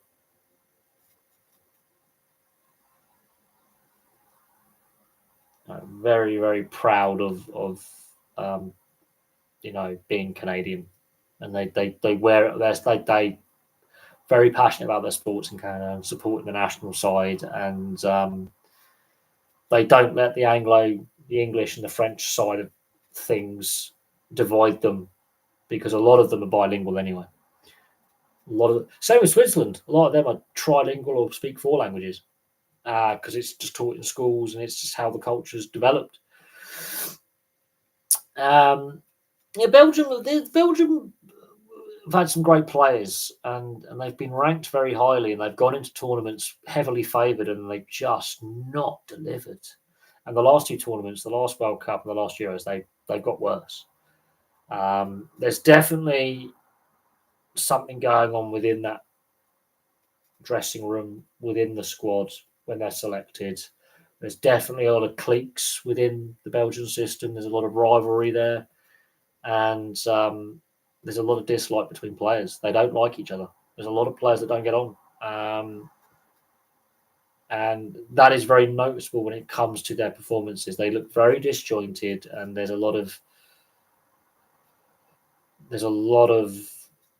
internal divisions, I think, and I think that plays out. Well, there's more people from the Flanders region of Belgium than the Walloon. The Walloon south of Belgium is more rural than the north. There's more Flemish speakers than Walloon French speakers, with that hint of German in the corner. At UPenn, which is the German bit. I think the way the population breaks down is 2/3 majority is Walloon. Oh no, it's Flemish. So Dutch, basically. There's but near enough a third is Walloon, and then a small 5-10% are from UPenn, and therefore speak a form of German. That's basically how Belgium breaks down linguistically and nationality-wise. Flemish is a dialect of Dutch. Yes, it's not quite Dutch, but it's like a Dutch dialect. And Walloon French is like Quebecos French, where it's not quite French; it's like a provincial dialect, and has some differences with the French they use. Potentially, yes. Potentially, yes. Brussels is interesting as a city because it's a bilingual city. But we'll have to wait and see what happens. Belgium is a weird country, so weird. But they've got a brilliant motorway system that is completely 100% lit. In fact, all their street system is lit, and you can see it from space. Just a little tidbit of some of the random Belgian facts. But no, jokes aside, as a national side, Belgium, they were great in the 80s. They had a really good side in the 80s. Top side in the 80s. But this golden generation, much like the English golden generation, has massively underachieved for the talent that they've had available to them. Yeah, we'll see what happens, but that's a conversation for the other channel, the History Boffin. We can look at the potential of will Belgium split into like Flanders and Wallonia. Will that then be merged into potentially Holland and France? Because Belgium used to be part of Holland and for a while, and then there was civil strife and a civil war, and that lasted a couple of years and a revolution, and then the southern half of Holland becomes Belgium. Yes, the character of Poirot was a Belgian character. Yes, he was. I think he was meant to be from Liège or Namur. I think Poirot is meant to be from one of those cities or Mons. He's meant to be from southern Belgium, from Liège or Namur. I like the Poirot. I like a bit of Poirot. I like a bit of a Belgian detective. Huh? A Walloon Belgian detective in between both world wars. Oh yes. Poirot he's a Walloon Belgian, and I can't remember if he's meant to come from Namur or Liège or Charleroi, but he's from one of those locations or a small town in is it Brabant? I think is the region. Can't remember. But Hercule Poirot. Liège is a shithole. It's an industrial shithole. Sorry, I'm not being about the bush. Liège, Namur, Charleroi, and Mons. That is the industrial dumps of Belgium. They're like coal mining, steel industry, high unemployment, a lot of drugs, a lot of deprivation. They're not overly nice places. I've been to that bit of Belgium. The rural areas of Belgium, when you do the World War I and World War II battlefields, and then you study the history. It's fantastic. The small little villages and towns. Then you get to Liège and Namur and Mons and Charleroi, and you're like, oh God, I'm in a post. You don't want to. You don't want to go off the beaten track. You don't want to go to the wrong neighbourhood. You don't want to get lost. You want to just city centre, lovely city square, fantastic little cafe, cool. Half hour, have your little coffee break, explore the city centre for a little bit, for an hour or two, and then go pass through. You don't want to stay there long. It's not.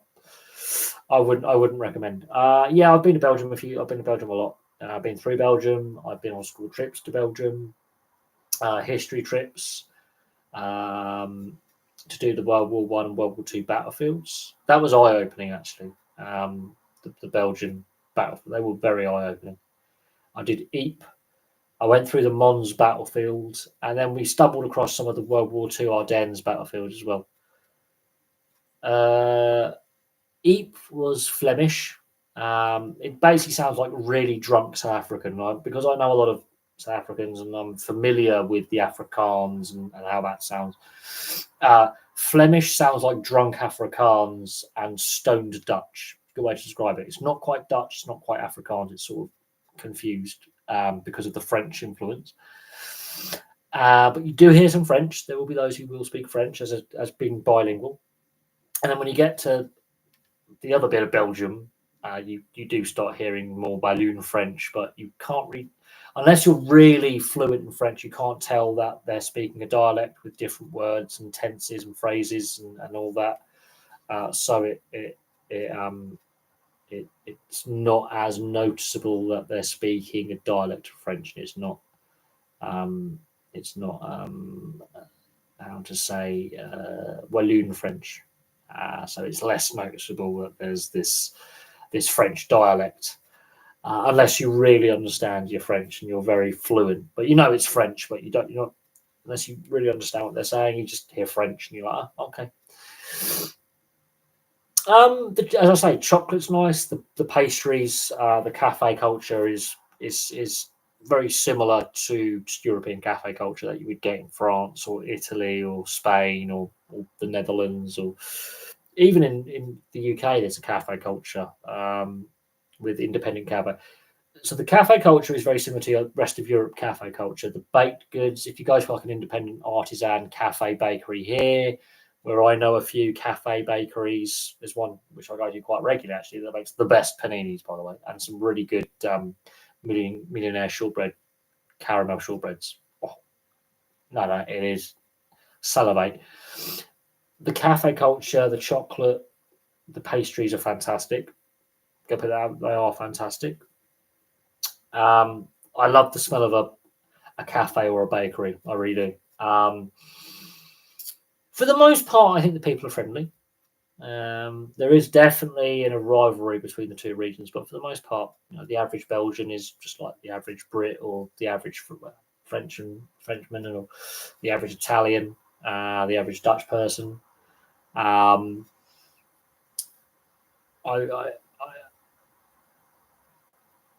best place, it's got to be the Ardennes region, where you get a bit of German speaking in the Ardennes, in the Eupen bit. The Ardennes for me, I think, is the best bit. I think there's obviously people there in the Ardennes that remember World War II, and if you're interested in your military history, the Ardennes, Battle of the Bulge, that kind of thing. It's a place to go. Definitely a place to engage and engage with the culture,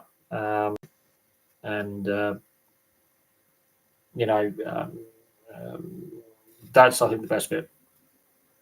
The border region with France, Luxembourg, and Germany.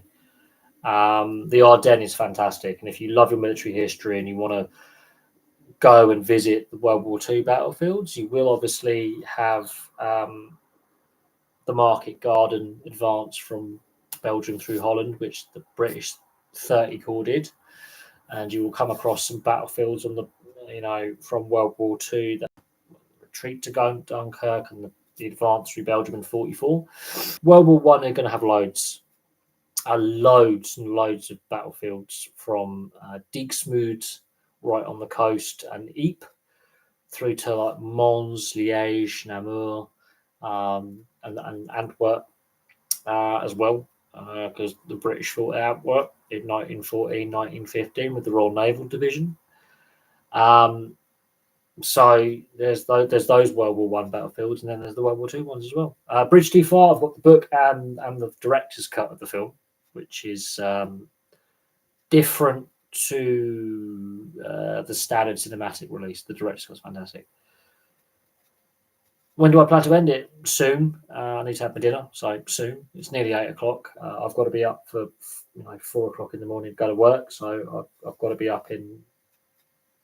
I've got to leave for work in about 8 hours, so I'm going to call it soon. I think the longest live stream we've done is like 6.5 hours. I think it's the longest live stream we've done. And Easter, I might do one Easter Monday when I get in from work, actually.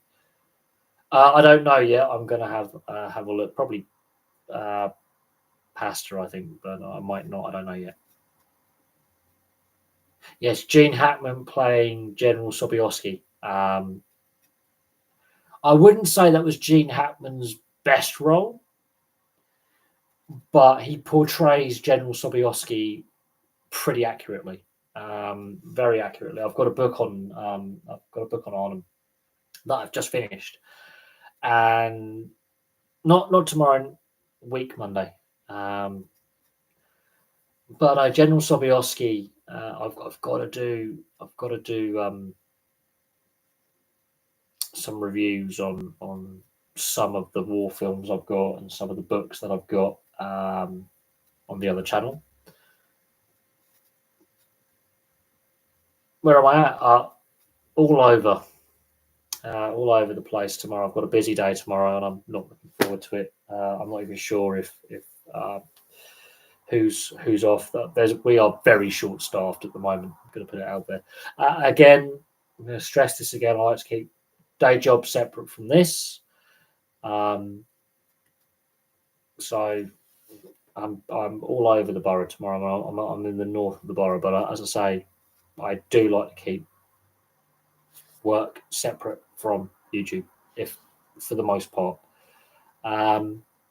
Kelly's Hero, that is so much fun. And a lot of these war films, which are completely fictional, like Kelly's Heroes, are actually based on some real historical facts, by the way. Like there was a big thing with a lot of black marketeering and looting by both sides in the war. And the Kelly's Heroes one, it's sort of loosely based on what's the Japanese general's gold? Not Yamamoto, Yamashita's gold in the Philippines and Indonesia, like Borneo. Japanese general in the Dutch East Indies and China and Papua New Guinea and Philippines. Yamashita, very similar to Kelly's Heroes. This oddball is a brilliant character, yes, but Yamashita's gold is an ongoing search for this lost treasure, and it's a true story. And allegedly, this Japanese general, as the war is progressing and it's going against Japan in the Far East, much like what the Germans did with looting across Europe, and to a certain extent the Italians and the other Axis powers in Europe, like Hungary and countries like that, and Bulgaria, where they were looting the occupied territories for various things. Japan obviously was looting resources and wealth in East Asia, Southeast Asia, and the Pacific. And a lot of it was turned into gold bullion. And we know for a fact that General Yamashita did have a lot of gold bullion, and hid it somewhere in the Philippines or Borneo. And no one's found it, this secret stash. And I've watched documentaries on it, and there's been a lot of conjecture over Yamashita's lost gold. They're finding these caches of hidden lost treasures that were lost because of the war, because of the bombing raids and the battles across Europe and the urban warfare. And a lot of these lost treasures were thought lost, damaged, gone. and they're finding them all over the place. They're still finding them today. The Monuments Men, there's some creative license with the Monuments Men. But that's another film. I like Monuments Men. That's a good film. That I really did enjoy Monuments Men. I really did enjoy it. I felt that was a brilliant film, which was very well done with a bit of creative license. But that they gave us about 4 or 5 main characters out of about 30 or 40 very bright, well, hundreds even, brave men and women who signed up, who were experts in their field of art and architecture and history. And yes, I've watched The World at War many times at length. I've watched it in its full entirety many times, as I say, at length, and thoroughly recommend watching it. And the Great War one as well, the one that came before, a decade before on the BBC. I've watched that in its entirety as well. So thoroughly recommend the Great War BBC documentary that came before the World at War. I thoroughly recommend the World at War as well. Really eye-opening, especially with the amount of former Axis personnel and Central Powers personnel in the first one who were interviewed. And I know we're getting off topic and we're not discussing sport, but that is eye-opening. And if you are a history nerd and are interested in history, I do suggest watching it if you never have. That's just honest opinion. That's just my honest opinion. I do suggest, if you haven't watched it, watching it. And but again, that's just my honest opinion on it. As someone who has watched it many times over the years, many times, I never get bored of watching it. And it's very interesting because a lot of high-profile sportsmen back in the 30s and 40s actually served in World War II and World War One, for that matter. There was a lot of NHL players who served in World War One. There was a lot of football players from the English Football League who served in both World Wars. You know, and you know, Paddy Mayne from the SAS represented Ireland rugby union. Played in the Five Nations for Ireland. So if you watch the SAS Rogue Heroes, Paddy Mayne, well, a lot of people don't realise he was an Ireland international. He was an Ulsterman though, but he did represent Ireland in rugby union. Alf Ramsey, yep. Murray Walker. So if you were an F1 fan, if you're an F1 fan, and Murray Walker, he was in the Guards Regiment. He was a tank driver. If you follow acting, so Christopher Lee was in SOE, formerly of the RAF, worked with Special Forces. Spike Milligan was in the Royal Artillery. So if you like your comedy, and if you've watched the Three Musketeers, for the original Three Musketeers films, Spike Milligan, Lee Marvin, oh God, the young actor who died at the was a young American actor, died very young. But Lee Marvin, loads of them, absolutely loads of them, served in World War II with distinction, and not River Phoenix, no, but he did play a very good young Indiana Jones. So there is that. But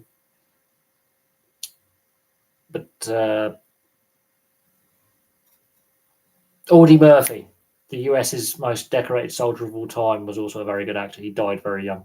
Audie Murphy, that's the one. There were Jimmy Stewart. There's loads of them. David Niven, who's in the Guns of Navarone. Very good British actor. He was in the war. Errol Flynn, I think, did some war work. There's loads of them. Or was Errol Flynn too old? Errol Flynn was the ultimate playboy, though. But there were loads of them from the golden era of Hollywood who served in both World Wars. I'm not following the Masters. I haven't followed the Masters golf in many years. I think the fact it's no longer fully on free to air is a big blow. I think that's where the BBC got their golf coverage wrong. But the final day is I used to enjoy watching all 4 days of the Masters, honestly. But as I've got older, I've enjoyed golf a lot less. And with the rivalry between the PGA and LIV golf or LIV golf, it's creating an unnecessary distraction. Very similar to the Super League war in rugby league and the WHA and the NHL in ice hockey in the 70s. It's definitely damaging the image of the sports. Jim. I grew up with Jim Carrey. I grew up with Jim Carrey in the 90s. LIV golf is still still a thing. Yes, and that debate, is rumbling on between LIV golf and the PGA and what's going to happen in regards to the men's tour and the European tour with DP golf. It's all a mess, and I think it's very damaging for the sport. Anyway, look, we've been going. It's now 8:10. I'm going to call it a live stream. Thank you very much. Thank you very much for all the questions. It's been a very long stream, but it's not the longest stream we've done. The longest stream we've done was, I think, 6.5, nearly 7 hours. So I do appreciate all the questions. We've covered a lot of interesting topics. I think I'm very surprised that we covered snooker. We discussed the NFL and where to get merchandise from. The future of rugby league in the Super League is obviously up for debate and what's going to happen. And will the NRL, confirm that they are investing? It's going to be interesting. So we shall see what happens. There's a lot happening, and a lot of things to keep an eye on and discuss, and we'll go from there. But from me for now, thank you very much for all the questions. I really appreciate it. We did cover a lot of sports. We did a lot of sports covered, a lot of topics covered. As I said, since the last live stream, a lot has happened in the last couple of weeks. Because, how to put it, there was a period where I felt it was just, we were going through the motions a little bit in regards to sport, and it was just a bit of a quiet news day, and then suddenly lots happened, it's an ever-evolving thing. I do think we are going to see a lot of managerial changes in football in the off-season. We're going to see a lot of player movement. It's going to be interesting where De Bruyne decides to go, and as and when Trent Alexander-Arnold's contract with Real Madrid gets confirmed. We'll go from there with VAR changes and FA Cup semi-finals, and there's all that to look forward to. But from me for now, thank you very much for Villa or Newcastle. Oh, that's a good one. Oh, that's a good one. Villa or Newcastle.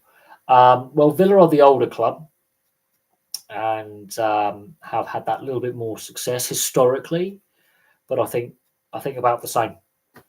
The difference is Villa's got to share a city with Birmingham and West Brom, or a greater urban area with some other professional clubs, whereas Newcastle it's a one club city, so they get a bit more of a catchment area, whereas Villa have got to compete for fans with Birmingham City, West Bromwich Albion, Solihull Moors, and Wolverhampton Wanderers and the whole West Midlands is a bit more of a congested catchment area for player base and fan base, especially Birmingham with Birmingham City and Villa, and West Brom to a certain extent.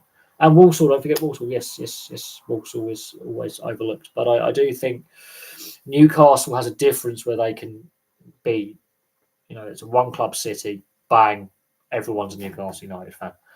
But no, I'm going to call that there. Thank you very much, obviously, for all your questions. Really appreciate it. We've discussed a lot of interesting things, more than just sport.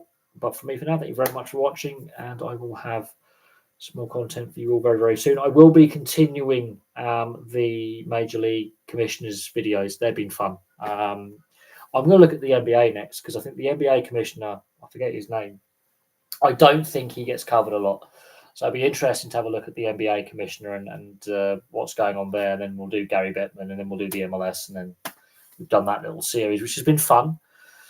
It has been fun to do it. We're only 2 out of 5 videos in, and then we shall do a few more football club histories, I think, over the coming days, as well as the Football League season winds down. There's some more content we can do there. But for me, for now, thank you very much for watching, and I'll have some more content for you all very, very soon.